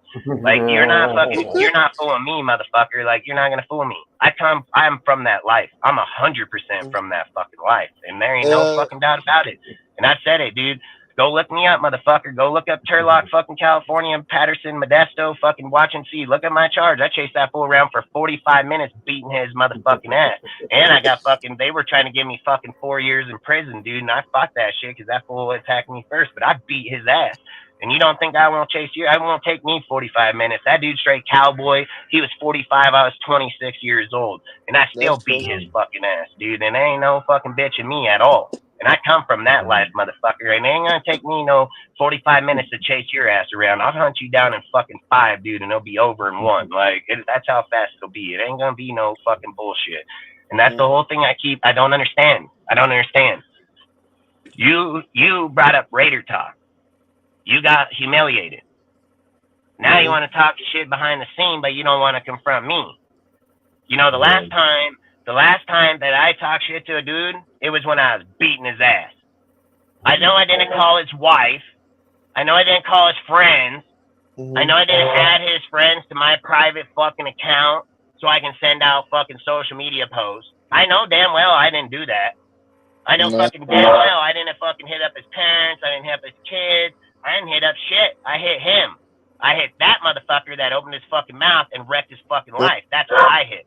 So I don't fucking play these stupid fucking games, and I think it's weird as fuck. Like, I really think it's weird as fuck. I think it's demented as fuck, and I think any grown-ass man that accepts it is fucking weird as fuck, dude. You're, like, on the verge of pedophile. Like, literally, if you're talking about people's kids, you are a straight fucking pedophile. There is no if, and, or but. Motherfuckers like them need a bullet in the back of their fucking head. Where I come from, that's exactly how they get dealt with. Pedophiles are not a fucking welcome around this motherfucker.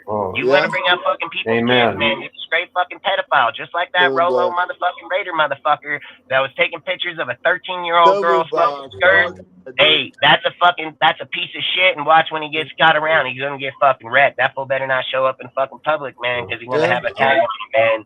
And just like this guy, just like this Auntie Six, man, he's about borderline pedophile motherfucker. Like, literally, the shit he talks on, the shit they bring up, dude, like, hey, man, you're going to cross the line. You're not going to get back, dude. And YouTube ain't going to save you, nor will no fucking cop or your home or your mom or your dad or your friends, dude. Like, there's lines in life, dude, where fucking there's no 2 gives a fuck.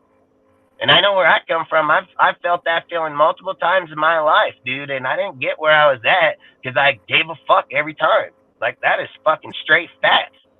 And before you're going to talk shit about me, you probably should fucking research me, motherfucker. Like, straight the fuck up. Like, I don't know who you think you fucking are, man, but hey, whatever. I wish you the best, man. I really do wish you the best. Like, I hope to God I wish you the best. Like, but that's my point. You go to your channel, you fucking bring up your shit. You're not even bringing up the cause. You bringing up me for why? Like, that's the thing I don't get. There ain't one. What did I say when I told you guys today? I said, hey, this guy over here said, I said Tim Brown was the number 2. All you guys laugh. You guys all laugh. Like, hey, never heard that shit one time. This guy literally said in that fucking 3-minute conversation that he had when he took him about a half hour to read my fucking comment because he fucking about stuttered out his fucking mouth. But when he read it, he fucking couldn't even spit it out. And then fucking, hey, I'm telling you, dude, he fucking muted me right away. Like, he straight muted me right away, and he said, like, 10 fucking lies in fucking 3 minutes. He implied the debate, which is bullshit. He implied that I fucking call Ozzy and fucking Cortez for help. This guy's fucking smoking meth. He said that fucking, he brought up all kind of weird shit, dude. Like, he brought up all kind of shit. He said that I said Zamir White was some fucking dude, which I never fucking said. Never one fucking time did I ever say that. He brought up all kind of crazy shit, dude. And then I told him, like, you know why why you mute me? Because I've been like, 1, I said dual back system. 2, I said Jacobs wasn't getting over 1,200 fucking yards. And I said that's all purpose fucking yards, 1,200 fucking yards. I said I called this dude on fucking 15 things. He fucking go over here and he said, Samir and all these guys, they're going to fucking get like fucking 3,000 yards and 60 tons. I don't know what the fuck this guy is on. Like, I don't know what the fuck, dude. And then he's like I said, he implied like 10 things. You can go listen to it, man. You can see I hopped right in that chat and told him right away. I was like, nah, I don't even do that shit. And I was like, nah, I ain't going to listen to this shit no more. Because I just feel like these guys, they want to get clout. They want to get clout. They want to sit here and say, like, DSR has controversial conversations. DSR is not scripted the way we are. DSR doesn't meet our fan base that wants to talk about shit that everybody needs to like. That's what they want. They want me to be a bitch like them. That's what they want. They want me to go in and be like, hey, bitch, what did you write today so I can be a bitch like you? So, oh, you think you're going to write about people that wore the number 24? You don't even fucking know. So you dumbass. Like right then, I would have just been like, hey, if I was in COD and I was in a fucking clan, I would have fucking been like, back up, delete, leave. I'd have fucking left that clan. I'd have been like, motherfucker, how do you not even know your fucking team? Like, all right, I'm out. I would have been like, yep, I'm done with this fucking clan. Yep, I'm like, I would have backed out in a heartbeat. You know why? Because I play COD like a motherfucker. I'm a straight fucking soldier, dude, and I ain't fucking rolling with no pussy ass hoes. Don't even know their team. Like, this is getting crazy, dude. Like, and then why are you guys again? Why in the fuck did they even bring that up to begin with? Why did they bring it up? I feel like they're like, hey, our show sucks so much. They're like, let's talk about Dustin so we can get some clout, bro, so our shit could grow. Like, let's talk about Dustin. Hey, you can talk about sit on this and spin, motherfucker. That's what you can talk about. Hey, Dustin. Yeah. Have you ever played gun game? Like the gun game, like on PlayStation? Call of Duty. Oh yeah, fuck all the time. Fuck, dude. Yeah, you wanna know what I like doing in the game? I play prop, dude. I'm hardcore, bro. I play hardcore everything, dude. And I play hardcore rank, search and destroy, team deathmatch. I like fucking domination, prop hunt, dude. I love prop hunt, dude. I love fucking motherfuckers that prop hunt. You wanna know something, Dustin? All I do in the game and gun game is just knife. Love seeing people's reaction to them getting knifed. All I do. Yeah, I know when he fucking walk up behind him and you're like, motherfucker. I was just like, and they're like, what the fuck, bro? What the fuck is wrong with you, stupid piece of shit? Yeah, I mean, fuck, dude. Like, I ain't gonna lie, I love fucking video games. That shit's my fucking, that's my fucking strikeys. All people get heated getting knifed. That's facts, bro. They do. They get so mad. I love playing video games, bro, because I used to get guys rage so hard. I literally had a YouTube channel for straight ragers, dude, because they would be yelling in there, you fucking cheating motherfucker! How the fuck did he know I was there? You literally shoot when you come around the corner. And then I'd be like, because I played this game 1,000 times and bitches like you sit in corners, so I know you're going to be there. So I just pre-fire on you, dumbass. Like, fucking moron. The game got unlimited bullets. I just unload and put back if you're not there. But these fucking guys, I swear, these guys in video games are so dumb these days, dude. Like, hey, you want to know some shit? Look up Nerd Herd Hiding, dude. If you ever get a chance, look up Nerd Herd Hiding and then look up the Riot Shield. Fucking, that was my shit, dude. I fucking created that shit. And we were fucking sitting there, dude. I got 5 motherfuckers, dude, and we went down into the bunker, and fucking we had nothing but riot shields, IEDs, and knives. And I told everybody, hey, you can't fucking kill nobody. You just gotta let them run through the map, dude, and let the IEDs kill them, and then fucking we'll just hide the whole time. So they were like, all right, where are you gonna hide? So I told them, like, hey, let's go down here in the bottom, dude. We'll fucking sit across this wall. You guys will all link up to each other with your board so nobody can see you, and then I'm gonna come sit in this corner with mine down. I don't know why nobody ever seen it, but I think every time they ran into they just thought it was a wall, I guess. But I would sit there with my shield down, like literally right at the door between 2 barrels, and I just sit it down, and then I'd record with my fucking cam, dude, and fucking sit there. Hey, guys would get so pissed, bro. They'd be like, what the fuck? Hey, in here. Hey, the guy get bombed. You can hear him. They're in here. Fucking guys in here. Then they'd come run in there. Fucking guy, he's like fucking trying to walk. He's crouched on the ground trying to knife the ground the whole fucking time because he can't fucking find nobody. Then he gets up because he's all pissed, dude, and he turns around and hits the IED. Boom, blows him up. Like, dude, I swear, look it up. Nerd Herd Hiding, dude. Fucking, that was my shit. Nerd Herd Gaming was my shit, dude. We were fucking top clan in fucking Advanced Warfare. We were the second best clan in Diamond fucking rank, period. We beat out FaZe and fucking, what was it, Optic Gaming. Yeah, you know Taz? Yeah. You know, Taz, yeah, me and him, him and all them, dude, we had a fat ass gang in that deal, dude. I had like fucking 30 people in that shit. We were hardcore as fuck in there, dude. But we did hardcore and core in advance because they made those clan wars like that, dude. And fucking, yeah, we were top ranked motherfucker in that bitch for fucking almost the whole year of that deal. So, and we got invited to go to the deal, like to the competition, but a lot of us can't go, so.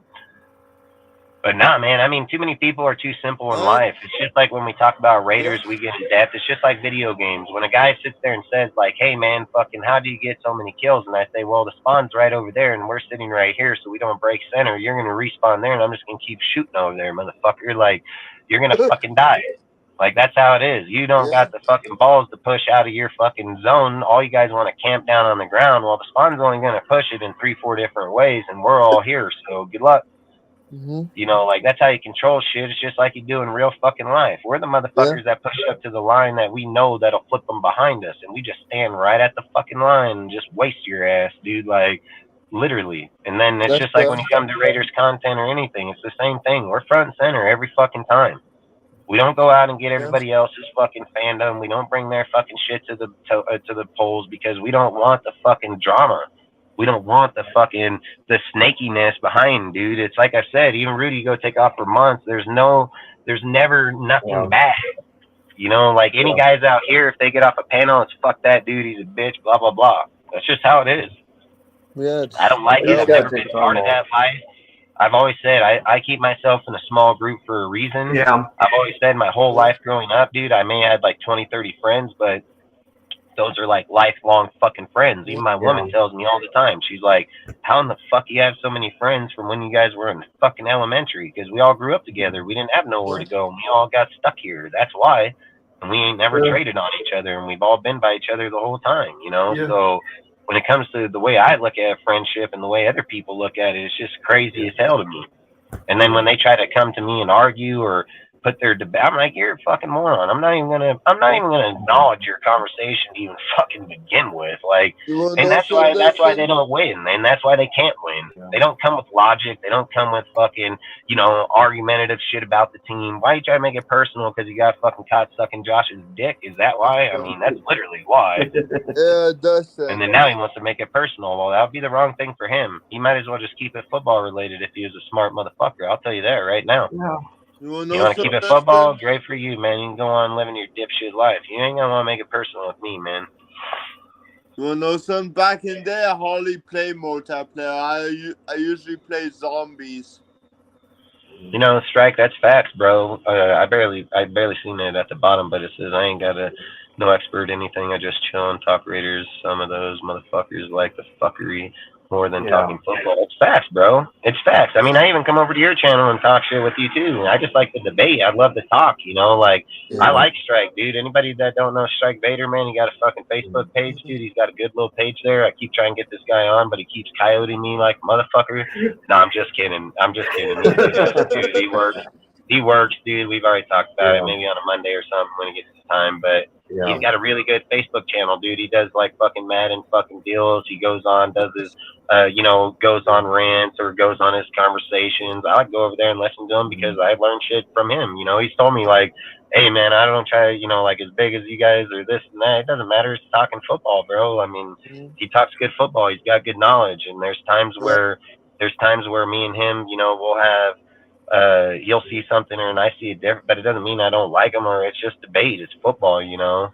I get it, Strike. It's all good, bro. But that's all I say. Like, so anybody that doesn't know him, anybody that doesn't know Strike Vader, man, go over, follow him, dude. He's got a cool ass Facebook page, dude. He's a really good dude.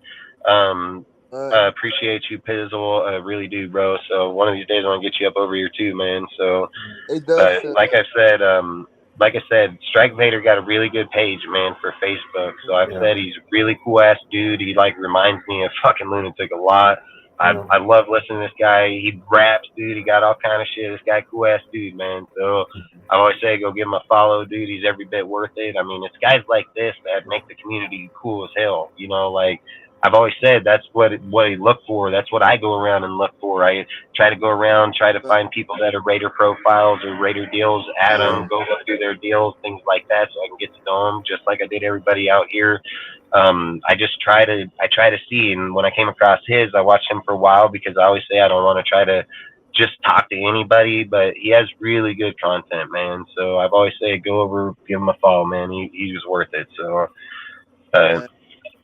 you got plenty of knowledge, bro. I mean, like I said, I wouldn't follow you if you didn't, and I've always said like where our platforms all are at, or some of us are bigger than others, and it doesn't matter. Some of us have really good insight regardless of where we're at. It doesn't matter if we're in Facebook, if we're in Instagram or fucking TikTok or wherever. I mean, sometimes the platform is where you get granted where other people are. You have a good fucking mind in the game, dude. You got really good fucking intel. You go into depth. You do really good side-by-side commentary. I mean, dude, if you did side-by-side for games, you'd probably be really good. Like Wi-Fi, but for real for the Raiders, you know, because you do really good insight on it, and just in the Madden shit from what I've watched. So I've always said, man, different platforms are gravitate people to different places. I've said here, I know why a lot of people don't like to come up over here because they feel like it's going to be combative. It's not, bro. I mean, I've said it. Every person in DSR,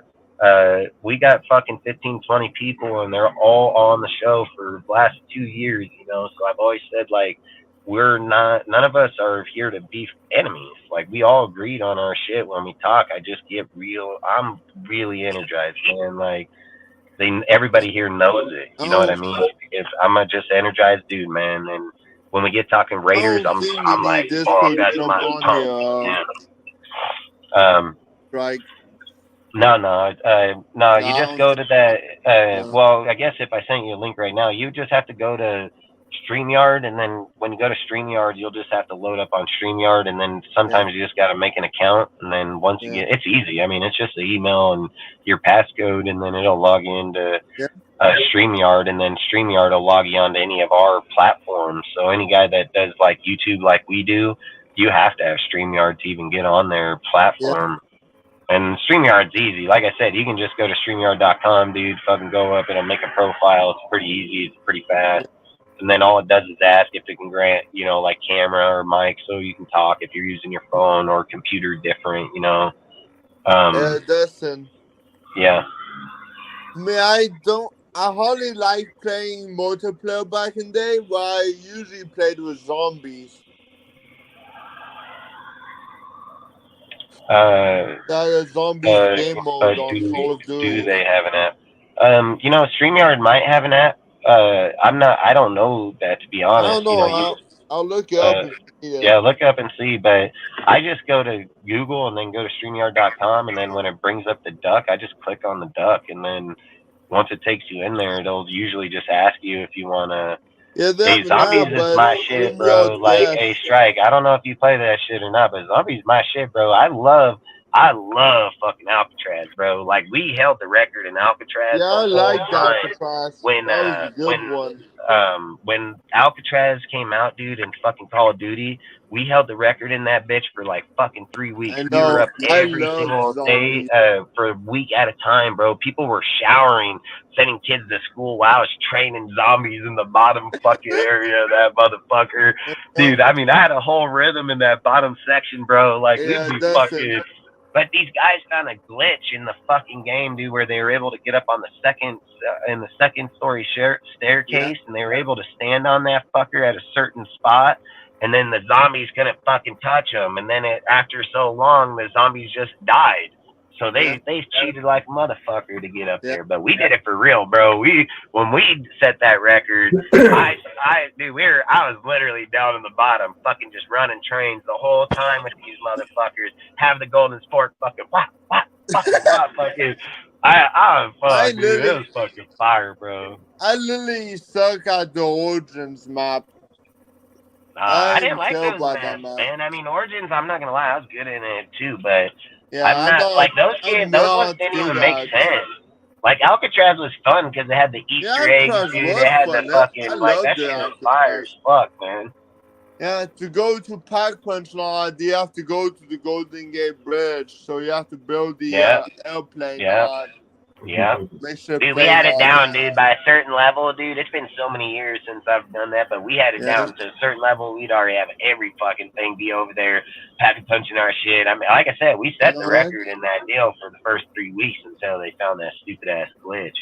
That's why I've always said video games suck anymore, because too many people, like, we modded them. I mean, fuck, don't get me wrong. I mean, I jailbroke PS3s, 4s, Xbox. I mean, I jailbroke all of them. I scripture wrote for fucking next gen. I mean, I did all of that shit for years. And like I said, people would come to me all the time and they'd be like, hey, bro, can you change my COD account? I tell them, fuck no, I play COD, dude. I ain't fucking modding that. You know how many hours I play COD, and you want me to give you first on the leaderboard? You're dumb as hell.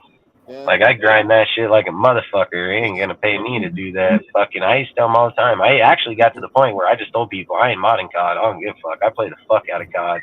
Madden, the only thing I was doing Madden is like, if we were in the fucking, like, MUT, just give coins, you know, so motherfuckers can get cards, and then, like, Gran Turismo, like, GTA was where I really did my shit, dude. I made massive scriptures. I made massive scriptures in GTA. I mean, half that money that was given out to motherfuckers in the street was from me. I put car shows on, fucking all kinds of shit. I was dropping motherfuckers. I mean, I was loaded dudes like when they went from the type of person who got people in trouble and GTA. Nah, man, because my scriptures are good as fuck. I wrote all my own, dude. So like, what I was doing, what I did was I would go and make my my PC ones, and then get people's accounts. Well, I would make the accounts from my shit, so I didn't have to get nobody's personal account. I would just ask them, like, hey, what do you want the fucking account name to be? And then that's it. Once they give me the account name, I'd create the account. And then I can make that account fucking unlimited money, unlimited everything. And then not only that, I can make it transfer too. So if they were like PS3 or 4, they can transfer it to 5, 3 or 3 to 4, 4 to 5. They can transfer it in every deal. Like, every single one of my accounts in GTA, I have every single thing, and I'm never gonna run out of money. I mean, my shit is fucking unlimited forever. So, but I mean, I did all kind of shit later, man. I did that all through my 20s. That's what I did my whole, like, 15 to 25 probably. No, probably like 15 to 30. I was big time into gaming. Me, Taz, everybody, dude. We have big old fucking deal. Taz still does it. Taz still has his Discord and everything. Let me just say this: I'm a big nerd when it comes to. He said my skill is like present day Jamarcus Russell trying to sprint in the Olympics. That's fucking funny. Yeah. There's a StreamYard app, but it's guess not. It's for guess. Yeah. Is it? Yeah, I've never used the StreamYard app. I just go to StreamYard, and more times than not, I just send you guys the links, and then you guys have to do it. But I think fucking. Yeah, maybe, dude. I probably forgot to send him the link too, man. Thinking about it, I didn't even think about it. I think you did. Yeah. I did learn how to be a managing mod though, where I could be in the backstage without the administrator. Oh yeah, person. I've done it before and allowed people in. Yeah, as long as you have admin on the panel, you can join right in with me right away.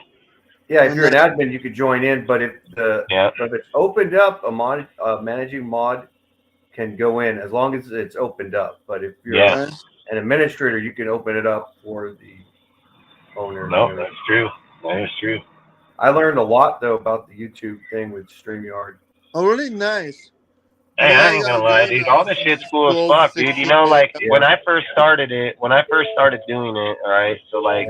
When I started doing this shit a few years ago, I always kept putting people, like, because I have to work so much, dude, I always kept putting people in certain spots to be able to run it. And I just always felt like I didn't have time to do it. I did it back when I was younger, but I haven't did it for so many years. But, I mean, let's be real. I can make a thumbnail. I make all my own thumbnails. I make every single one of my own thumbnails. I make all my own shit, dude. I post all of it, dude. And, like, before, don't get me wrong, AJ and Jeff still help. I mean, don't get me wrong. If Jeff pops up, he'll help. AJ pops up, he'll help. But for the most part, I do them all for myself now. And long story short, you know, you think it would be something that's like, I think like how I work is like I think about my thumbnails like I think like the day before I'll be on the toilet taking a shit, dude, and I'm sitting there thinking like I'm like sitting there thinking like, Maybe oh, I everybody want it keeps this talking way. about.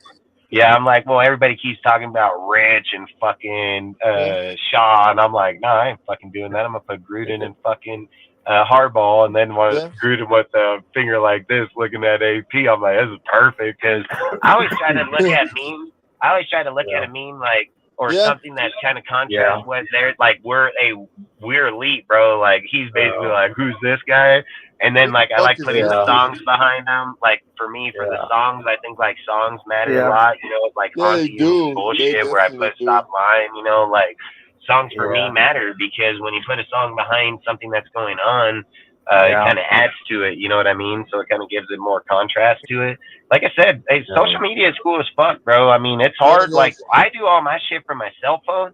So I only wish I had a computer, dude. Like if I was just sitting right here, fucking, you know, like I'm thinking about doing that here. This probably, I can probably get it at Christmas. My mom wouldn't say shit, but I'm probably gonna buy a new laptop at Christmas just so I can have. I'm gonna get a good one too. I want to get a good laptops work real good.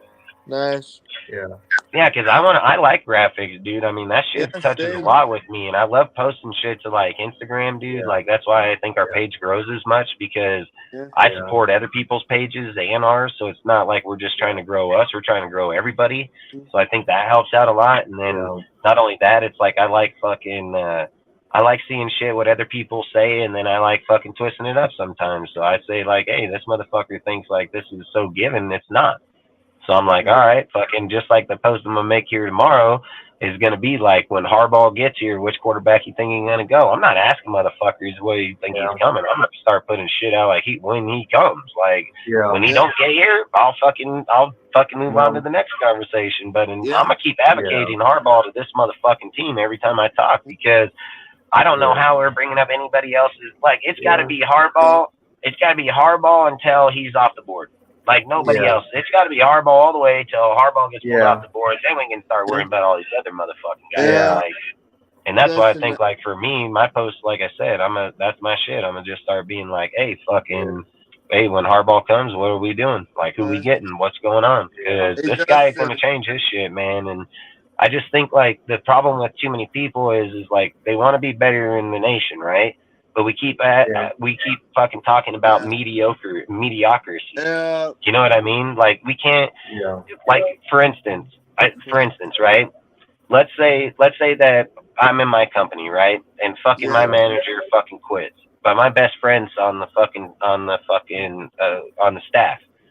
And instead of me trying to go and try to find another guy right now, I say, hey, I know you don't know how to fucking be the full-time manager, but I'm gonna put you over there. It doesn't make him qualified to be in that spot. I put him in that spot because I didn't have anybody else too. That's the same for AP. So I don't know how we get in the conversations that we advocate a guy without the credentials to be in that. That's mediocrity. If the guy is going to be in that spot, he should get the interim coach. He should be behind somebody like Harbaugh, and he should get the information from Harbaugh for 4 or 5 years. And there should be a deal put in place. Like literally at the end of this year, if Harbaugh becomes the coach, there needs to be something put in place with Mark where Mark says like, hey, Jim, if you're going to be the head coach, fucking AP's going to get assistant head coach and he's going to sit behind you for, you know, if it's 10 fucking years or 20 years, but he'll get that title afterwards, you know, and that's how I think it should go down because I don't think we should just be giving shit away. And I'm tired of dudes fucking coming up to conversations that we're giving that shit away. It's like fucking, we have so many things where the things that worry me the most about people and Raiders talk is like people claim to be Raider fans or NFL fans, but why can't they see when dudes aren't, when they're not that? Like that's the thing is like nothing discredited Josh McDaniels' fucking offense. What discredited Josh was his fucking weird ass tendencies, like how he gated himself away from somebody and how he wanted to. It was his way or no way. Like that's what things shift. Yeah, that's what things shifts, dude. But if he was, it doesn't matter how great you are. It's about how you have. You can't isolate yourself. Yeah, you can't isolate yourself on a fucking team where it's meant to be a team. You know, like that's the thing. You need to be able to talk to your coach. You need to have relationships with your coach. You can't be like Bill Belichick. That's what he's trying to be. He's like Bill Belichick, you know, be a tough guy And he's not a tough guy. He's not. He don't have the Bill. He didn't get what Bill Belichick has. Yeah, Bill. Even Bill is not really a tough guy. Bill Parcells is a real tough guy, but he took a little bit of mentality from Bill Parcells. But he is not Bill Parcells. He's just Bill Belichick. Josh McDaniels doesn't realize is that he's got to be Josh McDaniels, not Bill Belichick. And it's a shame. It's a shame that somebody has that much. Like, this is why, for me, like, I'm such a fucking like fan of the sport. Yeah. Like, it sucks to me that somebody has that much fucking information in his mind, in his head, and he's never going to be a good head coach. Like, that sucks. Yeah. Like, that really sucks, because when you look at the way that NFL teams are built, or like linear trees or things like that, like, Josh McDaniels is the spitting image of Bill Belichick's tree, but he can't get no result from it. Yeah. Like, that's horrible, dude. Like, and that's why I said I think the reason why New England worked so well is because Bill coached the defense and Josh coached the offense, and that's where it was drawn. So I feel like that's the kind of shit that kind of just sucks in that aspect, you know. And it's kind of like how we go. It's like, would their shit would have worked if they would have had the time? Probably. But I think what's the problem is like, why are we waiting 10 years between two people to get to the end result? You know, like, it shouldn't take fucking 4 and 5 years, you know, like John Gruden had the fucking setback. So I get why his was. The thing is like Josh year one had fucking lead ass fucking receiver and halfback, dude, and they were murdering it, dude. They just couldn't put it together to finish it. And then all you do is trade off your quarterback and then fucking change out one lineman, and you bettered your wide receivers, and we suck. That didn't even make no sense. Like, that didn't even make sense. And it was just like I said earlier about Ziegler, how I said, hey, Ziegler is a beast ass motherfucker, and then I said once the more talk came out about Ziegler, that's why I said they were tanking games, dude. I said you can't be in talks with Bryce Young and C.J. Stroud if you're not planning to tank games. What were we, like 12th? Weren't we 12th at one point, and they dropped all the way to 7th? Literally lost those fucking end games against the Niners and Chiefs. Like, that's all I'm saying is like, they, at one minute, you want to make people think you're looking good, and at the next minute, you're fucking losing, and they're thinking like it's a loss, but to them, it was strategic. It was a strategic loss. It was, if we lose this game, it'll put us over here because those guys won that game. Now, we just put ourselves here. They, you know, like the Derek Carr audible in Seattle. Like, that probably was the fucking end deal for them, because they were like, look, motherfucker, we were trying to lose that game so we can get our draft picks here, and you fucking audibled out, and then now we have to go on this run because we can't make it look like, oh, you don't know what the fuck you're doing. So Derek Carr is against tanking. He's a... That's fact. And everybody should. He's a winner. I mean, and the thing is, though, was that they got all these free agents, paid them big money, especially... like, you know, getting guys like Chandler Jones and everybody, Rocket in. And when you get all these guys together to set it up for the playoffs, it was meant to be. I mean, when you get Devontae Adams with Derek Carr, this is about going to the playoffs. It's not about winning game by game. It's about going to the playoffs, literally, you know.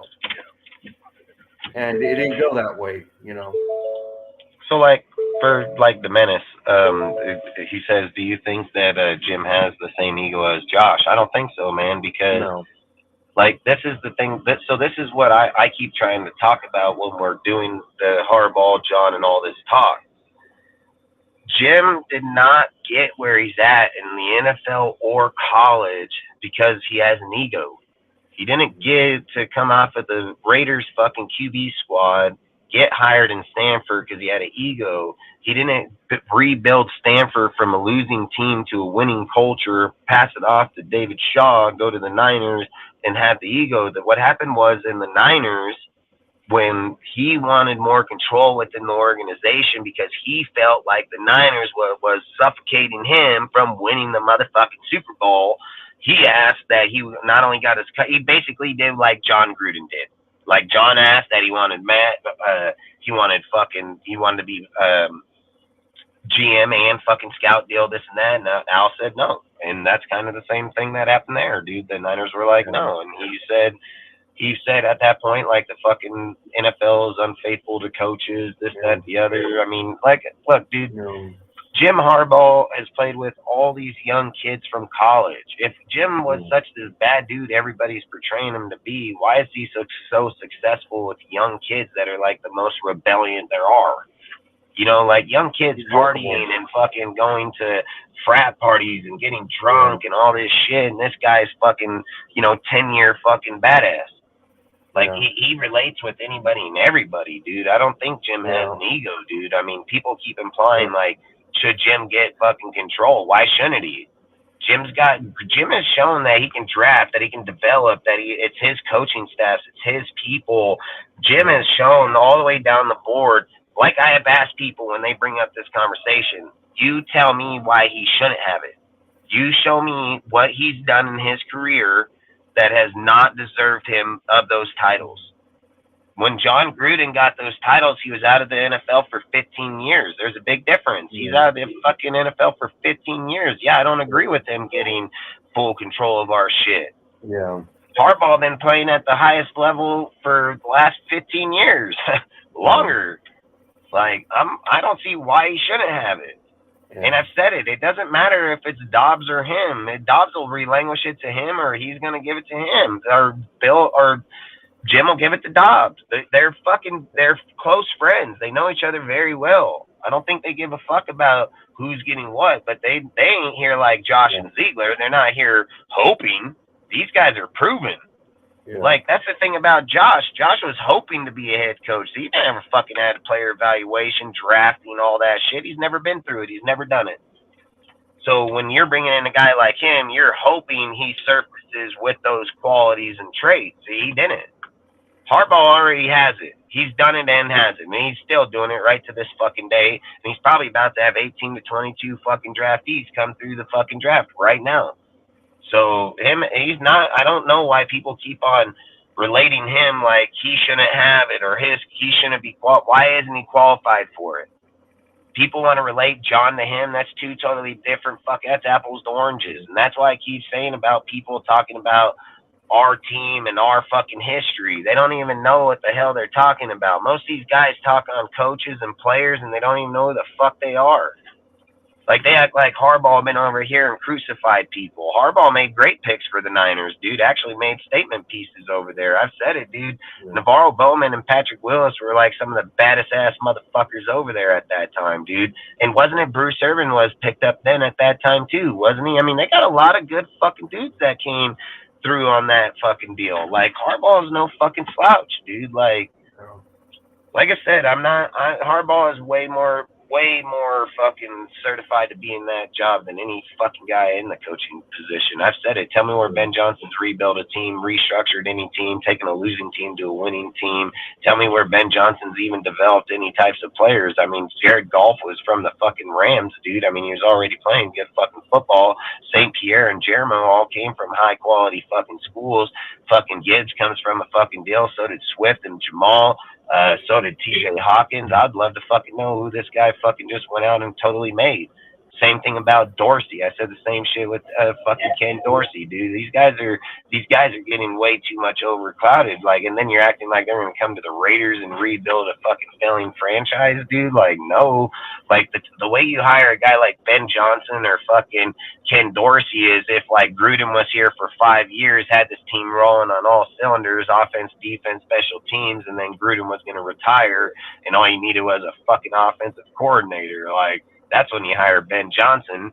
There's nothing in Ben Johnson's resume that states that he can come into this dysfunctional ass fucking team and rebuild this motherfucker. Like, his GM, we're going to go with Champ Kelly? I mean, again, that's another valid point. Champ Kelly was the first guy hired before Ziegler. Champ Kelly was the one that chose to hire Ziegler because Champ couldn't do the job himself. Like, I'm not fucking for this shit, man. I'm not blind. I know every fucking move we make. I know exactly when they get here, when they fucking depart, how they got here. Like, no, you can't just fucking write them motherfuckers off. He was at every single scout meeting that fucking Ziegler was at. He even went to them, too, on the same fucking plane, to the same fucking plays.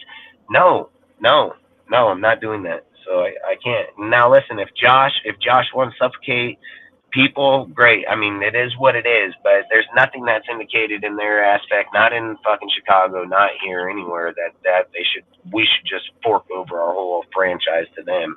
I would fucking say, like, call fucking Reggie McKenzie back. I'd give it to him before I gave it to these guys. Like, these guys have Josh McDaniels too much all over them. They have way too much Josh McDaniels all over them. I said, Josh ain't been here for 4 straight fucking weeks, and we are playing Josh McDaniels football all day long. So the defense, people can say it looks better. It doesn't. They lose against good teams, and they fucking win against shitty teams, dude, and we're barely beating them, you know? So, nah, our fucking offense can't get over fucking 20 fucking points. Bo Hardegree sucks, dude. Like,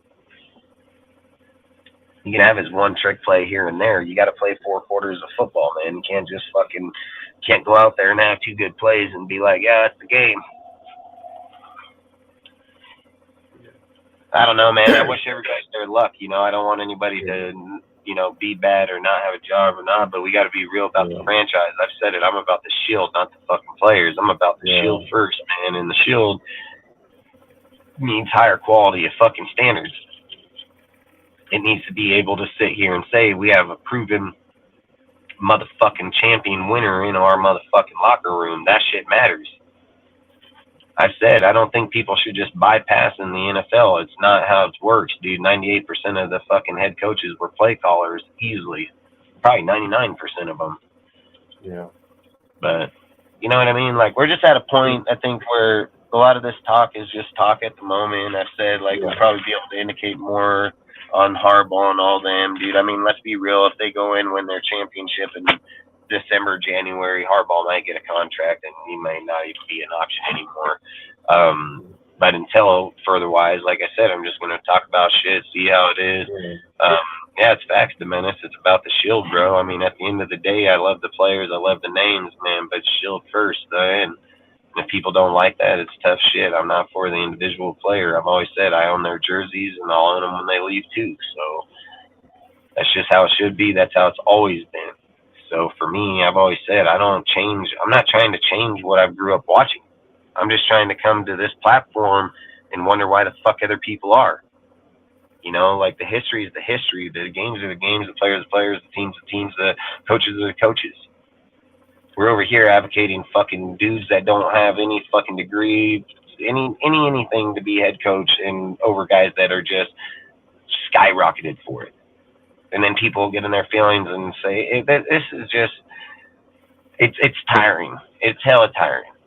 It's tiring that dudes can't come up with their own content. They got to talk about us on their show. It's tiring that dudes try to talk Raider talk, but they can't talk more than 10 fucking minutes on it because they don't know Raider shit. It's tiring that we try to have these debates about fucking what players, what coaches, what people. We're always trying to just change shit around to find the best tandem. And, you know, Mark, he'll probably do the exact opposite. He'll probably hire the water boy and fucking put in the janitor for the defensive coordinator. You know, like, that's probably what'll happen. But at the end of the day, I like to just put it out. Like, I feel like this is what I feel. I kind of feel like what Mitch said a while back, you know, like, because I always watch this shit sometimes every now and again if I'm just bored and I'll see a topic comes in and I'll turn it on. But he did say something, like, about the Josh McDaniels firing. And I do believe it. Once you can get enough people advocating a certain thing, it will turn into the truth. Like, it will. And I keep saying, man, the more people that start fucking just talking hardball, fuck all these other motherfuckers, boy, we're going to get hardball here. Like, and that's the shit I'm not understanding, dude. Like, when I was a young kid, dude, growing up, and you can get people like that, every single fucking person I knew would be on it. Here, I got a guy that'll tell me, like, nah, bro, I'd rather have AP. Listen, motherfucker. Listen, I get that you're fucking all about a guy where he come from fucking L.A. I'm about want to fucking win a championship, motherfucker. Like, I want a good fucking coach. I want staffs. I want rock star motherfuckers for once. I'm going to quit looking at Philadelphia, Cleveland, fucking Miami, Detroit, fucking Jets, fucking Niners. I don't even fucking look at all these motherfuckers doing it while we're over here still holding our fucking dick in our hands. Fuck that. I want to be the fucking Jets, the Niners, the fucking Dolphins, the fucking Cincy, Cleveland. I want to be these motherfuckers, man. Give me some fucking high-powered motherfuckers for once, dude. Give me a good fucking guy that knows how to draft, that really knows draft fucking players. Oh, you no, it'd be a goddamn fucking shock that he would actually draft real dudes because he coached the fucking kids in college. You know, like, I'm fucking over this shit, man. I'm over guys in their conversations about this shit, dude. Like, hey, you ain't coming with Harbaugh. I don't give a fuck about the conversation because I don't care. I've said it. Until AP can win those games, I don't give a fuck. It's just he said, she said, talk at that point in time. AP's day was numbered the second he got that fucking job. That's facts. Yeah. And I said it's different between him and Rich Bisaccia because Rich Bisaccia had a chance to take the Raiders to the playoffs, and he did. This is my point. This is my point, bro. This is how fucked up Raider Nation is. We literally have advocated we've advocated. So 3 guys, 3 fucking dudes. Yeah. AP got 0 goddamn coaching skill whatsoever to be a head coach. Rich Bisaccia, the fucking goddamn team's not even here that he was here with. Yeah. Well, he ain't got fucking coaching credentials. And then we're over talking David fucking Shaw, that's literally had 5 years of losing seasons at the end of his career. And these are the 3 fucking guys that we're talking about hiring as the coach. Who in the fuck is putting this bullshit out there, dude? Like, let me in the ring with that motherfucker. I'll slap the fucking dog shit out of that guy. Because I wouldn't say Bisaccia is head coach. Even saying that shit, man. But he is higher than AP though because he works with both the offense and defense as a special teams coach. But he only fits well with a Gruden ideology. And if you were to go to a Josh McDaniels system and all that and take over on it, he would fail. That's common sense. So, and I've said this, the reason why they have success and why Bisaccia had success in Gruden shit was because Gruden had 4 years of fucking building it. Let's ask Rich Bisaccia if he would have had the same success if Gruden would have got fired 4th game in the first season. Fuck no. He would be better as an assistant coach, but not a head Damn right. He's had the assistant head coach fucking tag for a long time. It's not like he just got it when he got here. He's had that tag for a long time. He had it in Green Bay, dude. It was in Green Bay. Fucking, he's had it numerous stints where he's gone. And that's all I'm trying to say is like, dude, we can't keep looking at guys that aren't meant to be there, man, and acting like they deserve to be there. I get everybody gets a chance. Everybody's going to get a try. We need to go after the guys that are meant to be there. And if their time was meant to be, it wouldn't happen 39 years fucking later, dude. Like, I'm cool on that. I'm cool on all the, not by your name, but, you know, like the movie Rudy. Like, I'm cool on that shit, man. Yeah, like we don't need to keep pushing on fairy tales and fucking what ifs and pipe dreams. Like we literally have a coach here that's shown that he can fucking get it done. Why are we not all asking for him? Like I'm not understanding. I'm not understanding. I've heard people bring up McDonald from the Ravens. That's Jim Harbaugh's descendant. He fucking built that guy. He fucking sent him there. Like what the hell are we talking about, man? Like why in the fuck are we taking the student when we can have the teacher? You know, like all these things, people keep bringing up fucking points, but they don't know the points behind them that where it's starting to lead back to like Harbaugh, like every fucking turn around the corner. Yeah. And that's all I'm trying to say is like, dude, if we can't lock up Harbaugh for a 5-year, $15 million a year or something like that, then fine, let's talk about other coaches. I don't care. We can talk about Shaw. We can talk about all these other motherfuckers then. But like, it should be Harbaugh or nothing, and then fucking if we don't get them, then let's go to the next route. But we're advocating dudes that don't have what it takes for the Raiders. I mean, let's just be honest. Fucking Josh McDaniels has worked with less talent in fucking New England than any fucking teams out here in the NFL by far. They've developed them. They've made them great players and so on. He couldn't fucking make it happen in the Raiders. His is more of a coach problem, but his development didn't happen here either. Yeah. And that's all I'm trying to say is what's going to indicate that Ben Johnson has a better pedigree than he did at the point they're at. There isn't. He ain't won no Super Bowl. He ain't even been in a fucking Super Bowl to my knowledge that I know of.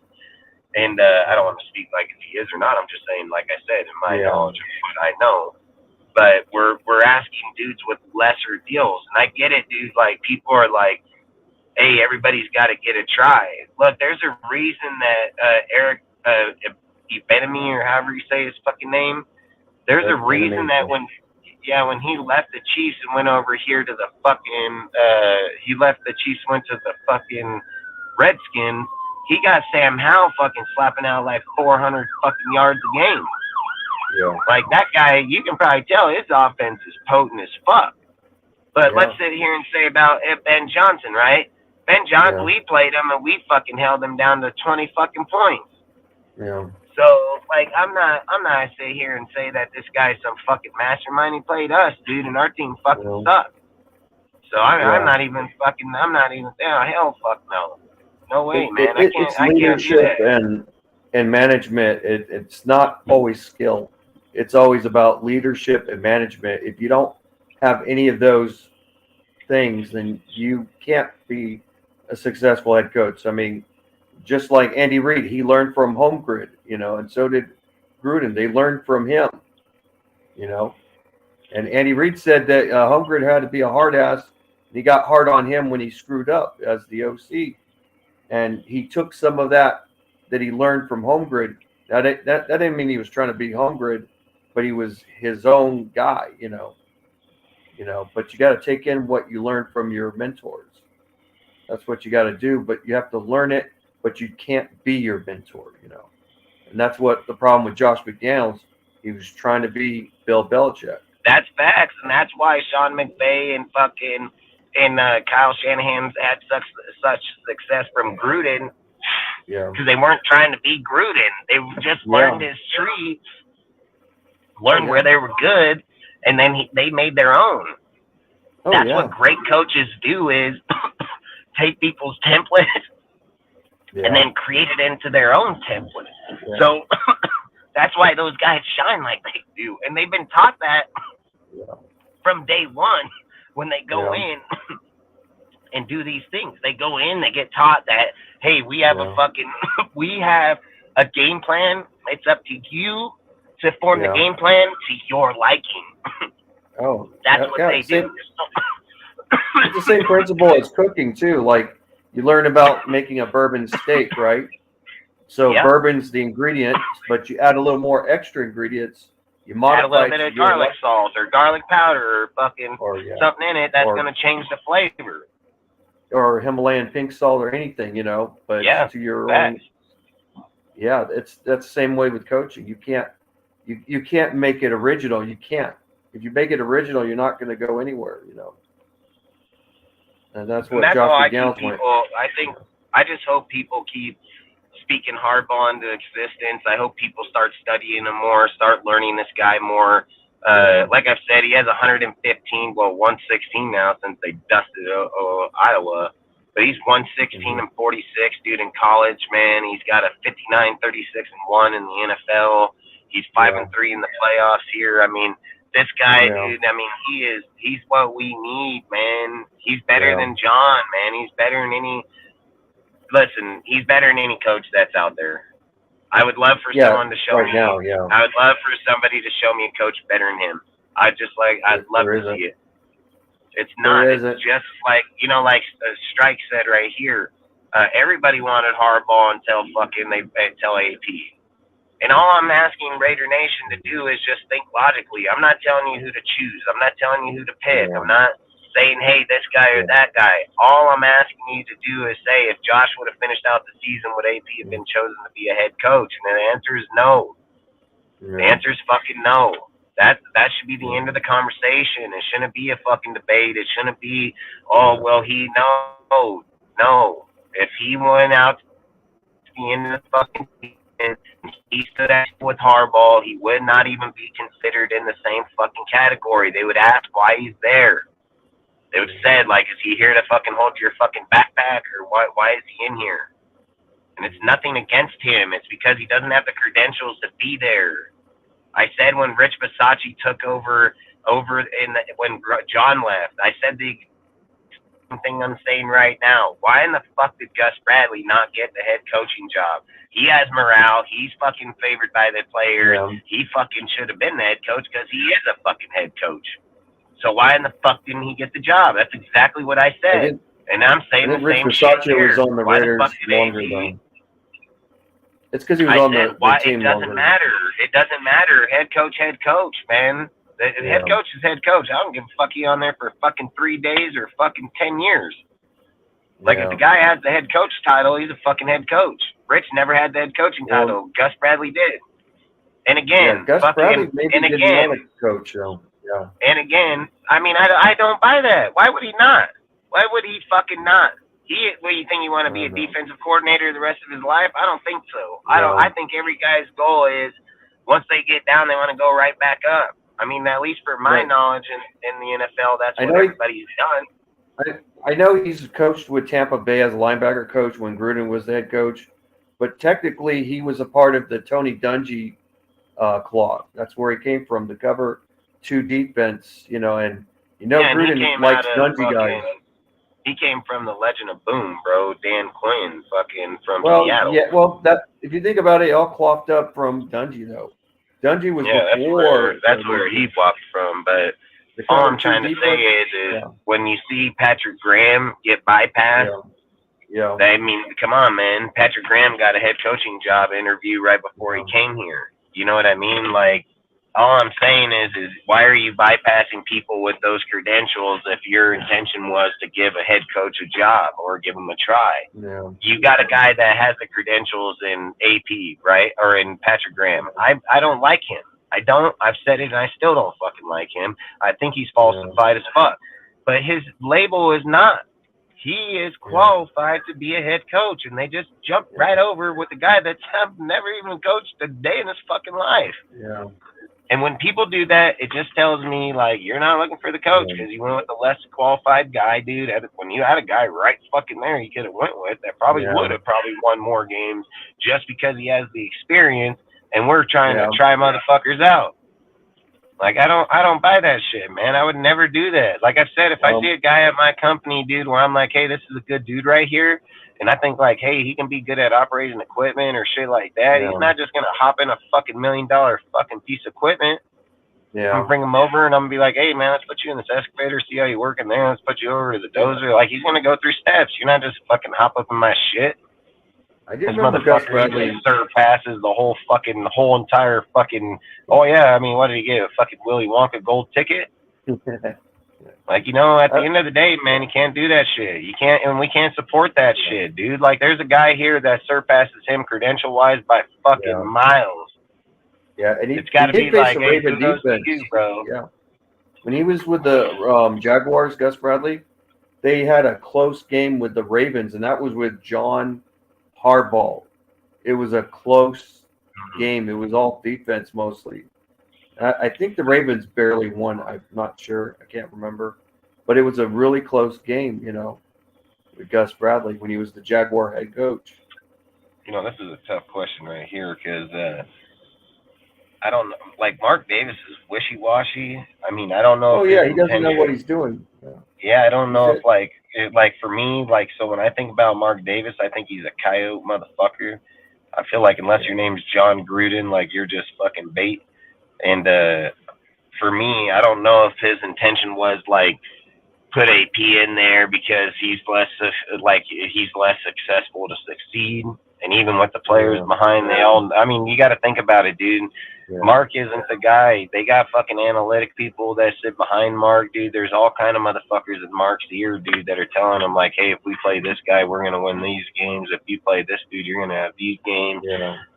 Like, they already know the analytics, dude. It's not nothing fucking new to these guys. And I think, like, when they make these type of decisions, that's my point. So, like, what did I say about Jimmy? What did I say about Jimmy? I said when Jimmy came off the injury after Aiden played the Chargers, I said, why did you put fucking Jimmy back in there? I said, Aiden got the best chance to win. Aiden showed in that game all he just needs is more reps. And we put Jimmy in there. Yeah. And then, like I said, fucking analytics probably stated that Jimmy was going to lose more games than Aiden, so you got to put the guy in. I mean, at the end of the day, man, I mean, I don't know what their true intentions are. I mean, I don't know if his true intention was like, hey, man, let's put AP here because people like the way he is, but he'll be an easy write-off. I'm just going to put the writing on the wall. I mean, like the way I seen it, I seen that Harbaugh got, like, they were trying to go after Harbaugh. I seen that Mark probably seen a point where he can make this shit known as fuck that job is vacant as shit right now, and he did it before anybody. So I feel like I said, in the NFL world, dude, you got to look how the college world mats up. The college world's only 13 weeks, so they're under us, and then they got their bowl games that are going to go into December. We're going to go into February. So I think when you vacate a fucking spot that somebody was already intrigued by a few years back, I think it's more like, all right, dude, this is yours. Like I'm telling you, like, this is yours. You can't convince me. You cannot convince me. Okay, like if I feel like look, Mark would be the stupidest fucking coach or the owner alive. He would be the dumbest fucking owner alive if his intention was to fire Josh and Ziegler to hire fucking AP. I mean, listen, man, there's nothing that indicated him that job. You'd have to I would have Mark tested. I would literally have him tested. You know what I mean? Like, I'd be like, you need to test this motherfucker, like, literally, because where in the fuck did that come from? And then I'd be like, is he even suited to even be the owner of the Raiders? Because you can't do that. I mean, I don't know how many more times I got to put it like this, man. And this is the only way I can put it, because it's the only way it makes sense. If fucking Josh coached the rest of the season and got fired, where in the fuck would AP have been brought up at? And that's all I keep saying, because I don't have any other argument to debate that dumbass conversation that just said because they fired him in the middle of the year. Okay, all right, here. Let's do it like this, man. Let's do it like this. Mark Davis is worth $2.3 billion fucking dollars, right? He's worth $2.3 billion right now. Yeah. Right now. So he got $2.3 fucking billion. $2.3 billion. And then what has he got? Gruden? $70 million. So this is B. That's all fucking. And then this is 70 fucking million. That's a fucking M. And then he got Ziegler and fucking Josh for, I think, like 85, 90. So let's just do 90. It's 160 fucking $1 million. And again, he has $2.3 fucking billion. So now, when Mark decided to fucking let go of fucking Josh and Ziegler, and he's got a winning fucking basketball deal, he got winning fucking hockey shit going on. He's 2-time champion over here in the fucking basketball. His money's going up daily. He's fucking getting richer and richer. And he said, I'm a hire AP. No, he fucking did not. No, he fucking did not. He fucking said, hey, here's an opening where Harbaugh's getting prosecuted. He don't want to be in the NFL. He's the biggest, or in the college, he's the biggest fucking coach that's out there. This is our chance, dude. We can't fuck it up. Like, I feel like if Mark didn't put that mark out there, he's stupid. And I'm dead ass, and I don't care. And the reason I know Mark put that shit out there like that, because ever since that shit happened, there's been numerous fucking deals. And even with Jim, talked about it already, about coming back to the NFL, about not being in college, about going to the Raiders and the Bears. It's not fake talk. It's not some other guy. That's him talking. So that's all I'm saying. Like, I want to fucking win. I want to wear my jersey when I walk down the street or in my house and be like, your team fucking sucks, and mean it.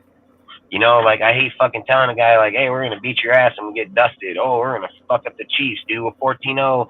Man, when we 14-0'd, I already turned around and told Mormon straight up, yep, we're going to lose this shit. I said, we 17-0'd fucking them in that game, and we fucking got dusted on, and we're going to do it again. And guess what? They 31-3'd us, bro. 31-3. Like, how do you guys not see that shit? And then be like, yeah, bro, let's get that guy. And that's fucking Patrick fucking Graham still calling the fucking defense. I mean, that's our division fucking team. Like, listen, man, Paul Gunther sucked dick, but he didn't suck against Andy Reid. Like, fuck, man, this guy fucking blows, dude. Like, he getting fucking dusted on. What did he get smoked on by with what's his name? Fucking Stenham over there. I mean, he got dusted last year too by him. I mean, this guy gets smoked up on. He got 30'd on by the Chiefs when we went in their house and fucking damn near beat them. What was it, 29-30? You know what I mean? Like, it's fucking defense, man. This guy's Well, defense. 29-31 was still, it was Derek Carr, though. It was Derek we Carr. tried to go for 2. We tried to go for 2. Yeah. Yeah, we nearly beat them. Best, too. Facts, bro. Facts. I mean, come on, man. This guy's getting fucking played on by fucking weak-ass shit, man. And there's some Derek Carr haters who said, we had a good match against them in Las Vegas. I was like, no, they went easy on us because they didn't want to get their players injured. They could have put 50 points on us, but they didn't. You know, they beat us by 2 scores, but they went easy on us, though. And I just don't know as fans, how are we not speaking up for this shit? Yeah. Like, you know, I get it, dude, that people wanted to blame Derek and fuck all this shit, dude, but we got to get to a point, dude. Like, are we like, I got to know for myself, right? I think I got to know for myself. Is fucking YouTube content to down our team, or is it supposed to be like another platform to better it? Because I thought it was supposed to better it. Like, that's why I'm here. I thought it was supposed to better it. I didn't know that there's so much hatred and so much trolling and so much fucking just so much bullshit. Like, so much bullshit, man. Like, literally. Like, I did not know that shit's what it was about, dude. Like, I knew it existed, but not to that extent. You know what I mean? Like, and not to the extent that people are just going to blatantly fucking lie about shit. Like, just literally. And then the other thing that really questions me, like what starts to question me, it's like, okay, like I just look at it as logic. Like, I'm just looking at it as a parent, right? I'm just looking at it like my kids. Yeah. I'm like, bro, I was fucking young too. I was in the streets. I fought, dude. I did all kind of fucking shit. I partied, dude. I did everything wrong. I did everything wrong, okay? But I told myself, like, at 18 fucking and 20, I kept reminding myself, hey, man, one day I do plan to have kids. Like, one day I do plan to have a family. And I kept those morals in me the whole fucking time. And then when I had my kids, dude, I had to change. I had to change from drinking. I had to change from hanging out with my friends. I had to give up all my shit. Then I had to just work. There was no more friends. There was no more partying. There's no more nothing. I just have to work. I got to go to work. I got to make sure that my kids are okay, that they're going to grow up and have everything, that they're going to be all right, dude. They're going to get taught right. They're not going to be in this fucked up world. And then it changes everything about me. Changed everything about me. Then it makes me see, like, when I'm sitting here having an argument with my 5-year-old daughter, okay? And there's a lot of times where I'm like, man, she's smart as fuck. You know, like when I leave the bedroom, I'm like, man, Savannah's smart, dude. She's really smart and she's really emotional and she'll get in her feelings a lot. And then I look on here and I sit here and say, I watch fucking grown men literally act like my 5-year-old fucking daughter. And then that's where it bugs the fuck out of me, because I'm like, all right, man, when is it that we're going to accept that we need to grow up, or we need to take responsibility, or that when we come to a conversation that we carry ourselves like if we were in real life?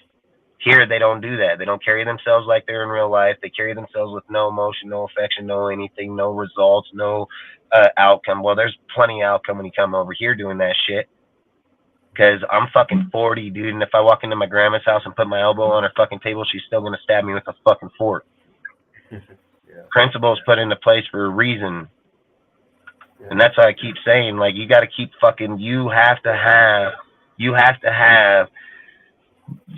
rules for a reason. And you have to be able to respect those rules so you can respect other people. And if you don't respect those rules or other people or other people's opinions or things of that, not everybody's going to agree with everybody. That's fucking facts. And if you get in your feelings and get hurt about it, you're a bitch, dude. And that's just facts.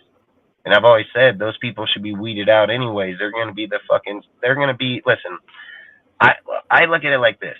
I'm ready for, if fucking China come to this motherfucking town or this country and want to go to fucking war, I'm ready to go to war. Like, I ain't just ready to go fight a motherfucker outside. I'm ready to go to fucking war and fight for my motherfucking country and give my motherfucking life, like, straight the fuck up. Like, I ain't going to somebody else's fucking country, but I'll sure in the fuck fight for it right here on this motherfucker like a bat out of hell. So all I'm trying to say is like, why are people here? What are they here for? Like, what's the reasons they're here for? They come to social media to talk about the team, or are they here to talk about other people? Do they use Raiders content so they can find a gateway in to find these people? Like, how are these guys getting here? How are they even getting shit to watch their channels? Like, how are you guys go to their fucking channels, watch their shit, and they don't even put out Raider content? How do you go watch their shit? I mean, you guys gotta fucking know yourself, like, hey, this has gotta be boring as fuck. Like, this guy's show gotta be boring as fuck. Like, literally. Like, how do you do that, you know? Like I've always said, here we're gonna debate all kind of different shit. It may be not be on your shit, but it's gonna be debatable conversations, dude. And it ain't gonna be the same shit. It'll be different shit over and over. And I've said, like, the Jim Harbaugh, John, and all that. We're gonna talk about it a few times because it is fucking a talkable conversation right now. But like this shit I seen tonight, man, this is fucking stupid. Like, you know, when I seen what I seen tonight, man, it just made me fucking realize that, you know, fucking YouTube is fucking just a bunch of bitch assholes. They're not even real people. They hide. That's what they do. They hide. They're here to hide. And that's why they use these platforms to hide. And they know not everybody watches, and they know, so they know they can get away with it. And then they know when they're around people and they're like, hey, man, he don't even watch your shit. They're like, yeah, that's why we can do it. It's just fake. It's hella fake, man. And I don't even understand how people go and watch that shit or support that shit. You know, I've always said, dude, like me, I've always, people should be held accountable. I've done it on my show 100 times. Everybody knows it. I've literally stopped my show and told people, like, hey, man, I've done it to Rudy. I've done it to numerous people where I'm like, nah, we ain't going to do that, or we're not going to go that, or that's not true, or this or that, because we cannot start bending shit to shape it to the way we want. I can do that all I want. This is my shit. I can do that all I want, but I'm not, because that ain't right. I'm going to use the platform the way the platform's supposed to be met, not some fucking twisted-ass bullshit. You know, like, this is why I think it's just a fucking joke. This is why I don't support these. This is why I don't be part of their shit. Why would I go support them? Why I ain't going to support dudes that are weak? I'm sorry, I can't do that, man. I'm not that.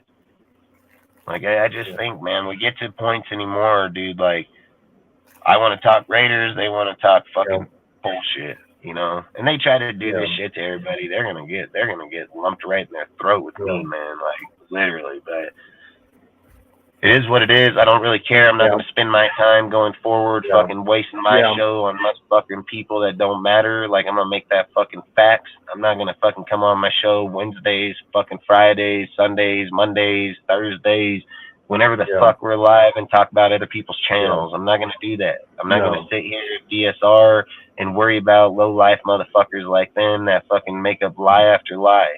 I've literally said it. You guys can go watch that video in the first 10 minutes. They're liars. So for me, like I said, going forward, I already know who they are because I literally tried to challenge them. They're going to try to come and say, oh, let's make this in fucking month. I ain't fuck them people. I don't give a fuck about them. They don't matter to me. Their channel don't fucking matter to me. I don't give a fuck about them. Hopefully their shit rot in hell. You know, but at the end of the day, I've always said it. I've never even cared about it. I've never talked one bad word on their shit because I don't even know who the fuck they are. I don't even know who they are. Yeah, they're just dumb. They're dumb. And I just feel like this is what people are doing. And then when I go over there to try to defend myself, they want to silence me. Nobody's silenced here. Nobody's been silenced here. People been right on my panel, be debating. I'll fucking slow it down a little bit, let them debate, because that's how it's supposed to be. But I tell them straight up, grown-ass man or not, we ain't going to fucking do that shit here. And they've all respected because we should respect each other. That's how it is. But these guys are straight-up bull-faced liars.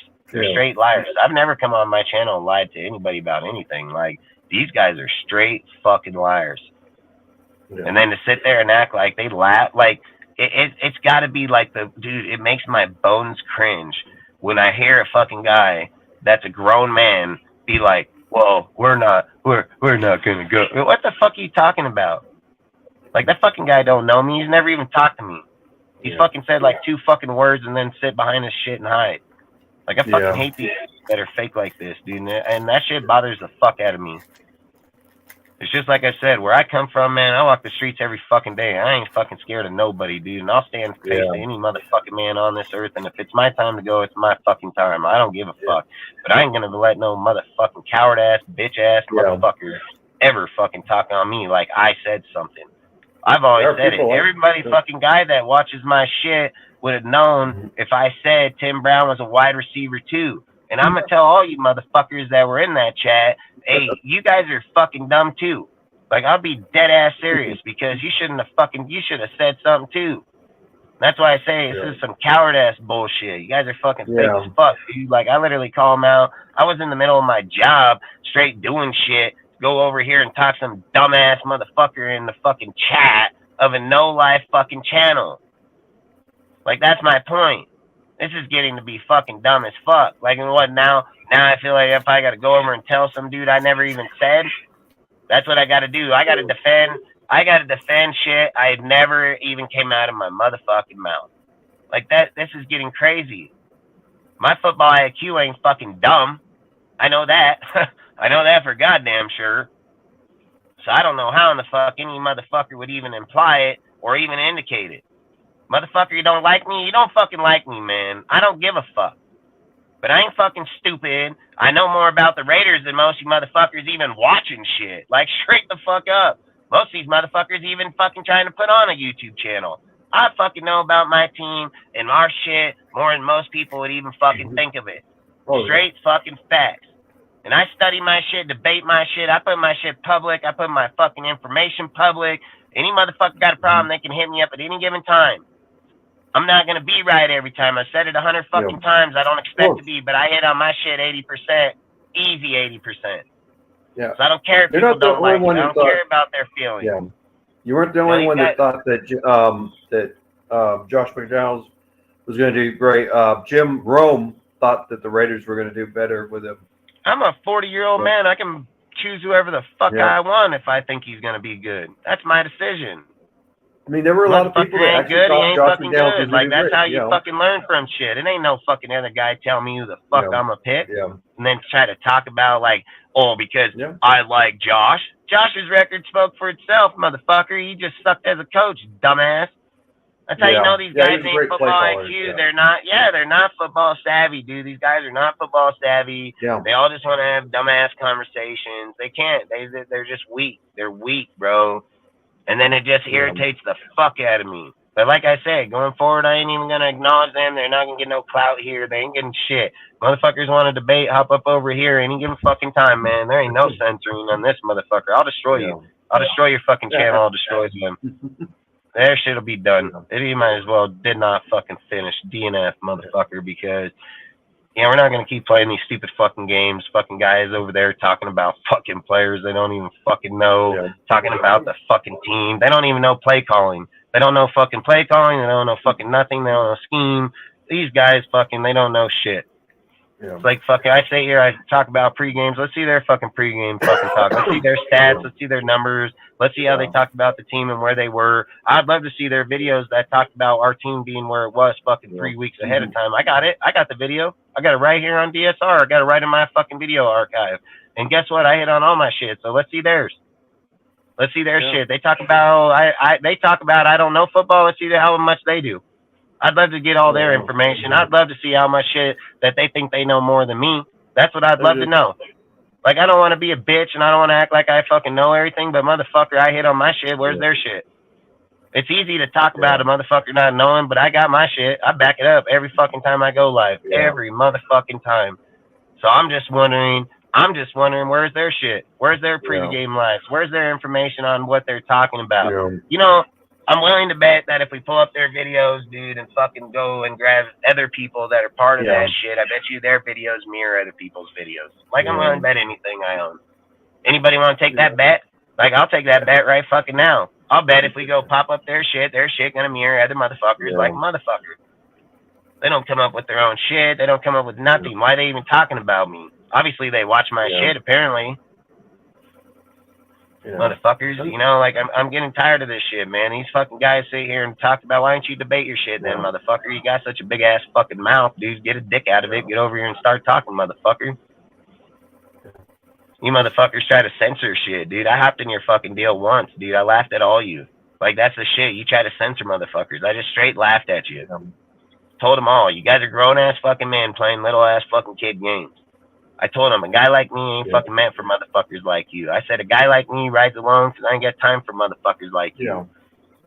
Yeah, I don't play fucking retard games. I don't know what they do. I don't know if they hit up each other and tell them, hey, I'm gonna go in the bathroom, jerk off, follow me.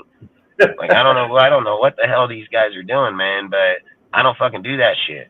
Yeah. Hey, man, you get your notes, give them to me. No, you know what, you want notes, go to DSR, pop up in the fucking Raiders news and get your own. Yeah. You know what I used to tell Cortez all the time when he'd tell me, hey, man, I don't have no fucking news for today. I said, motherfucker, just go on the Discord and go to Raider, and they got fucking 10,000. Like, you don't need it. They're giving it to you. You just go read it. You'll act like you know something. Like, it ain't that fucking hard. These fucking guys can't even do that. These guys can't even do that, bro. You know, what I'll sometimes do is I'll go on YouTube and I'll watch Black and White Sports, and then I'll listen to it. Then I'll go on Instagram and kind of like not using what they say, but use the topic and talk about the topic. Like my topic on Instagram was about, was it truly Ziegler's fault? Why didn't he stop Josh McDaniels, to leading the Raiders to failure, and that was a great argument, and I thought, you know what, that's a great argument that Black and White Sports had, and I put it on Instagram, but did it my way though, not their way, but my way and everything, Yeah, There's people nothing put wrong out with good doing information, and Yeah. you gotta. Yeah. Other people are gonna help other people grow, dude. There's nothing wrong with that type of shit. And I've always said, like, if you're putting out truthful information and having truthful debates, I mean, look, dude, look at this. So this is how I look at shit, and this is why I relate to like fucking I'm Trump and they're Democrats, because over here, I've always said, like, people talk about how Trump's this, Trump's that. Trump will debate any motherfucker, and he's pretty fucking smart, dude, and he's gonna probably class your ass too. So the thing I look at it is Trump doesn't look to fucking censor motherfuckers. He don't look to block a motherfucker. He don't look to tell you can't come up on the fucking panel and debate. Nor do we here. Yeah. But how come the second that I hopped over in theirs, and all I wrote two fucking deals. I said, one, as a wide receiver fucking two. That's a bullshit fucking lie. This guy's fake fucking news. And I said, and if he and I said, this guy got my dick so far down his fucking throat, he's always fucking coming up with lies. Like, that's exactly what I said. And then the second thing I said was, let me up on that fucking panel. And then this motherfucker blocks me. Yeah. Fucking censorship motherfuckers. Yeah. Yeah, you fucking straight pussies. 1 minute you're talking about how badass you are, and the second minute you're fucking blocking a bitch. I've seen YouTubers that will allow diversity, like, like they're drama communities, but they allow other drama, but they debate, but they don't, they allow them to speak and everything, and they don't, and then they say, you know what, once they're done, they say, well, have a good night and all that. They don't disrespect them or anything, even though they have their differences and everything. There are some that do that, that allow, you got to allow criticism, but you don't want to allow trolling. And what those guys did. The thing that I would say is like, you got to know somebody before you can talk shit about them. Like, straight up. So, I don't know any of these guys. Denver Bronco fan on Facebook. Like these guys. You know the guy. Like if it is what they say, like, oh, that you got critique or any of these dudes, like they don't even fucking know me. Like they don't even fucking know me, and this is what these guys do. This is what these guys do, and that's why I just laugh. And then I wonder. Then I hear them all the time. I hear people all the time say, like, hey, man, they've been here for fucking 5-6 years. They can't grow their channel. You wonder why you can't grow your channel, because you keep only intriguing to a fucking dipshit fucking group of people. Yeah. Like you're 40, 50 years old and you're acting like you're fucking 10. Like you can't do that, man. Your fucking fan base is gonna be so fucking little, it's not even funny. Yeah. And that's all I keep trying to say. You do have to learn from smaller channels a little bit, like little bit veterans, but at the same time, you can't come in here like you're a fucking grown man acting like a little fucking kid. Yeah, you can't go in here and lie to people. Yeah. You can't go in and act like you're, oh, I'm friends with you, and then fucking behind your back, I'm not. I literally come on this bitch and tell them all to fuck off. like literally. So I don't give a fuck, you know, like you know. You want me to send? You want me to send you the link, Strike? You can pop up if you want, bro. I can send you the link. Pop up for about 15 minutes or 20, and then we can hop off. Yeah, I'm starting to want to get off because I'm starting to get a little headache. I was gonna think, fucking, we can bring Strike up if you got a few minutes. We'll hop off at 12:30.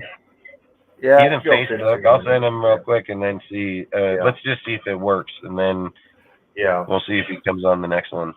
I'll send it to him real quick. Yeah. I'm about ready to take one of my medicines. I just got my new Taclopanic medicine today. Most of my Taclopanic was old, you know. Yeah, you know, man, I fucking hate that we waste our time talking about other people's shit, you know? Yeah. But that's why I think, like, going forward, we're not going to do that. We're not going to fucking I'm just going to put my piece out there and say it straight up as it is. Like, I don't care what anybody says. I didn't say none of that shit, and these guys are just lying. So you want to believe them, believe them. I don't give a fuck. I'm not going to waste my time and effort to come up every fucking time. And I sent it into you in your message, Facebook message, bro. It's in your DMs. But I'm not, because then our shows are gonna get to become trash. You know what I mean? Our shows will become trash because every single time we go live, you're gonna be talking about pointless motherfuckers. So I'm not doing that. I'm just gonna let it be known straight up. I don't talk no stupid shit like that. And if motherfuckers want to say that, they can say it. I don't give a fuck. I'm not gonna waste fuck going over telling some fucking inbreds no bullshit. I don't give a fuck. Yeah, because I'm not gonna do it. And then you imagine we'll do that every single week, bro. We can't do that. We can't do that. I can't even think about that. It's just like I said. I'm not even gonna pay 2 fucks to them. I don't give a fuck what they say. They can fucking say whatever they want. They can go out of their show. They can talk about DSR. I fucking know. And I confronted that motherfucker, and they're bitches. So going forward, I don't give a fuck what they say. They're fake. So they have no validation behind anything they fucking say. I literally fucking told him straight up, literally said it, like, you're a straight fucking liar. He wanted to censor me. So fuck him. Salute, Strike, man. Frickin' appreciate you, bro.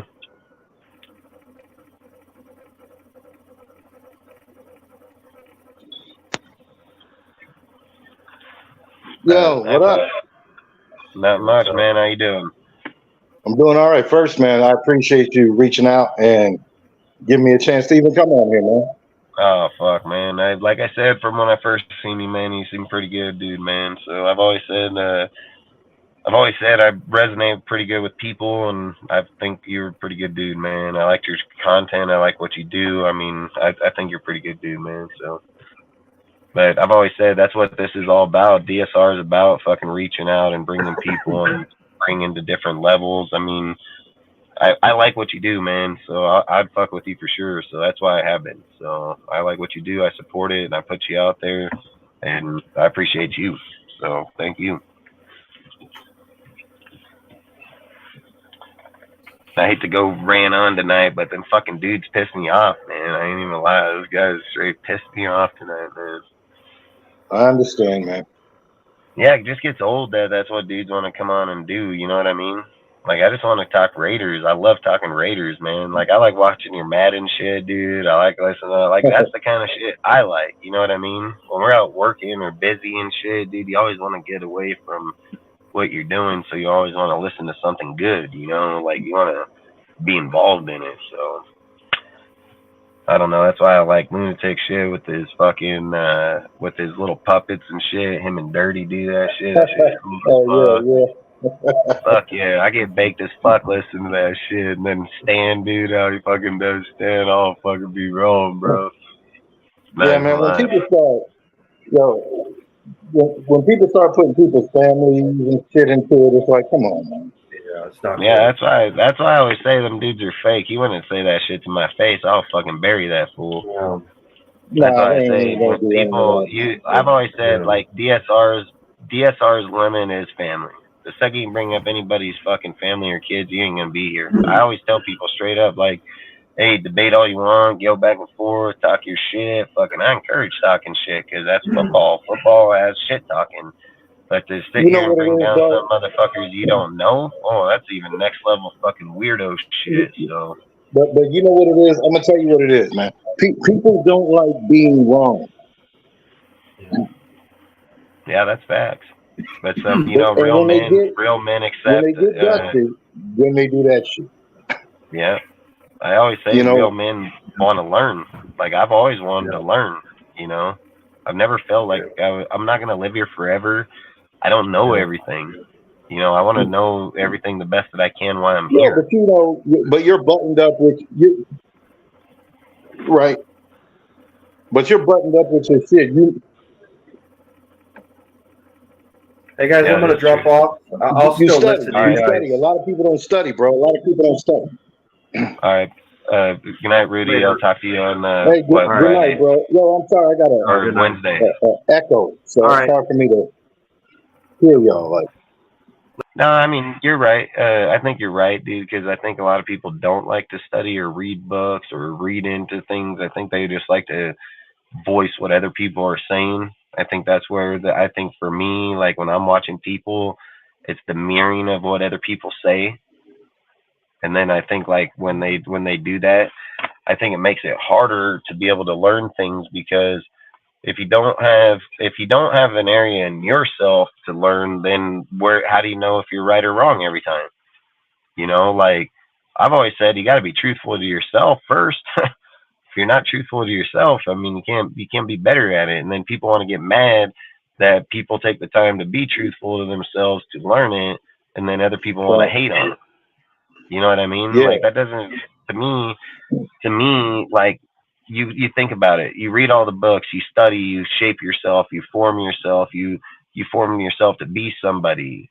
You form yourself to not take outside hate no matter what it is.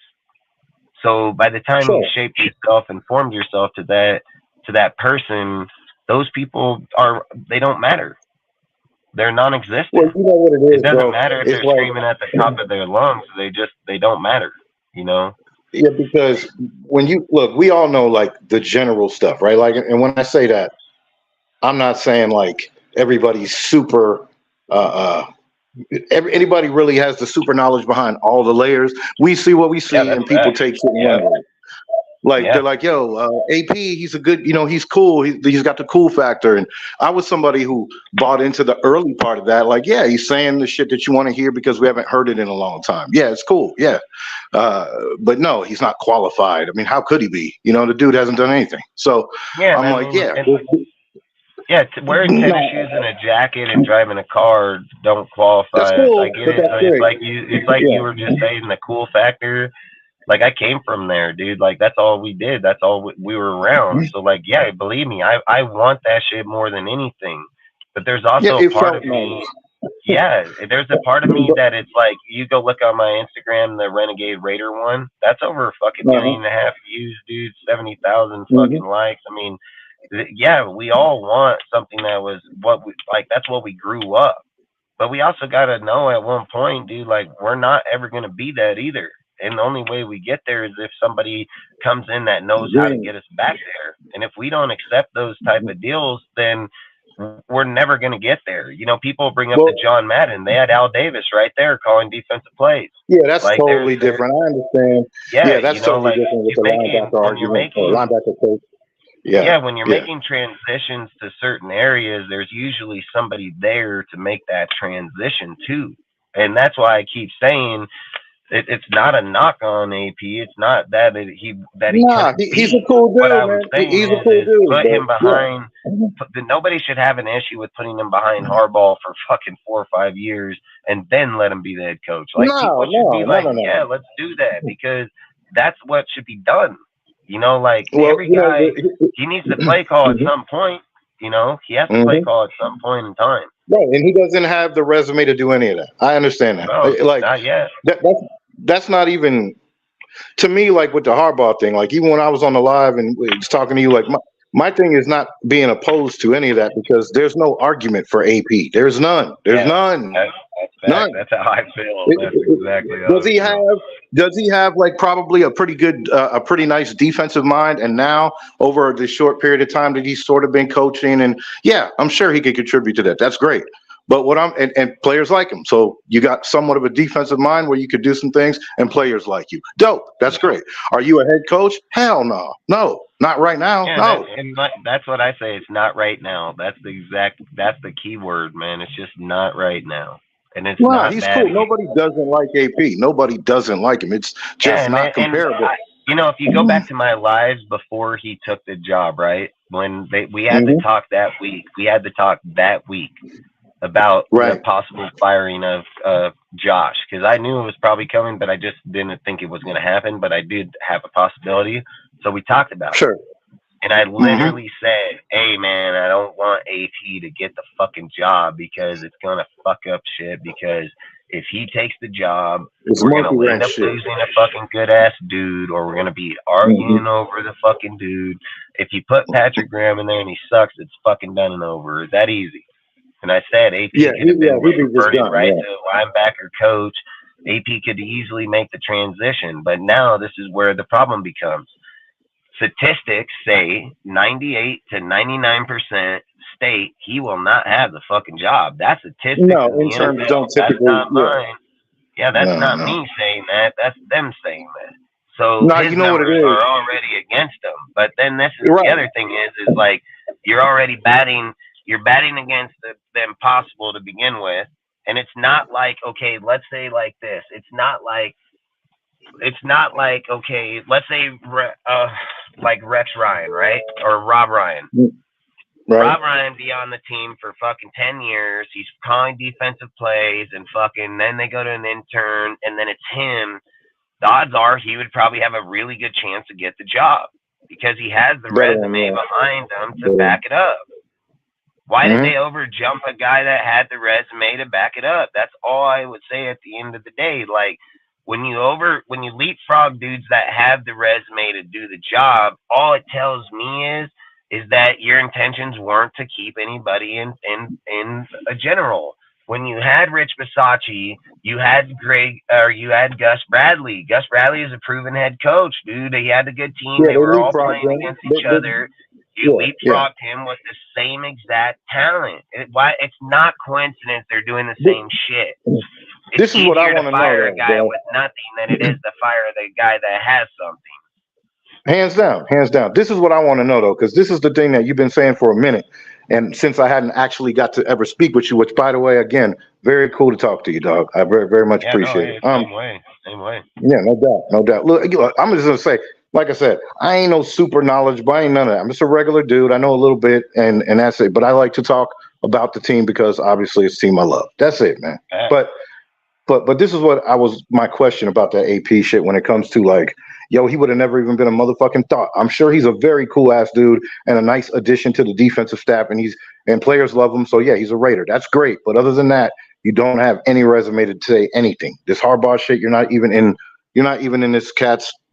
You're not even a blink in this dude's eye. Like you might be a guy that. If you look at Jared Mayo. Jared Mayo has a better resume than him, so why wouldn't he have? A lot of people that are on our staff do. Yeah, a lot of people do. I think the reason he was chosen is why are we just surpassing him? Like he's better than Gerald. Look, I don't care for the guy Mayo, but it's the fact that where they stand with fucking play calling, who they are, and everything. He's more ready. Yeah. He's more ready. Yeah.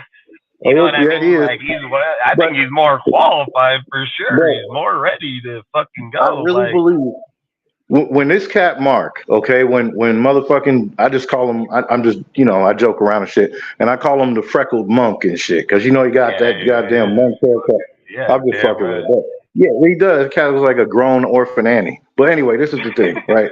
I'm just trying to say funny shit. But this is the thing with this motherfucker, right? Yo, the thing is, all right, we all know that AP is just what he is. He's a cool defensive, a linebacker coach, really. I mean, that's what he is right now. But my thing is, I think, like you said, I don't think there's no way he came in and said, yeah, I'm hiring AP for the foreseeable future and beyond. Like, he didn't do none of that. But I think what he did is the players liked him. You know, he's not an idiot. AP is a smart dude. He knows some football. Obviously, he doesn't have the acumen of a Jim Harbaugh in certain respects. No, but or any of that, and none of that. Like you said, there's people on the Raiders staff right now that have way more tenure than him. So this doesn't even have to bring Harbaugh. That's not even a question. My thing is, players like him. He knows some shit. He had some other staff he was going to work with, and they're like, all right, I'm just putting you here because players seem to like you. We need a shot in the arm. We got to put somebody here. So and whatever happens, cool. We'll see what happens. And he might have had the full intention of going, yeah, I'm going to put him here, and we'll see what they do. But I'm definitely moving forward. Like me and my analytical advisors, we're going to pick somebody else. Like this is not, unless this dude does some unbelievable. The other thing is that's it right there. See, look, that's the whole thing. Like I don't even got to bring it up because the things, it's just key words. It's not about stories or things or not. It's just key words. Certain things just don't add accolades. That's it, dude. It's nothing personal. It's nothing bad. I've said it, dude. Like, if you go through the rest of this season and Josh is the coach, he would never even be on the talk of it. Everybody gets a chance, but there's other people that are proven better chances. You put a guy in there to leapfrog people because why? Just like you said, they follow, they like the energy. Do you think that Mark wants the team to end when they fired him? No. Mark don't want it. They need to still fill the stands. They need to get people up in the stadium so Mark can start filling his pockets even more. Like, and AP said the right thing. Why there's yes. He brought it to the table where he's like Compton, baby, Compton. So you get all these dudes from LA and Oakland. They're like, hey, that's he what also we remember. He also brought up a lot of our old identity, the little talking points that we get amped up about because Josh didn't do any shit like that. So that was cool. Yeah, that was cool. I get all those things, but I also say, like, I've also said, like, I'm a big time Gruden fan. I'm big time deal, but I don't live in the past, man. Like, at a certain point, you got to carry that type of antics into the future. Like, we need to carry the past into the future. Like, we need to figure out how to get the fuck out of that mentality and move it into the future. Because otherwise, every single time a coach gets fired, we're going to think he's the next best guy to be hired, and that's not what it is. That's why we're in. That's why they want to bring back 20 years. I don't want him to bring back the guy. I like Gruden. I like Gruden, man. I love him. And don't get me wrong, if we're not getting Harbaugh, I mean, I'm not gonna. Harbaugh. I won't be mad if he comes back. Yeah. I won't be mad if he comes back. If you're telling me, hey man, it's either Harbaugh. Like I'm Harbaugh all the way. So if Harbaugh gets taken off the bench, let's say Harbaugh's off the bench because Michigan hires him back, right? Right. If you're telling me that it's John Gruden, AP, fucking John. I'm going John Gruden all day. Like you're not. Hell no, man. Like look, dude. He already got undercut when he started to make improvements with him. So yeah, man. Then John's fourth year, I think we would have killed on motherfuckers, bro. Like I really believe that. They were starting coming into Russ was coming into shit, Max, everybody. Like I think we were looking good, man. Like John would have had us fucking broken. This is what I think about that AP thing, though. I hate living in the past. I hate living in the past, man. That's why I said AP should have stayed at the linebacker position coach because the reason he should have stayed there because fucking if Harbaugh came, it would have been no different than Edgar Bennett. You're not just firing dudes like them. Those guys aren't getting fired. It would have diluted everything. This shit diluted stuff. Yeah, he's fucking it up, man. He's fucking it up because now we're causing problems between the fan base on picking a fucking coach. Like he's fucking it up because we shouldn't be arguing about a guy that's only had 4 games coaching and a dude that has fucking 20 years of fucking beating down on people's I think the reason, he's been whipping ass on every level, and he knows players on every level. The dude can develop and resources and shit, dude. A head coach doesn't just come in and stand there. A head coach runs the fucking team, man. No, and that's not a knock against them. I've even said that, bringing up hella valid points. If he fired every coach on the staff, it's going to be Champ Kelly that hires these guys. It's not going to be AP. It's definitely going to be We're just asking a guy to be we're asking him to be a statue. We don't need that. I don't want that, dude. Like I said, Harbaugh, Ed Dobbs, fucking, if we're lucky to get fucking Jesse Minster, These dudes are all proven ass motherfuckers. They're not holding nobody's hands, dude. Like, people keep implying, like, definitely a guy. Fuck yeah. You think that Harbaugh's bringing Dobbs here to hold his hand? No. Like, No, Harbaugh's they're not bringing Dobbs already here to on one hold his accord, hand. man. He's going to let him do his job, dude. He's going to let him do his job. He's going to let him recruit. He's going to let him scout. He's probably going to let him write contracts. You think that fucking Harbaugh at his age wants to write players' contracts, dude? Like, I think that's probably the farthest thing from him. He's probably going to be like, go to Ed Dobbs and we already talking. He'll sign you. Like I guarantee you that's not going to be like people are thinking. John Gruden was just a fucker. Listen, John wants to own the Raiders, bro. Like, it's a different person. I wouldn't be that's mad the if thing he that did. it irritates me. Like, this is the things that irritate me as a Raider fan, right? Maybe because I'm really good with people, I can sit and tell, like, people are like, John is a whole different person than Jim. Like, John wants to be the owl of fucking the Raiders. Jim just wants to be great at everything he fucking does. And he just wants to head up the dynasty. Yeah, he just wants to head up the dynasty. Yeah, that's damn what right. And when he comes in here, when he wants control, it's not he wants the control to be a power monger. He wants the control to be like, hey, bro, you're not gonna get us some dumbass motherfucker. Like, that's all it is. It's like this. It's just like I said earlier. If Jim gives Dobbs the chance to run the whole thing at the GM, right? And let's say that Dobbs is out fucking recruiting, and Dobbs is like fucking goes to a game and he sees a player, and Dobbs comes back and he comes to the deal and he is like, hey, Jim, I really want to get this guy in like the second or third, and I think he'd be really good, blah, blah, blah. The thing that Jim has is like, Jim's not going to allow us to take a bad pick. And I keep saying this. Jim will literally be able to sit at the table and say, like, yay or nay because of how he's played them or seen them or watched them go. Yeah, like, he him was being just on the there. opposite side of a field, him being on the opposite side of the field playing against this guy, he knows how to checkmate him from the offensive side defensively. You know, like, these are things that none of these guys will ever learn. And if Ed Dobbs comes up with it, even if he comes up with it, say he comes up with it, the only thing Jim is doing with that, like, say that, you know, let's say that they gave him the title that he can be all around. Listen, Jim is only gonna do it to protect the team. He's not John, bro. He's not John Gruden. He's not doing it to be a power monger, dude. Like, he's not doing it to be like, this is mine. Jim would only do it to be like, hey, dude, that guy, he has falters, and this guy's not, like, he's only going to do it to protect the team, man. He's not going to do it. Well, Jim's going to be able to spot it where a lot of other coaches aren't. They're not in the climate like that. Some of these motherfuckers are coming from his shit. You know what I mean? Like, some of these people are coming out of his goddamn program. You know what I'm saying? Like, exactly. And he's seen them, played against them, and he's even coached against them. And that's invaluable information. And I said it when Jim. Look, dude, when Jim's sitting on this side, right? So when Jim's on this side of the field, bro, and he has his fucking playbook and he's sitting like this, and he has his little fucking headset on, and he's fucking sitting there saying, hey, 54 in the middle and the linebacker, he's going to suck in on this play, man. So when he baits in, you're going to go over the top. You can't do that. And then when he sits here at the fucking draft board and he's sitting here saying where this guy's calling him a lock, and Jim's like, no, he's not. He's not, because if you go back and watch this Michigan game, when we played him, I baited him. Here because I knew where he was. Jim knows. That's something that I don't know why people are not understanding. Listen, here's a question. Do you think that we're one player away from going to playoffs and win? No. Do you think we're two?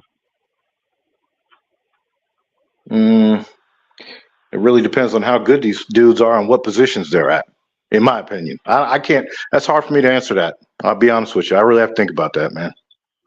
But 2 players away, like you said earlier, we've got some nice pieces here and there. But when it was really time to nut up and we played the good teams, okay, Miami, we still should have won that game anyway. But that was directly due to AP. That was directly, in my opinion, due to AP. And I like AP, but that was directly due to this man. But there's also a credit to the team for at least keeping it where most people didn't think they were gonna. But KC, I've always said we could always take credit for everybody playing shitty. I get that. So, like, if I'm gonna be real, all right, if I'm just gonna be dead ass real, there's no way that we're less than fucking 5. Nah, we're probably like 7 to 10 players away. 7 to 10. Yeah, there's no way there's 2 players. No way. Yeah. Yeah, because you're talking about D lineman, D and middle line or cornerback, safety, fucking. You're talking offensive lineman. We're talking at least 7 to 10 players, and then and that's starters. That's starters. So we're not even got the depth. Yeah. So we're probably talking like 15 total players away from having a rotational depth team to be a good team.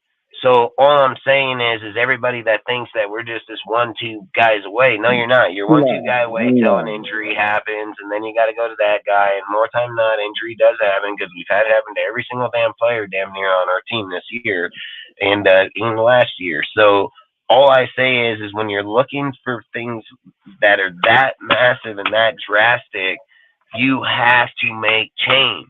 You have to and you have to hit in the draft, especially if you're that goddamn lacking. Yeah. Yes. Okay. Yeah, okay. Right there. So you said hit in the draft, right? What's the one thing we've been failing at? Hey, we've not hit the draft, right?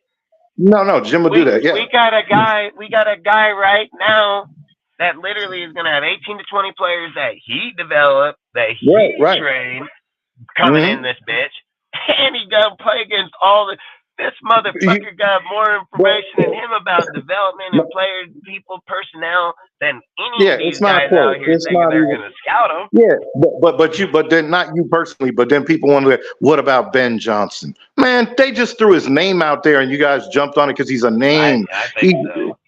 Yeah, I know the Lions are doing that. That's cool, but he doesn't have none of those dudes have the cachet that Jim has. None of those dudes. I agree. I think Ben Johnson's name's put out there because he's a good offensive coordinator for, for them. But I look at things like he can go to a different organization, dude, that's just lacking offensive players and be able to build it because he's offensive minded. I would not argue that point. But he's not going to come here to the Raiders defensively, offensively, GM. Like, we have so much shit fucked up. It's not going to take a guy like him that changes it. He's barely lucky he knows the offensive side of the ball. So I've always said, like, if we're about to make the move that we should make, in my personal opinion, I think there's only 2 dudes qualified. And I don't care how people listen. Benemy has never rebuilt a team ever in his life. Fucking Ben Johnson never has either. Ken Dorsey never has. Fucking John Gruden and Jim Harbaugh have done it multiple times. Let me ask you this. When we're talking about taking something down and rebuilding it, like, so look, like if John Gruden leaves, right? And if Sean Payton comes in, John Gruden's shit carries on. His shit works. Yeah, because that's part of it. Yeah, and they brought in fucking Josh right off the fucking diamond. Yeah, but that was because But my thing is this. So you were saying like, yo, why the fuck is AP even in the conversation? Makes no sense. It's just because they threw him in there, right? And I agree. That's the only reason why he's there. He wouldn't have been. No one would have even. It's not even close.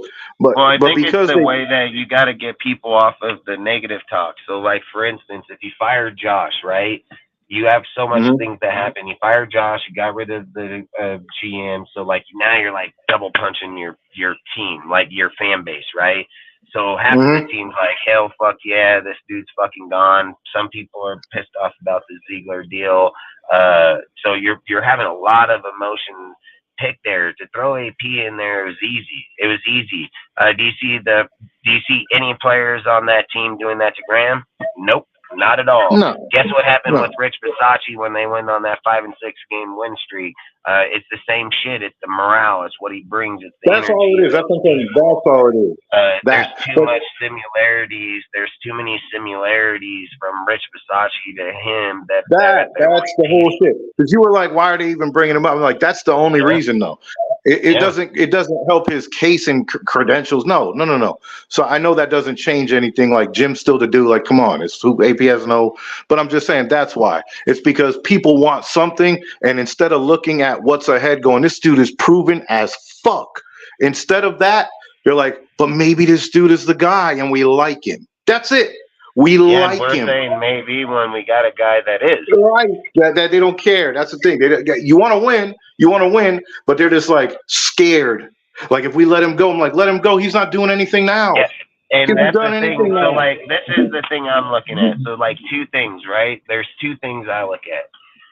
One, if fucking AP is such a diehard ass Raider, he's not gonna get a head coaching job if he leaves out of here. I'll fucking bet hardcore money, dude. He might get lucky and get interviewed because of the Rooney Rule, and people are just gonna do just like I said. If we even talk to Rich Bisaccia, it'll be a form of the Rooney Rule. Just the fact, like, just showing courtesy. You know what I mean? Yeah, it's a formality. That's all it is. You're hiring him. If you hire him, I ain't watching that shit. I don't give a fuck. If we hire him, fuck that.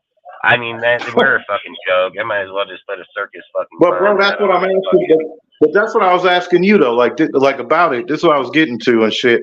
Is do you think though, even though Mark Davis didn't have the intention, like I'm hiring this guy, period, like next year, do you think he had any intention, even with his analytical advisors and whoever the fuck talks to Mark, whoever the fuck they are?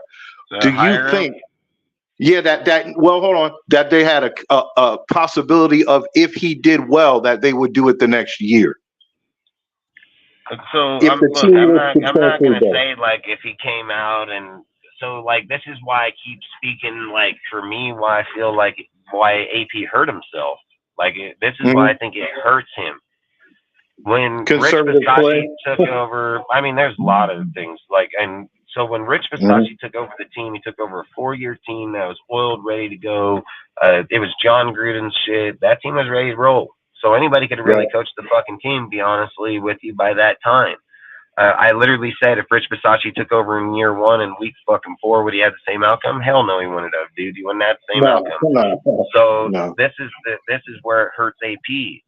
When Josh took over the team this year, or started the season this year, they were anticipating us to be a good team. Well, when Josh got to fucking what was it, week 8 or so when they got rid of him, when they got rid of him, Pierce actually made the team look better for that little bit for those first 2 games. And I think that shit goes against them because you're taking a team that was in the dumpsters, not like Gruden's where it was already going.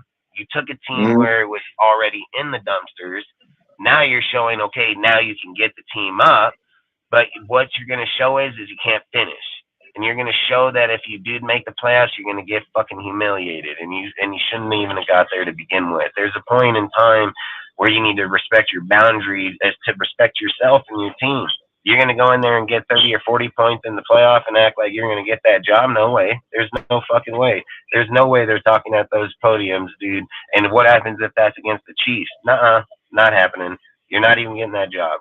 And then, like I said, if you go in to hold the case, I've said it. People are like, he has to win out. He has to do. No, he doesn't. He don't even have to win out, and he don't have to win a playoff game. I've said it. In order for him to get that job, he needs to win all these fucking games for the division. He needs to show that, hey, game 1 was a test run against Indy. Yeah, I was fucking classed up.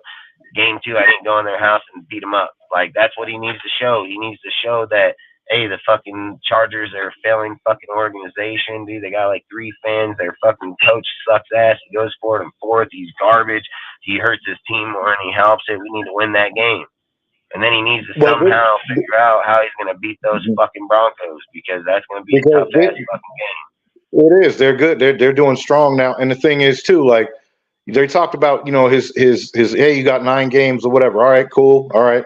But the thing is, really, these are the games that's really the resume now. Like I this think is, the ones that are gonna. Look, dude. If he loses against the Vikings, I think his shit's over. It should be over. It should be. Yeah, I think it should. There ain't gonna be no more argument in that shit. If he loses, I don't see how they're gonna beat these dudes though, dude. Like if he loses against the Vikings, he's done. But let's just say he beats the Vikings. I'm telling you, listen, we have swept the Broncos for years. We beat the shit out of the Broncos. They're our fucking little puppet. So if we lose to them, there's fucking check 1. We split with the Chargers. That's fucking going to be check 2. And if we can't beat up on the Chiefs on Christmas Day on national motherfucking TV, and we get humiliated. Bye. You can pack your shit and get up on out of here. And you I don't think you pack your shit and get up out of here. Like, that's fact. I don't even know if this dude's going to go 3-2. Which to me, if you beat the Chiefs and Vikings, you got the Vikings, Colts, fucking Chiefs, Denver, and the division. Yeah, I don't know. I don't even think he's gonna go 1 and fucking. I don't know. What I think they're gonna do, honestly, I think they're gonna go 2-3, and they just need to go on ahead and call Jim. 2-3, and then, like I said, dude, I think that Chiefs game is gonna hold a lot of factor, dude, because Andy Reid, Andy Reid talking that bullshit about having his number and all this shit. So I mean, I said, man, I think that Chiefs game will have a lot of more defining factor behind it. But I've also said, man, just pay attention to the MGM when we get into December and January. Like January, February, you start paying attention to there, you'll see. Like I said, they'll indicate where the coachings are gonna start to peak and drop. And I mean, APs will probably, if you don't win these games, this shit's gonna fall massive.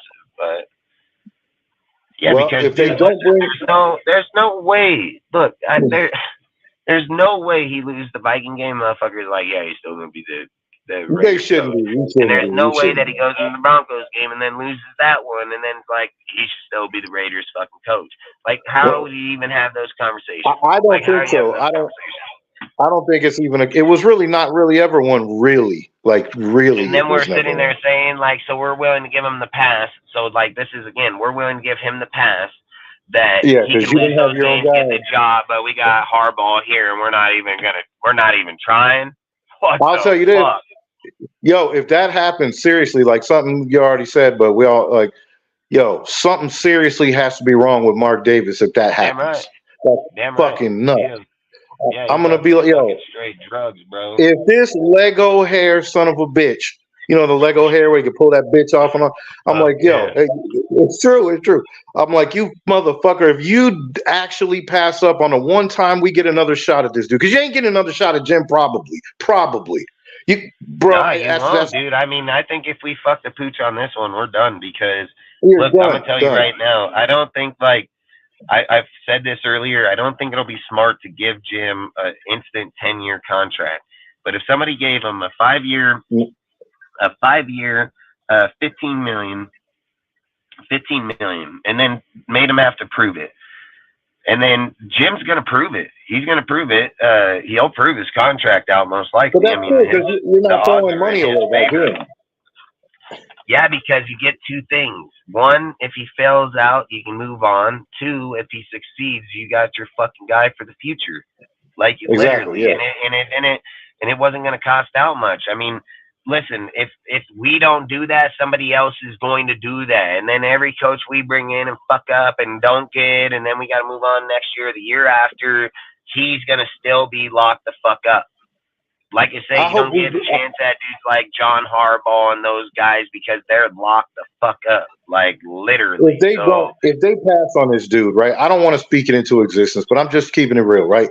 If for any reason this bull cut motherfucker, because of his advisors and whatever, and Mark, as much as Mark probably wants us to be what, he wants us to be that, but he just doesn't make good decisions. And if this fucking dude does not hire Jim and he doesn't roll with AP and it's not Gruden, they don't bring Gruden back, what do you think he'll do?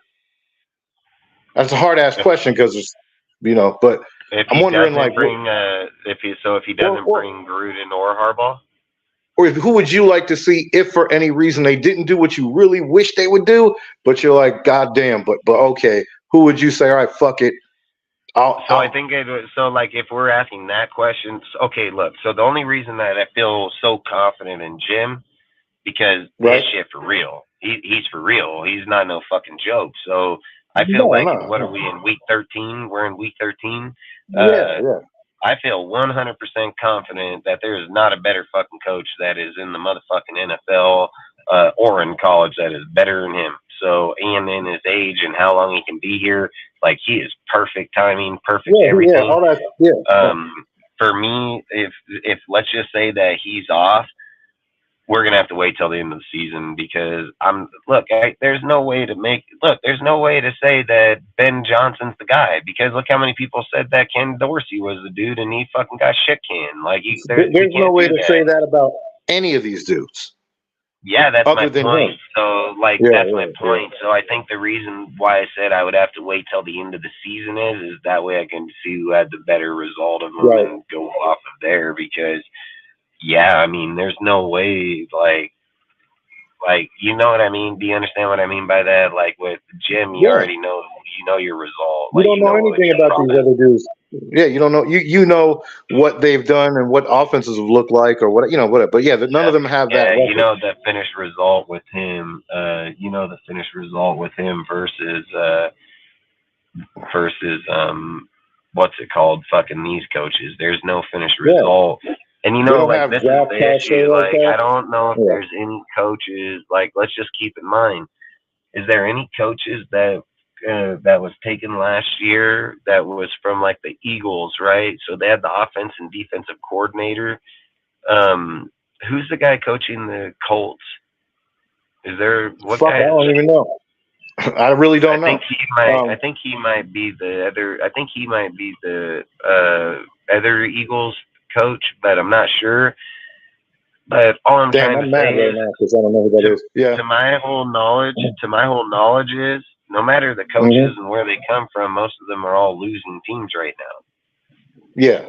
Well, that's definitely. So just to indicate a coach is coming from a team, offensive, defensively, regardless of who it is, it doesn't imply that they're going to win right away. That's my problem. That's my whole problem. It's not that they're not going to win right away.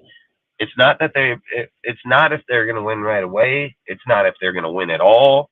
It's not if they know how to fucking manage a whole entire organization. Is he just coming for a head coach and not anything else? And if he is he the head coach / offensive coordinator? Like, there's a lot of things that go into that, So are we keeping Patrick Graham and fucking Sam Kelly and shit? And Kelly, and then all we're doing is getting Ben Johnson to be the offensive coordinator? I mean, and that's going to be a problem because, listen, Patrick Graham's shown that anytime we play against a good team, he gets fucking 30 birds. So that means every time we play a good team, I can't stand Patrick Graham, bro. Ben Johnson's going to have to score 40 points. You know what I mean? Right. Like, you can't do that. Well, you're fucked anyway if that happens. That's not going to, that's just. And that's the thing I hated about Carr. I literally said the year that Carr was going to get traded, I literally said, dude, if you go back and watch my lives in the beginning of the year, I said, dude, it's kind of unfair because Carr's got to literally put up 30, 40 points per game, and that's unrealistic. It's not going to happen. I said it the whole time. I mean, the only way Carr can win those games, dude, when Carr put up 35, the defense led 36. If Carr put up 40, the defense gave up 42. Like, how is he going to win? Yeah, how's he win in that case? Like, and these motherfuckers, bro, what's crazy? Like, everybody likes to bring up, and it's a plus and a minus. Like, they bring up, Carr had the most comeback wins ever, the Raiders, whatever, leading the most fourth quarter shot. I'm like, yes, and that's cool for Derek. No one's taking that away from you. You can't take that away. The point of it is, though, he shouldn't have fucking had to. Yeah, like that's despicable. You know how many games, even when we went 12-4 or whatever, 2016, it's like it's the same shit. It was all this nail biting defense can't hold anybody, miracle shit that just so happened that DC was able to do his thing at the end of those games. But I'm like, bro, don't you want a fucking solid defense? Aren't you fucking tired of that shit or having one supreme dude and a bunch of guys? So that's the thing, Harbaugh, everywhere he's gone. So Harbaugh leaves out of fucking the NFL. He ends up coming to us. He fucking, playing. And then he ends up coming to us, dude. He becomes a quarterback coach. Dude, he's there 2002, 2003. Does a little bit more. Then he ends up fucking in Stanford. Then he ends up fucking taking that losing-ass, beat-up fucking team, turns it into a winning-ass team, dude. 12-1, ground and pound, fucking good defense. Fucking Shaw comes in there. He fucking takes over for the next 3 years. Dude, he has 3 winning seasons, and then he starts to plummet. In the meanwhile, fucking Harbaugh goes to the NFL where Mike Singletary coached the Niners. They had a pretty good fucking team. They just couldn't get out of an 8-8 fucking season. Harbaugh comes in there, takes Kaepernick, fucking Alex Smith, and fucking Blaine Gabbert's garbage ass, and fucking all ends up going Super Bowl and NFC Championship. Then back to NFC championship game. This guy, he built the ground and pound run game in the Niners. He built the defense. That shit's still intact right now to this fucking day. Then he leaves there, goes to Michigan, and does the same fucking thing again. And does the same shit again. And he been doing it over and over and over again to motherfuckers. And we look at like, we don't want that. I want it. 100%. I've said it every single time. I'm gonna talk about this guy. I'm gonna talk about like he's already the coach, dude. Like I'm not. I was never of the mindset that we need to keep, like, we have to keep AP or any of that shit. Mine was more like, I wonder what Mark is gonna do.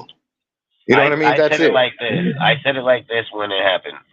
I said, right when they fired Josh, I said, hey, man, they did not fire him just for AP. I said that right away. I said, this shit's probably right for fucking Harbaugh. That's the only dude that's the hot motherfucker out there. And that's just sending big ass fucking, like, this is shooting a flare up in the air. So, like, this is if he comes in, bro, if they get him. What I'd say is like, when you do that, you're putting out to the people. But what I was going to say is with Harbaugh, fuck, I just lost the train of my thought, man. You can go. What were you going to say? I was just saying, it's common sense, but like, if they bring Jim in here, man, those changes are going to come so quick and so fast. Motherfuckers are going to be seeing so many things going on at one time when Jim comes through, just because, Jim has vision. Jim ain't fucking around. Yeah. Like, Jim ain't coming here. That's what I was going to say is that when they fired Josh, they didn't give that, like, they've not looked to fucking be like, oh, yeah, let's hire fucking AP. He's never fucking coach. I know them motherfuckers that got billions of dollars invested into this shit.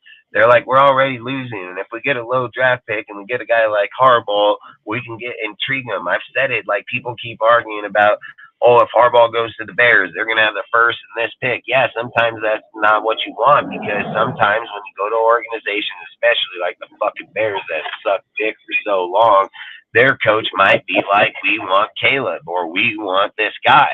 And Harbaugh might not be like, no, I can make fucking Justin Fields work. Like, you don't fucking know. And he might want to use those picks somewhere else, and then that might cause conflict with the fucking owner. If Jim comes here, you're going to get full ride of whatever he wants to do. Mark ain't going to tell him. Mark don't even know what the fuck he's doing. Like, Mark would be like, here you go, let me suck your dick, fucking come to the glory hole every day. I got you, bro. Like, that's like, bro, just when Josh came here. He's not going to put him down, man. He's not like Jim. No. Jim is the perfect pick here, because I think for us, what we're not understanding like, that's why I say I give him $50 million. I don't care. I give him the money, because if he walks through the door and he's already watched tape, he's watched players, he's seen us, like, he's already been studying us, dude. I mean, he's already seen, he was helping John. He was the one that told John how to put the fucking TVs out on the fucking field, so he's able to see the shit from different deals. Like, he was already helping John when John was here. So long story short, he already knows the team. He knows the way that we roll or what we're doing. The thing that is the most crucial thing, I said this shit even when I said about AOC taking over the quarterback position in the preseason. I said the reason you play him in the preseason throughout the regular season is because he'll tell you the story if he's going to be a franchise quarterback or not. Like, you'll know right away, especially like in the past, you can take chance like you would with Derek Carr, right? So having a 13 fucking start, 3-13 start, it's what it is, because you were banking for Carr. Look, man, you don't got to do that with this guy. You got fucking 10 quarterbacks coming out here that are going to class this dude. Like the end. Like the fucking end. So if Harbaugh walks in, man, if Harbaugh walks in the room and said, if Harbaugh walks into the Raiders and says, hey, man, fucking, hey, AOC, I can fix your fucking problems. I know how to fix your problems. and we're going to roll with you this year. I mean, listen, I'm all for it, dude, because I know for a fact that Jim Harbaugh did not come from the fucking Michigan to come here and lose like that. Look, there's things about people and their egos and who they are. His ego is about winning. Like, that's my ego. I want to fucking win, dude. I want to win at all costs sometimes, you know? Like, I'm not going to cheat to win. But, I mean, don't get me wrong. If you ain't cheating, you ain't trying. But I've always felt like I'm just going to try my hardest to be there. For me, I feel like with him, his whole family, I've said it, they're like the Peyton Mannings, Rex Ryans, dude. Like, their fucking lineage is massive. Like, Yeah, they're not his lineage is insane. Yeah, his lineage is on some other shit. Yeah. Yeah, no, we don't need I don't want anybody that's going to be learning on the fly. I mean, it's one thing to learn about certain things within your season, but I don't want that, you know? Yeah, I've always said, like, if he wants to learn as a backup and get to that point deservingly, I would have no issue with it. It wouldn't even be a debate. No, that's why I said, like, do the 5 years with Harbaugh. Harbaugh don't work out, you got AP right behind him. It's a win-win. Yeah, it's win-win for us, man. We don't lose in anything. He's learning under one of the best coaches in fucking the history of fucking football. I mean, there's no doubt. I mean, he's got the knowledge. He has all the fucking development. He has this insight. He has like I said, he can develop. He can see. He can scout. I mean, he has all kinds, dude. So as long as he don't become like a Josh where he just gets inside his head and that's the only thing people were worried about. I think that's the only thing people were worried about. Really, you know? Yeah, he'd be really good. He should be, man. He should be leaps and bounds even above Josh. I know Josh has done a lot in the league. You know, people want to shit on him, and I get why. What's AP that? knows his clock. AP knows his clock is ticking. I mean, he said it in the last presser. You know, he said like, "Hey, I know my shit's on a fucking time limit now," and he knows that it's getting down to the end. And he knows that he even said, "I might be taking an extended fucking leave." You know, like. Yeah, man. He would have to do some. Yeah, he's not keeping this job, bro. He would have to do some spectacular shit.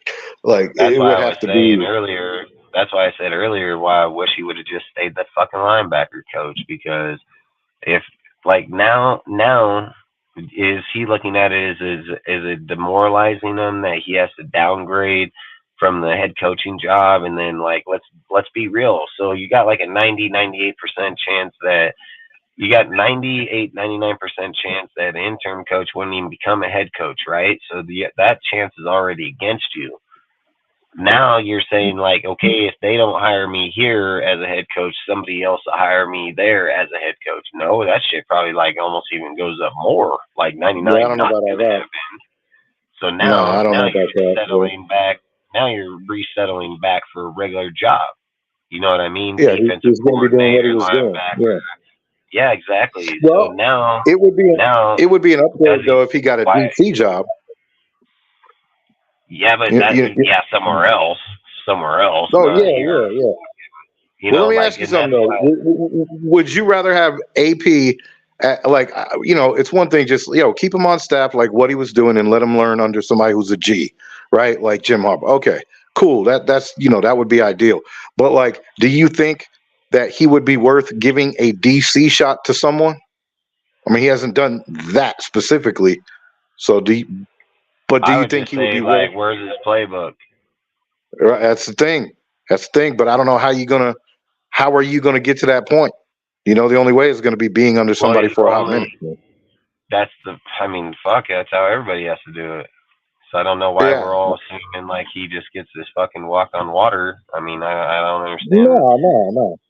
Mine is just like, do you think that they would offer him that? That's like, I'm just saying, like, do you think that it would be? Like, so, like, for me, the whole thing, like, offering a guy a job, like, if he wants to come work for me, you got to have the shit to do it, bro. Like, if you're a mechanic, right, you got to have the tools. You know what I mean? feel you, but you can't just walk in here and tell me that you know how to change the fucking motor and not have the tools to change the motor. I mean, anybody can tell me that shit. I mean, look, dude, if you look at head coaching jobs, right? You've watched football a long time, I imagine. I mean, the way you talk, you most definitely probably have. Just name any of those coaches that's never been through the offense or defensive coordinator position that got the head coaching job. I'll wait. Yeah, Like, let me know. No, I know that they're not going to just throw him out there. I was just curious to see what they might do with AP, even though it's like, dude, he doesn't have the track record. He he just doesn't have This would be the right thing. He's 40 years old. He just got here, dude. He ain't fucking been nowhere. He's literally been in fucking Poly Beach in fucking Arizona State. He's fucking coached underneath people. He ain't done nothing. He's has yet to develop his own playbook, his own scheme, or his own identity for what would be the right choice. Like I said, in the first place, he should have just set his ass right on the fucking linebacker position, let Harbaugh get here, fucking, and then Harbaugh would have probably went after Edgar Bennett, dude, and fucking him, and then he retains him on the squad, and then he fucking holds him there in the linebacker spot where he develops more, and then he kind of do it like a fucking Mayo deal where you bring him in, have them the assistant to the defensive coordinator so they can learn the play call. That's how you do the process, you know, like that's how you should learn.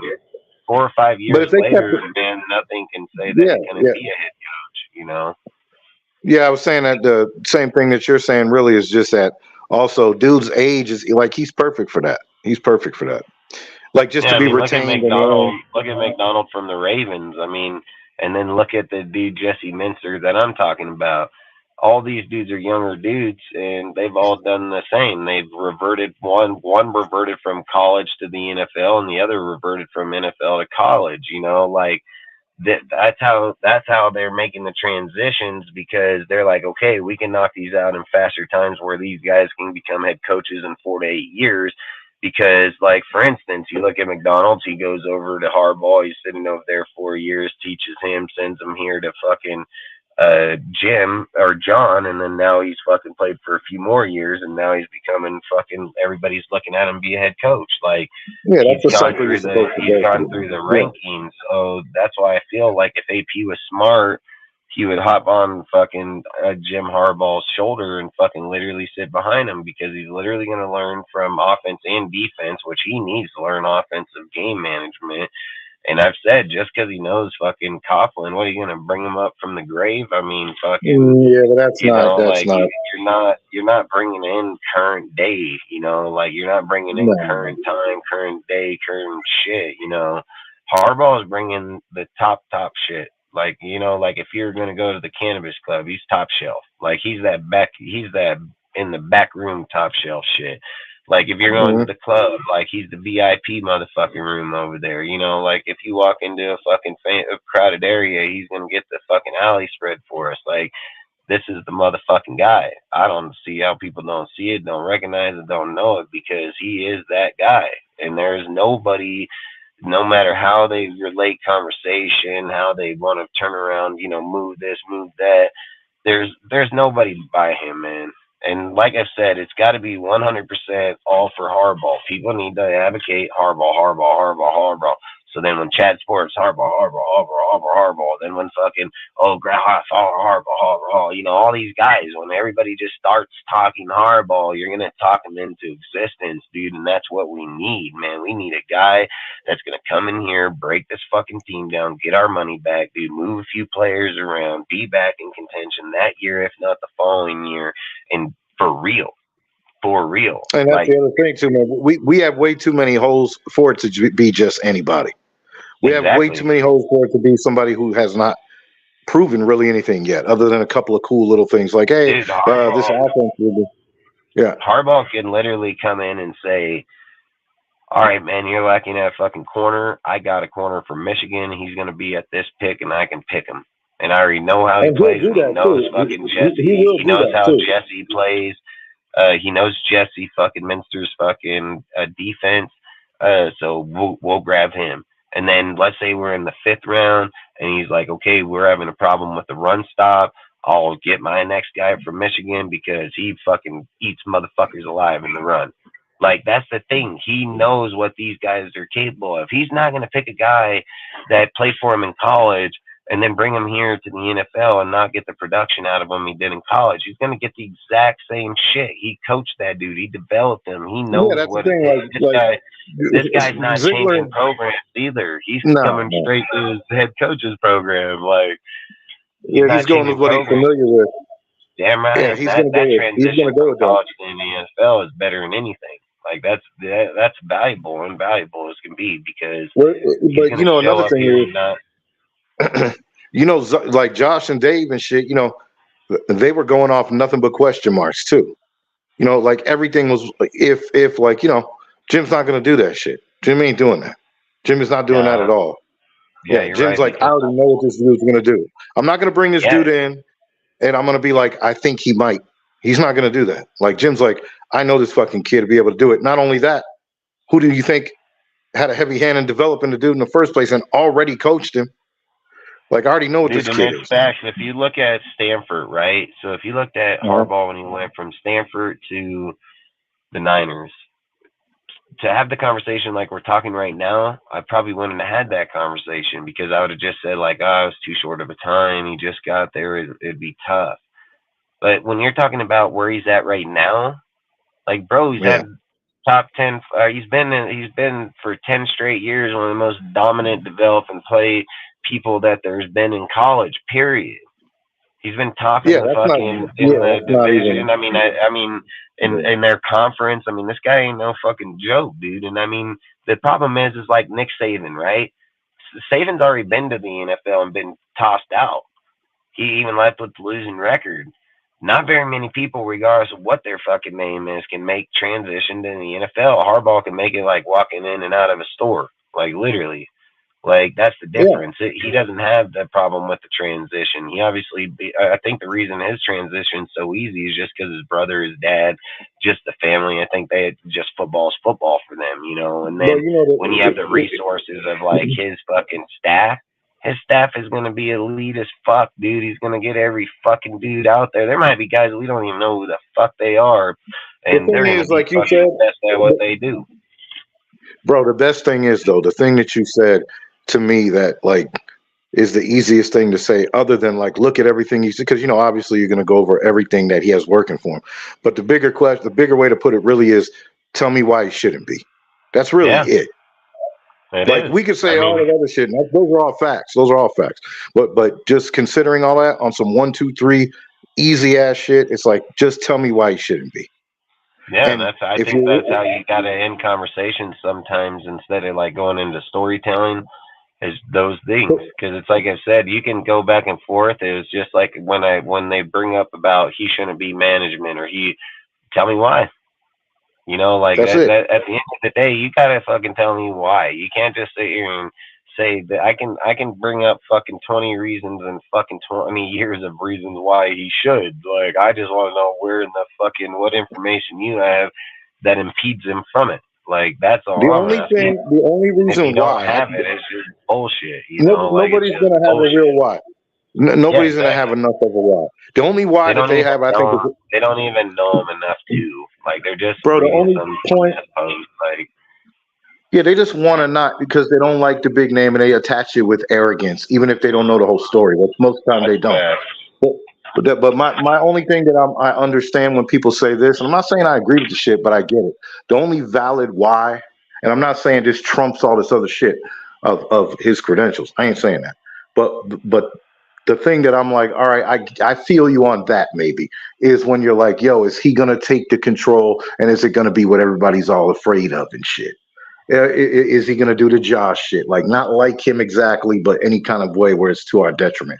That's the only thing I'm like, okay, you could maybe, and again, that doesn't mean like that's it. You know, like that's just. I mean, he runs Michigan, and he don't have a problem. That's the thing, though. He's done it with all these other fucking programs, so he hasn't done it for there. Over 10 years. He's done it for over 10 years, and nobody was really crying. Right, he ain't failed there yet. Yeah, nobody cried about it. You know what I mean? Like no. Yeah, you heard a few little nothing thing, but nobody cried, and it didn't stop the dominance of everything else that happened. So when you come in there going, I wanted to do what Josh did, I'm like, well, you mean win? Because other than winning, what have you really heard? I don't care about this pussy sign stealing shit. I don't want to hear nothing about that. Like, on some serious shit, Yeah, I mean, they for a should kick the decade shit long. out. Well, they beat Ohio and, they beat Ohio and fucking Iowa, so they didn't need signs. They fucking snuffed them. Yeah, that shit was all. That's null and void anyway, because we know I've always before said, that like, shit. if Harbaugh ain't even at the game, bro, and he fucking goes 3-0 on a suspension, like, All right, he got do you fucking think? shit on signs. What was he sign stealing? How about this though? Like on some other shit, was he sign stealing when he took San Fran to the Super Bowl? Was he sign stealing? That's fact. So See, that's when my people say point.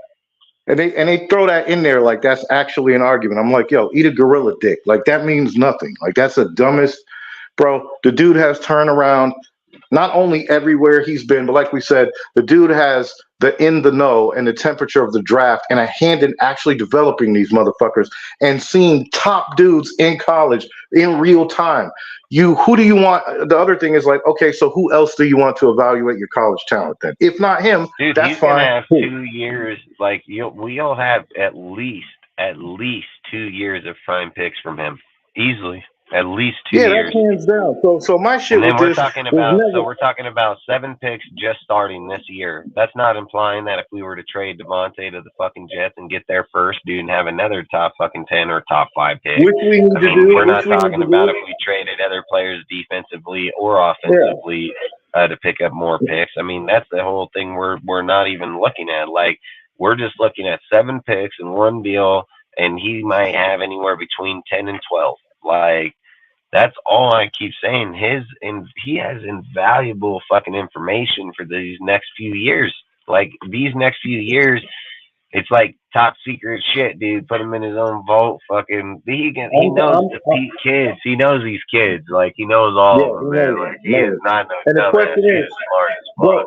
bro, the other question is, right? Like when we're like, well, if not him, then who, right? Here's another thing that falls right. See, the thing is with the Jim shit, I'm with the Jim shit because Jim is Jim, right? I'm just like, I don't know what this motherfucker is gonna do because I never can rely on this bowl cut fuck. I don't know what I don't really hate Mark Davis, but he's just a bumbling idiot though. And Yeah, I don't know, like that guy. I wish they would just give it to John and let's roll. I would rather do that. I would rather do that. This guy is Mark Davis is like a parody, man. Like I don't hate this dude. He's I'm not gonna lie. off his dad's money, dude. Yeah, like I hate Mark. Like the thing that irritates me so bad.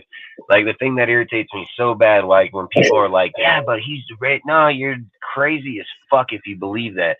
Because listen, Mark is a fucking dipshit. He literally was with his dad his whole life, dude. His whole life. He's a laughing stock. He don't know shit about football. Like, no, man, and it's the Raiders, bro.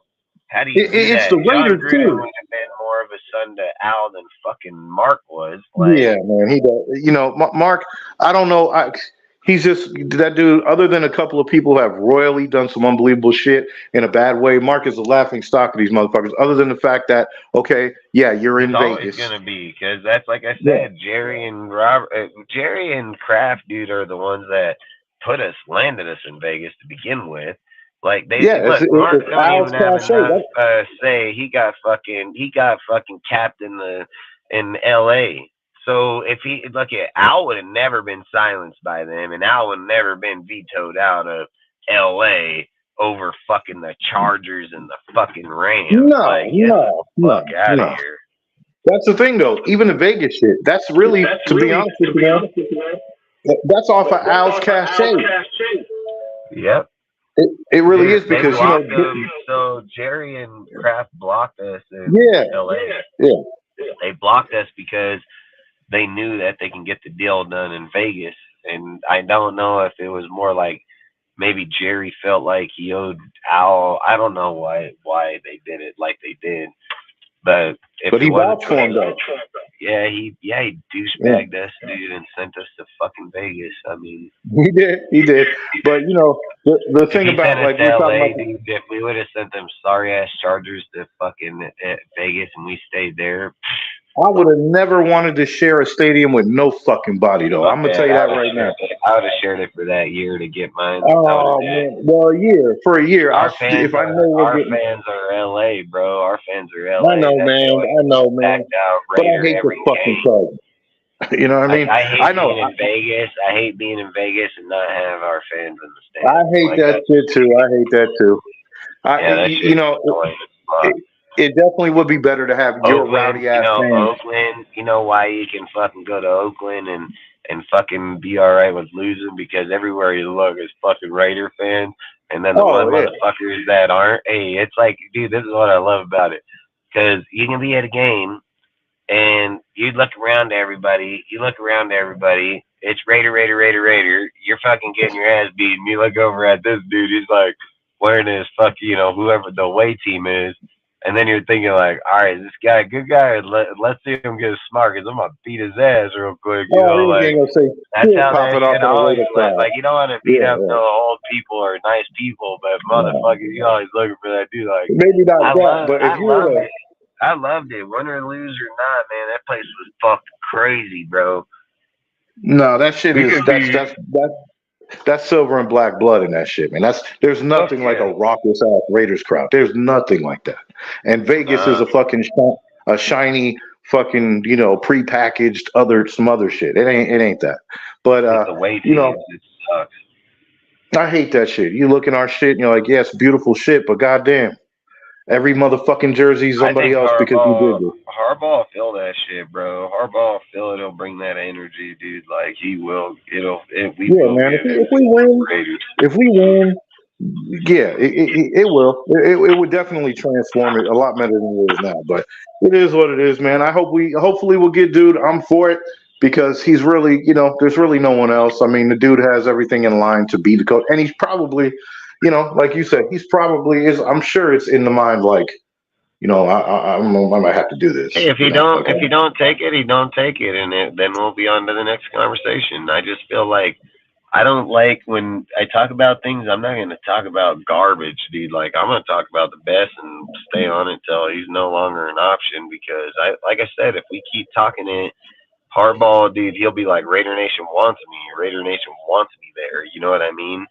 And I think that matters.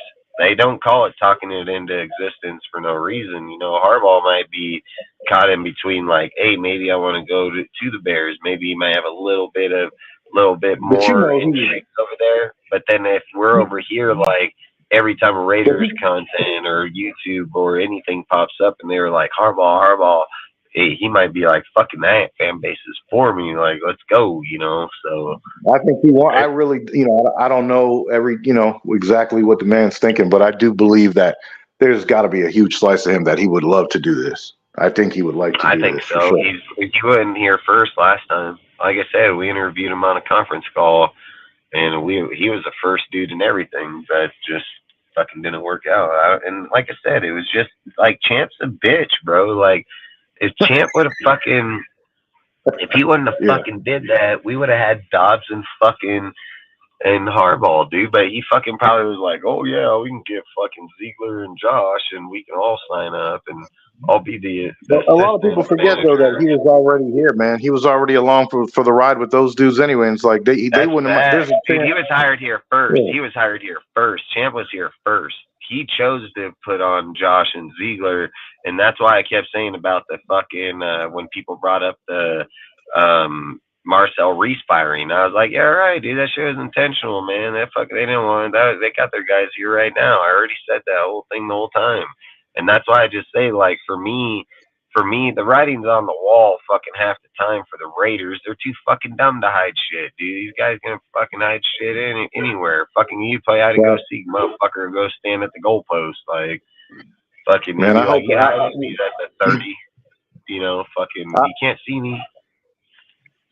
Dude, I have a feeling, man, like, and I don't know if this is, that's facts. Everything they do is predictable. And a lot of the times you're like, not only are you going to do something predictable, you're going to do some shoot yourself in the foot ass bullshit, whether it does. It goes, you're going to Plaxico Burress yourself at the nightclub. Yeah, you're going to pull a Plax in this bitch. And my thing is, like, I don't even know. I'll just say, with the Harbaugh thing for tonight, because I know we've been on. I know you probably want to go relax and stuff. But it'll be dope if we get Jim. We already know why. Jim's got everything working for him, so it'd be awesome if he's officially becomes again a Raider for real in terms of running this shit. That'd be crazy. That'd be awesome. Remember that? See that motherfucker on the sideline with them headphones, silver and black and shit, and not no quarterbacks coaching 02 and 03. That was cool. That was great. But OG Jim running shit. his energy would be crazy, dude. He got some mad ass energy, man. So Like, tell me you ain't gonna look on the sideline. Bro, tell me you ain't gonna look on the sideline. Say all this shit comes true. You're like, I knew it was coming. I was speaking into existence. I was pulling for this motherfucker forever. And say you see his ass walk. Say you see him stalking them motherfucking sidelines with that Raider shit on.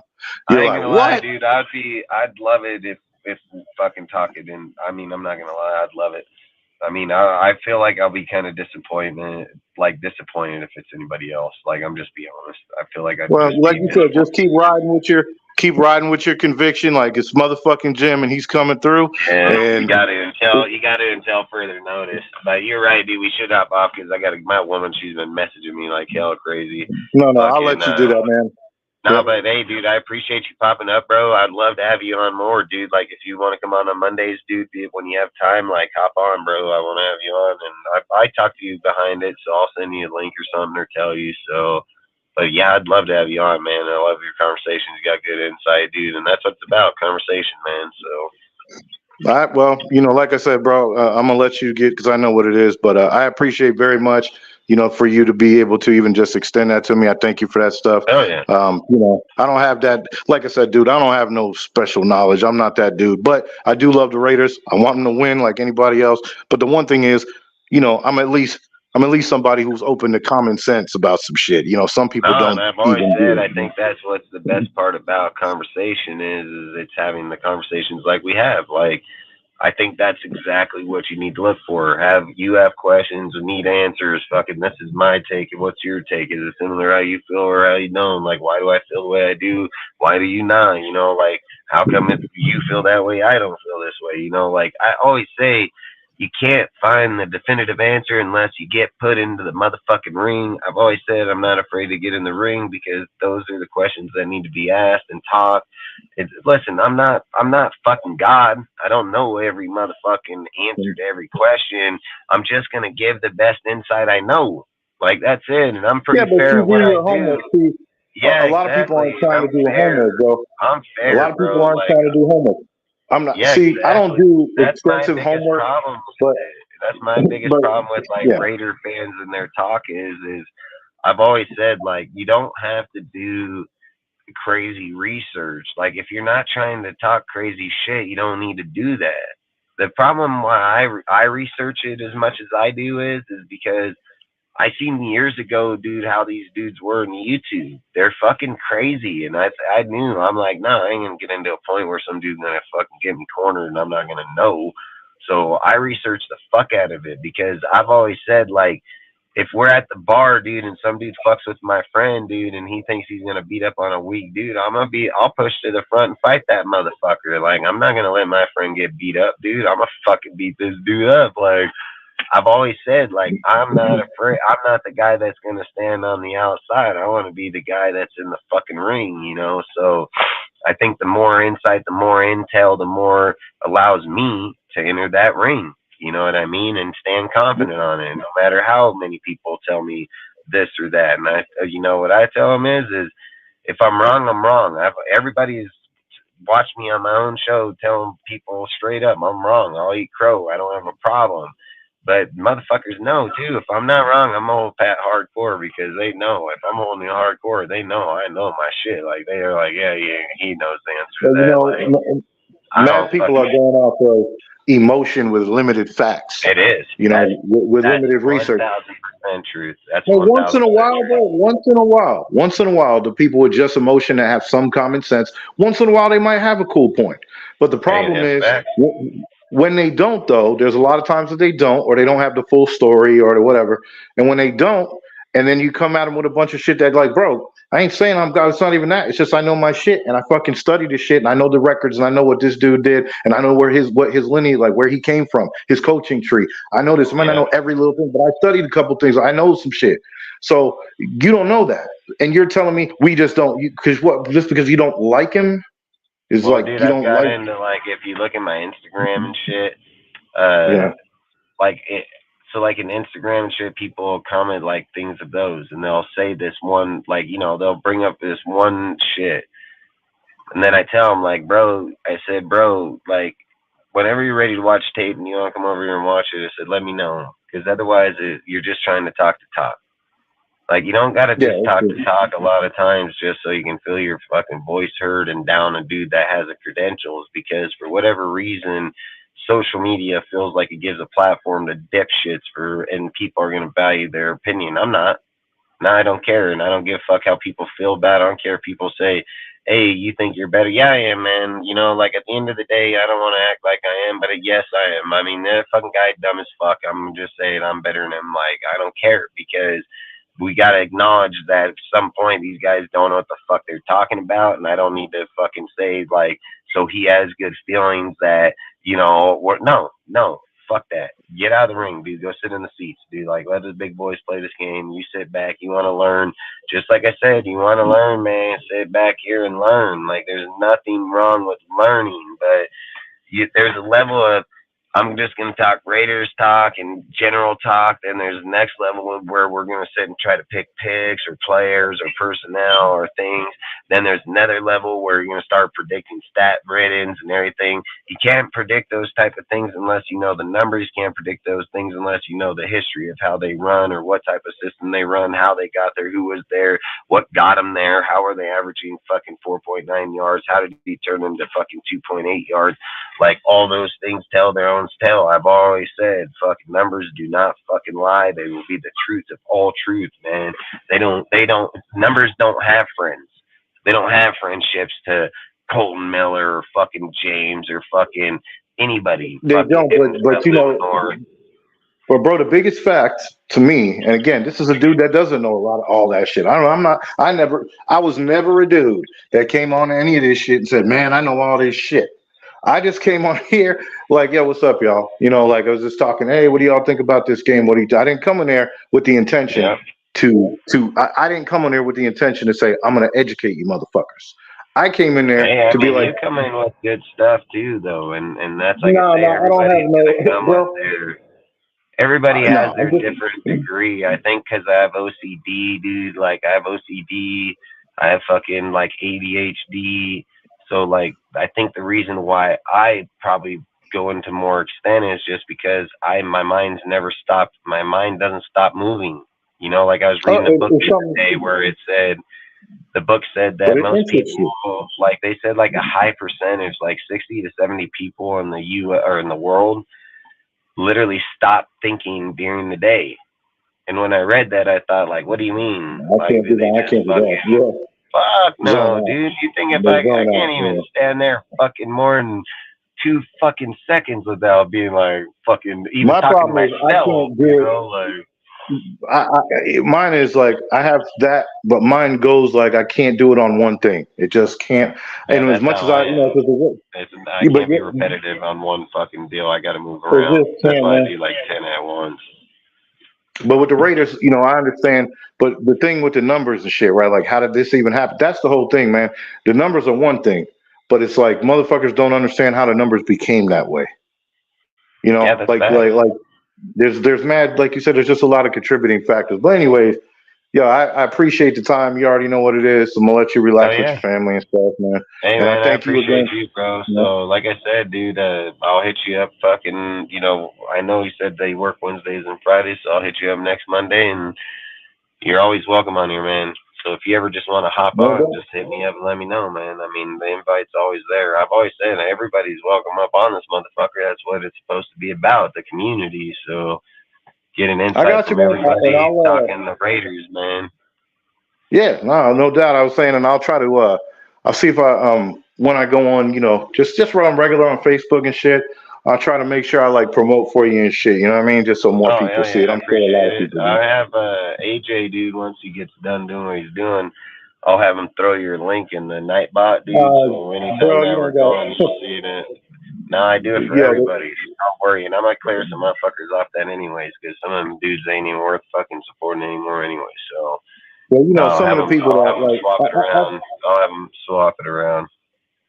I've seen a couple of, you know, I ain't gonna get too much detail because, you know, these motherfuckers on here, not, you know, some of the toxic people in the community. Oh yeah. But like, I've seen some of the little silly bullshit. I've seen what they was, you know what I mean? Like I saw. Yeah, they play their games, you know, and I've always said this to me, like, I know that they do their shit and I don't care. You know, like to me, I'm not a little kid when we were in 3rd grade, dude, where I'm like go to the teacher and be like, oh, this guy said this or he's doing this. Like all I think, dude, listen, I'm successful, dude. I got my own company. I got fucking millions of dollars. I don't need their fucking money. I don't need their opinions. I don't need anything they say. The things that I look at is when I look at people like that, I look at one, they're failing themselves, they're failing the nation, and they're failing everything they stand for. Then they don't gotta explain to me. I'm not their fucking mom and dad, dude. They gotta tell that to their own mom and dad. They're just making it publicly known is the problem. You know, and that's the issue with me. I don't respect fucking grown men that don't fucking respect themselves. I don't respect grown men that don't got the balls to come and talk to me themselves.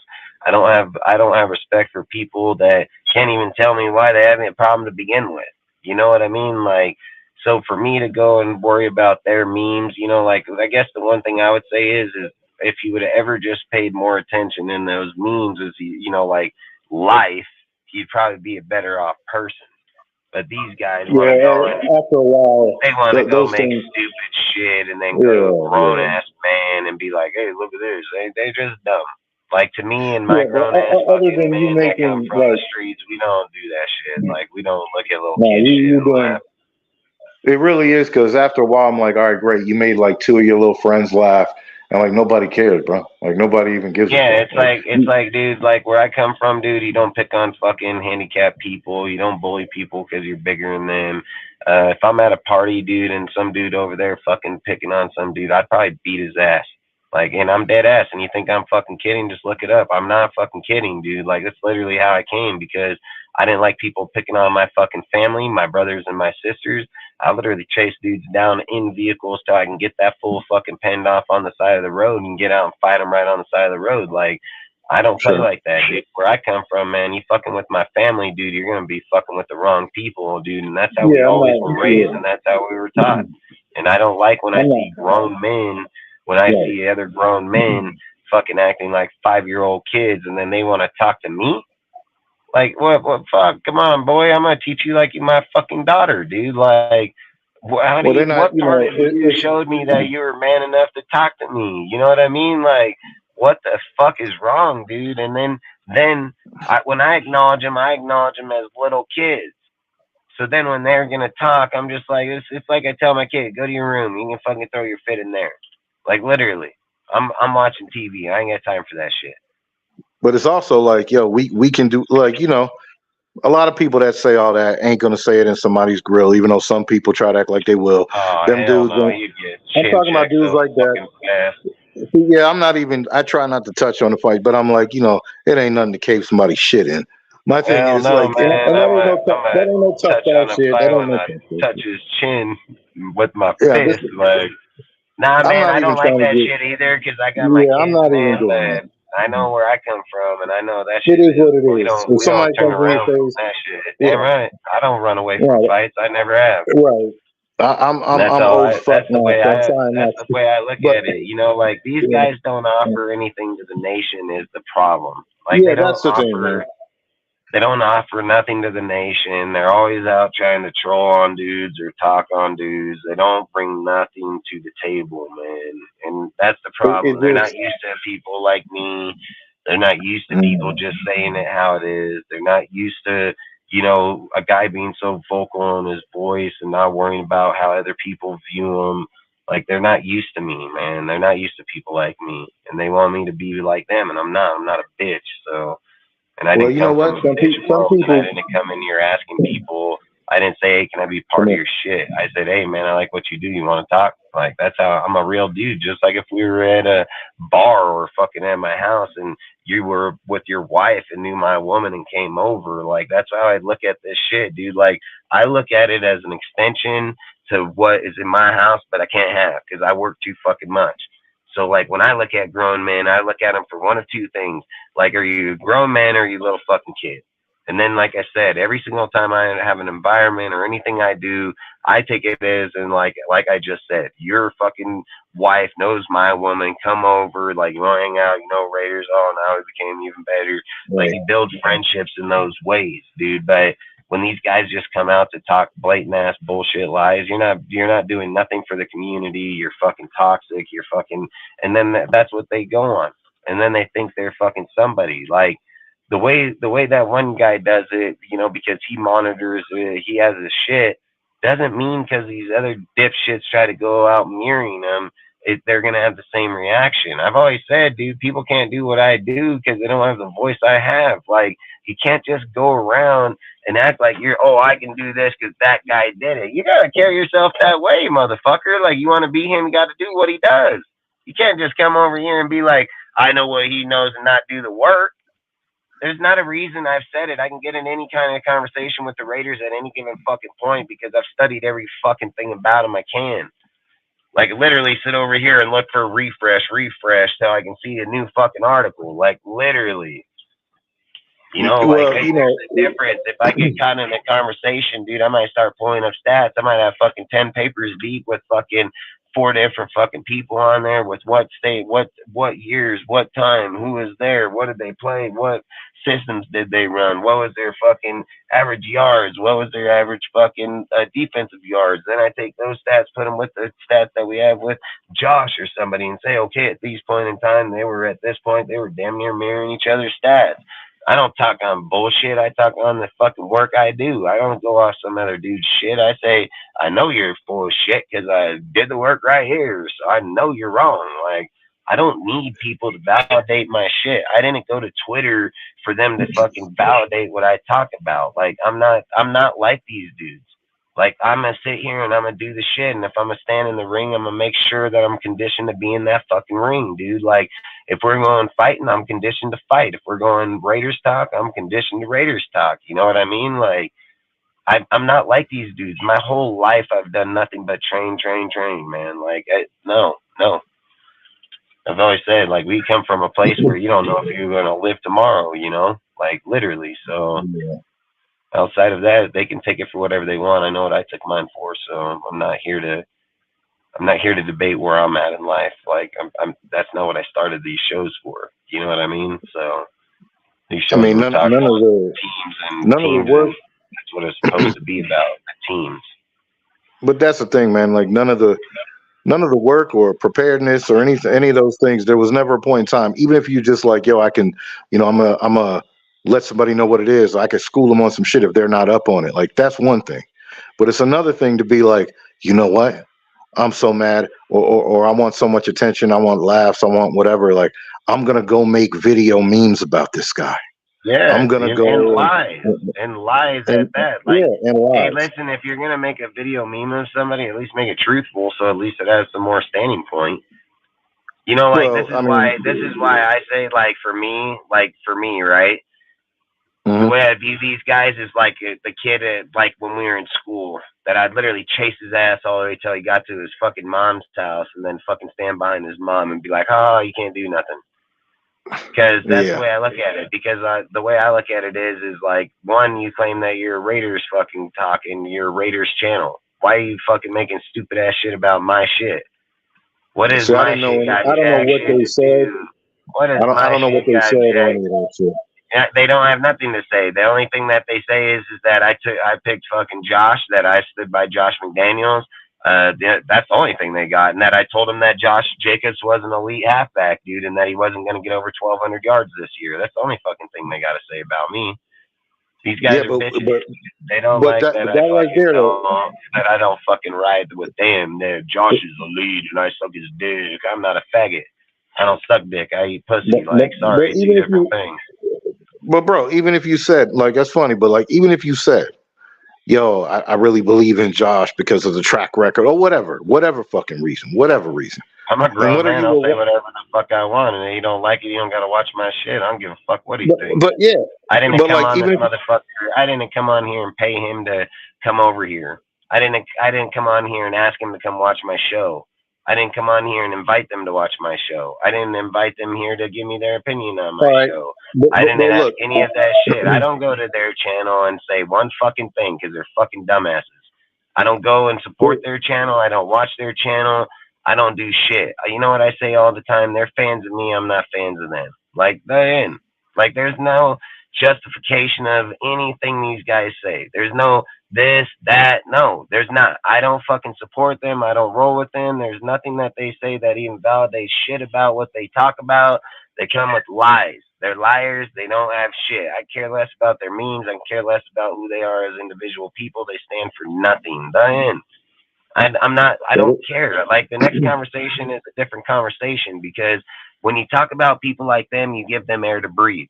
You can't give them air to breathe. They need to be suffocated. Them fucking kind of people, they don't fucking need air. Those guys need to be irrelevant. They don't offer shit to the nation. They can't debate nobody. They can't go on shit and be legitimate. They want to silence motherfuckers.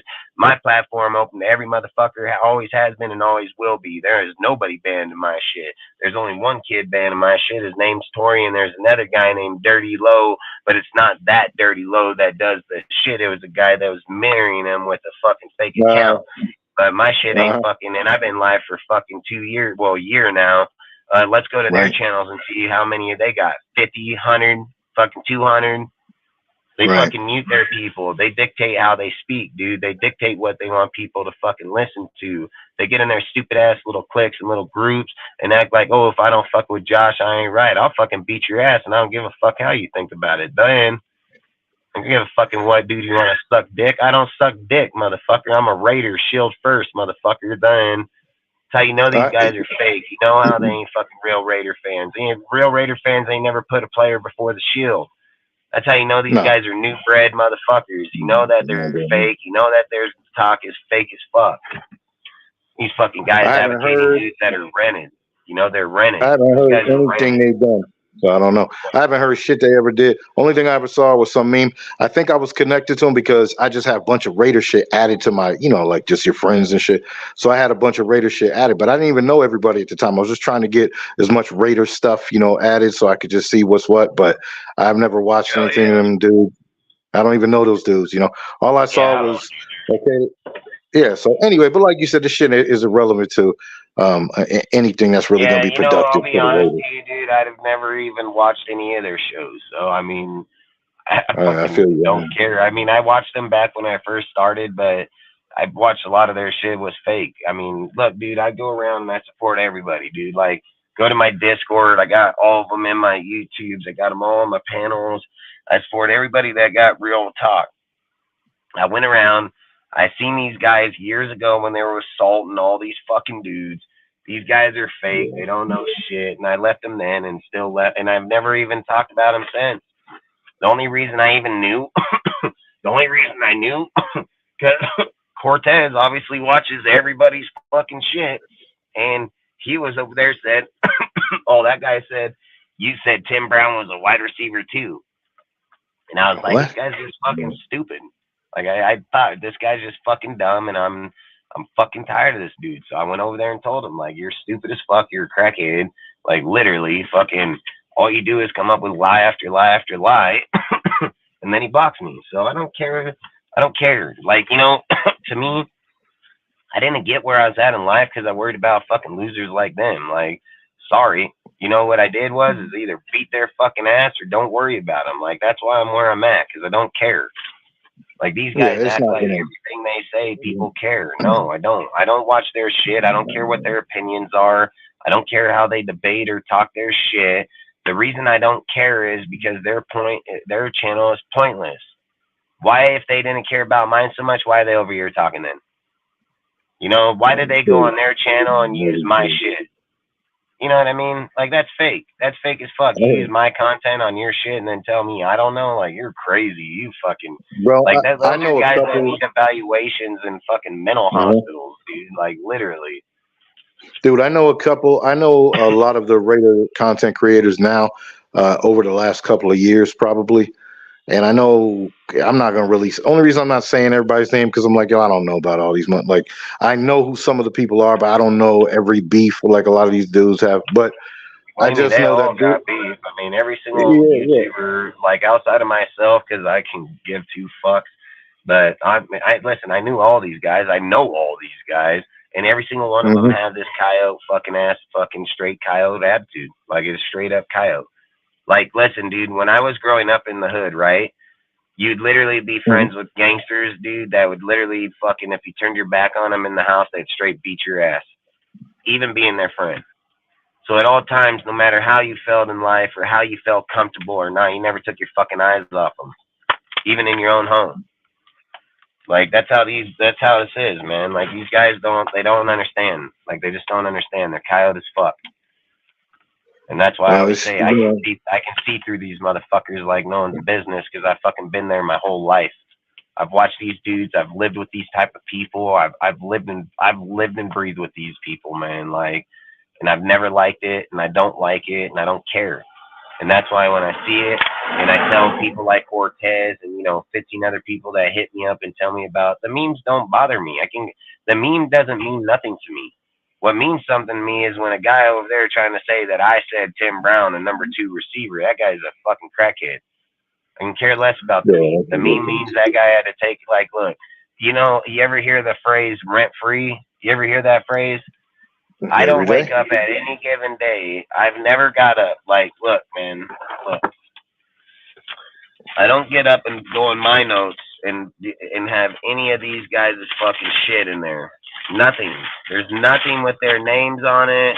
There's nothing that I'm like, hey, I'm going to go and spend fucking 2 hours of my day making a fucking meme on DSR or fucking Dustin.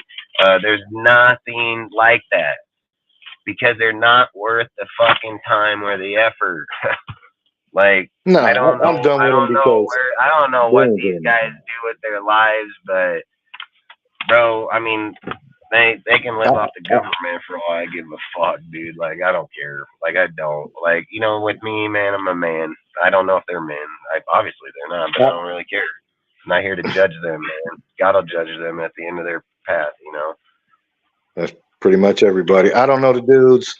I really, I'm not gonna say I don't know, but I just know that that shit has nothing to do with real Raider shit. It has nothing to do with anything productive or any cool conversation to really get into some Raider shit. That shit ain't contributing anything. So, what I mean? It's just like I even said with yours, dude, doing the fucking lives with the the football and shit. Like it's getting what we're all want is football and content and shit. Like if this guy, like for instance, if he wanted to talk shit on me, if he at least came with facts, it probably wouldn't bother me as much. I'd be like, all right, this guy's worth the challenge. The problem is he reminds me of my woman. It's like when my woman gets in an argument with me, right? She already knows she can't fucking beat me in the argument. We've been together for 10 years, so she already knows. So you know what she does? She starts saying shit that's not even true. She just straight up says shit not true. And then she knows after X amount of time it's probably going to irritate me or piss me off because I just think it's fucking stupid as hell. And then when I see it coming from a guy, I'm like, what the fuck, dude? Like, and then it makes me question the world because it's like, bro, like I've been in this world for 40 years. I just got into social media like 5 years ago, and this is the most loot ball shit, catfishing, trolling, fucking dudes, disinformation, fucking all these guys, dudes clown on dudes that got educations because we went to school, they didn't. Like, I think it's just funny as fuck. Like, and then I feel like they feel like, because they're like, oh, I got a platform, I can, like text or talk. They act like they're gonna bully me. Like, fuck, get out of here. Half these guys, they'll write me like a fucking, fucking 10-page fucking shit. I don't even read the motherfucker. I'll probably just delete the bitch. Like, I am not gonna fucking sit, like, you are not my woman. You are not going home and getting naked and hopping in fucking bed and we're gonna fucking get it on. Nuh-uh, motherfucker. So I'm not reading your shit. I don't give a fuck about your personal fucking feelings. I don't give a fuck about why you are fucked up the way you are. I ain't got time for that. I'm not a doctor. I didn't go to school for that shit, and I'm not here to fucking diagnose motherfuckers from it either. But what I am here to do is run my own shit. This is mine. I own this. I created it. This is my platform. Motherfuckers don't like it, don't come here. You don't want to watch it, don't see it. I can control what happens here. Motherfucker want to come here, be a grown man, act like a little kid. Bye, see you later. You want to fucking come in here and troll, you ain't going to be here, dude. Like, this is my shit. I can control however the hell I want. I'm a grown man. I have fucking morals. I respect people. That's how it'll be ran. And then the people can come, talk all their shit. I've never banned nobody yet. And there's been plenty of people talk shit to me. I don't get out of here and go and delete them from my shit or say, oh, don't support them or don't be bi. I don't do that shit. I don't got time for that shit. Then these guys, they all talk about their Raiders. Oh, Raider. No, you're not. You're just fucking some grown-ass dude with fucking mental problems. Don't got a fucking job probably. Fucking over here wasting your fucking life away. Soon you'll die, have nothing, and fucking go wherever the fuck it is you go. Worm dirt, fucking heaven, hell. I don't fucking give a shit.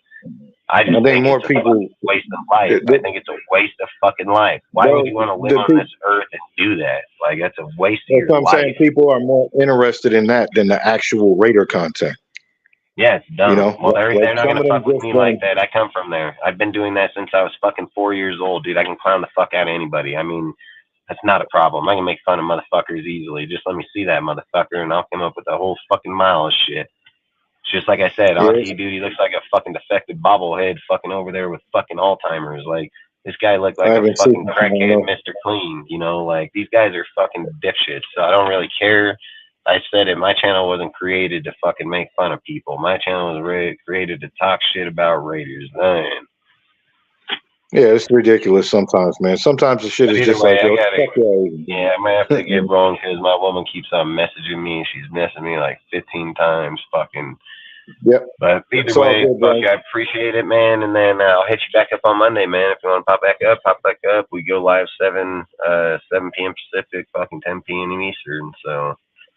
No problem, bro. Hopping up tonight, dude, and having conversation. Like, I really do appreciate it, man. So thank you very much. And then outside of that, like I always tell everybody, man, anybody that's here watching fucking still, just give a follow to fucking Strike Bader, man. He has a Facebook page over there. He puts out a lot of good content, dude. So, I mean, he puts out good stuff, man. He goes on his little rants and everything, same thing. I mean, I want to do those things, too. I've actually started to go over there to fuck around with it just to see, but I like that kind of shit, man. Like, I don't do enough one-on-one. It's just the same shit, Dustin. It's just talking shit and having fun. Just talking Raiders, bro. You know, I don't do none of that beef shit either. I don't really fuck with it. But like I'm saying, man, either, man, they just draw you into it, dude. And then like the mentality I hate that shit. You know, like I hate that bully fucking mentality. That shit. You know what I'm saying? 'Cause that shit take you. It's not about if you can clown nobody or not. It's about the fact that they want to turn it. Hold on, brother. It's because they want to turn it into that shit. Fuck all that, man. Yeah. You know what I'm saying? Anyway, but I know what's up.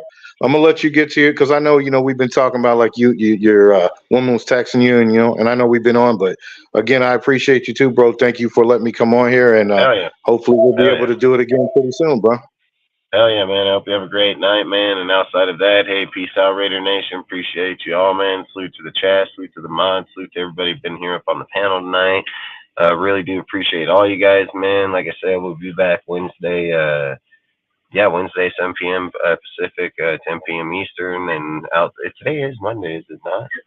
Tuesday. It's Tuesday, yeah. No, Tuesday. I was like, what the fuck? But no. Yeah. But outside of that, man, like I say, we do appreciate you guys, man. Really do. Outside of that, peace out. Hope you guys stay safe, and we'll see you on Wednesday, man. All right. Peace. Peace.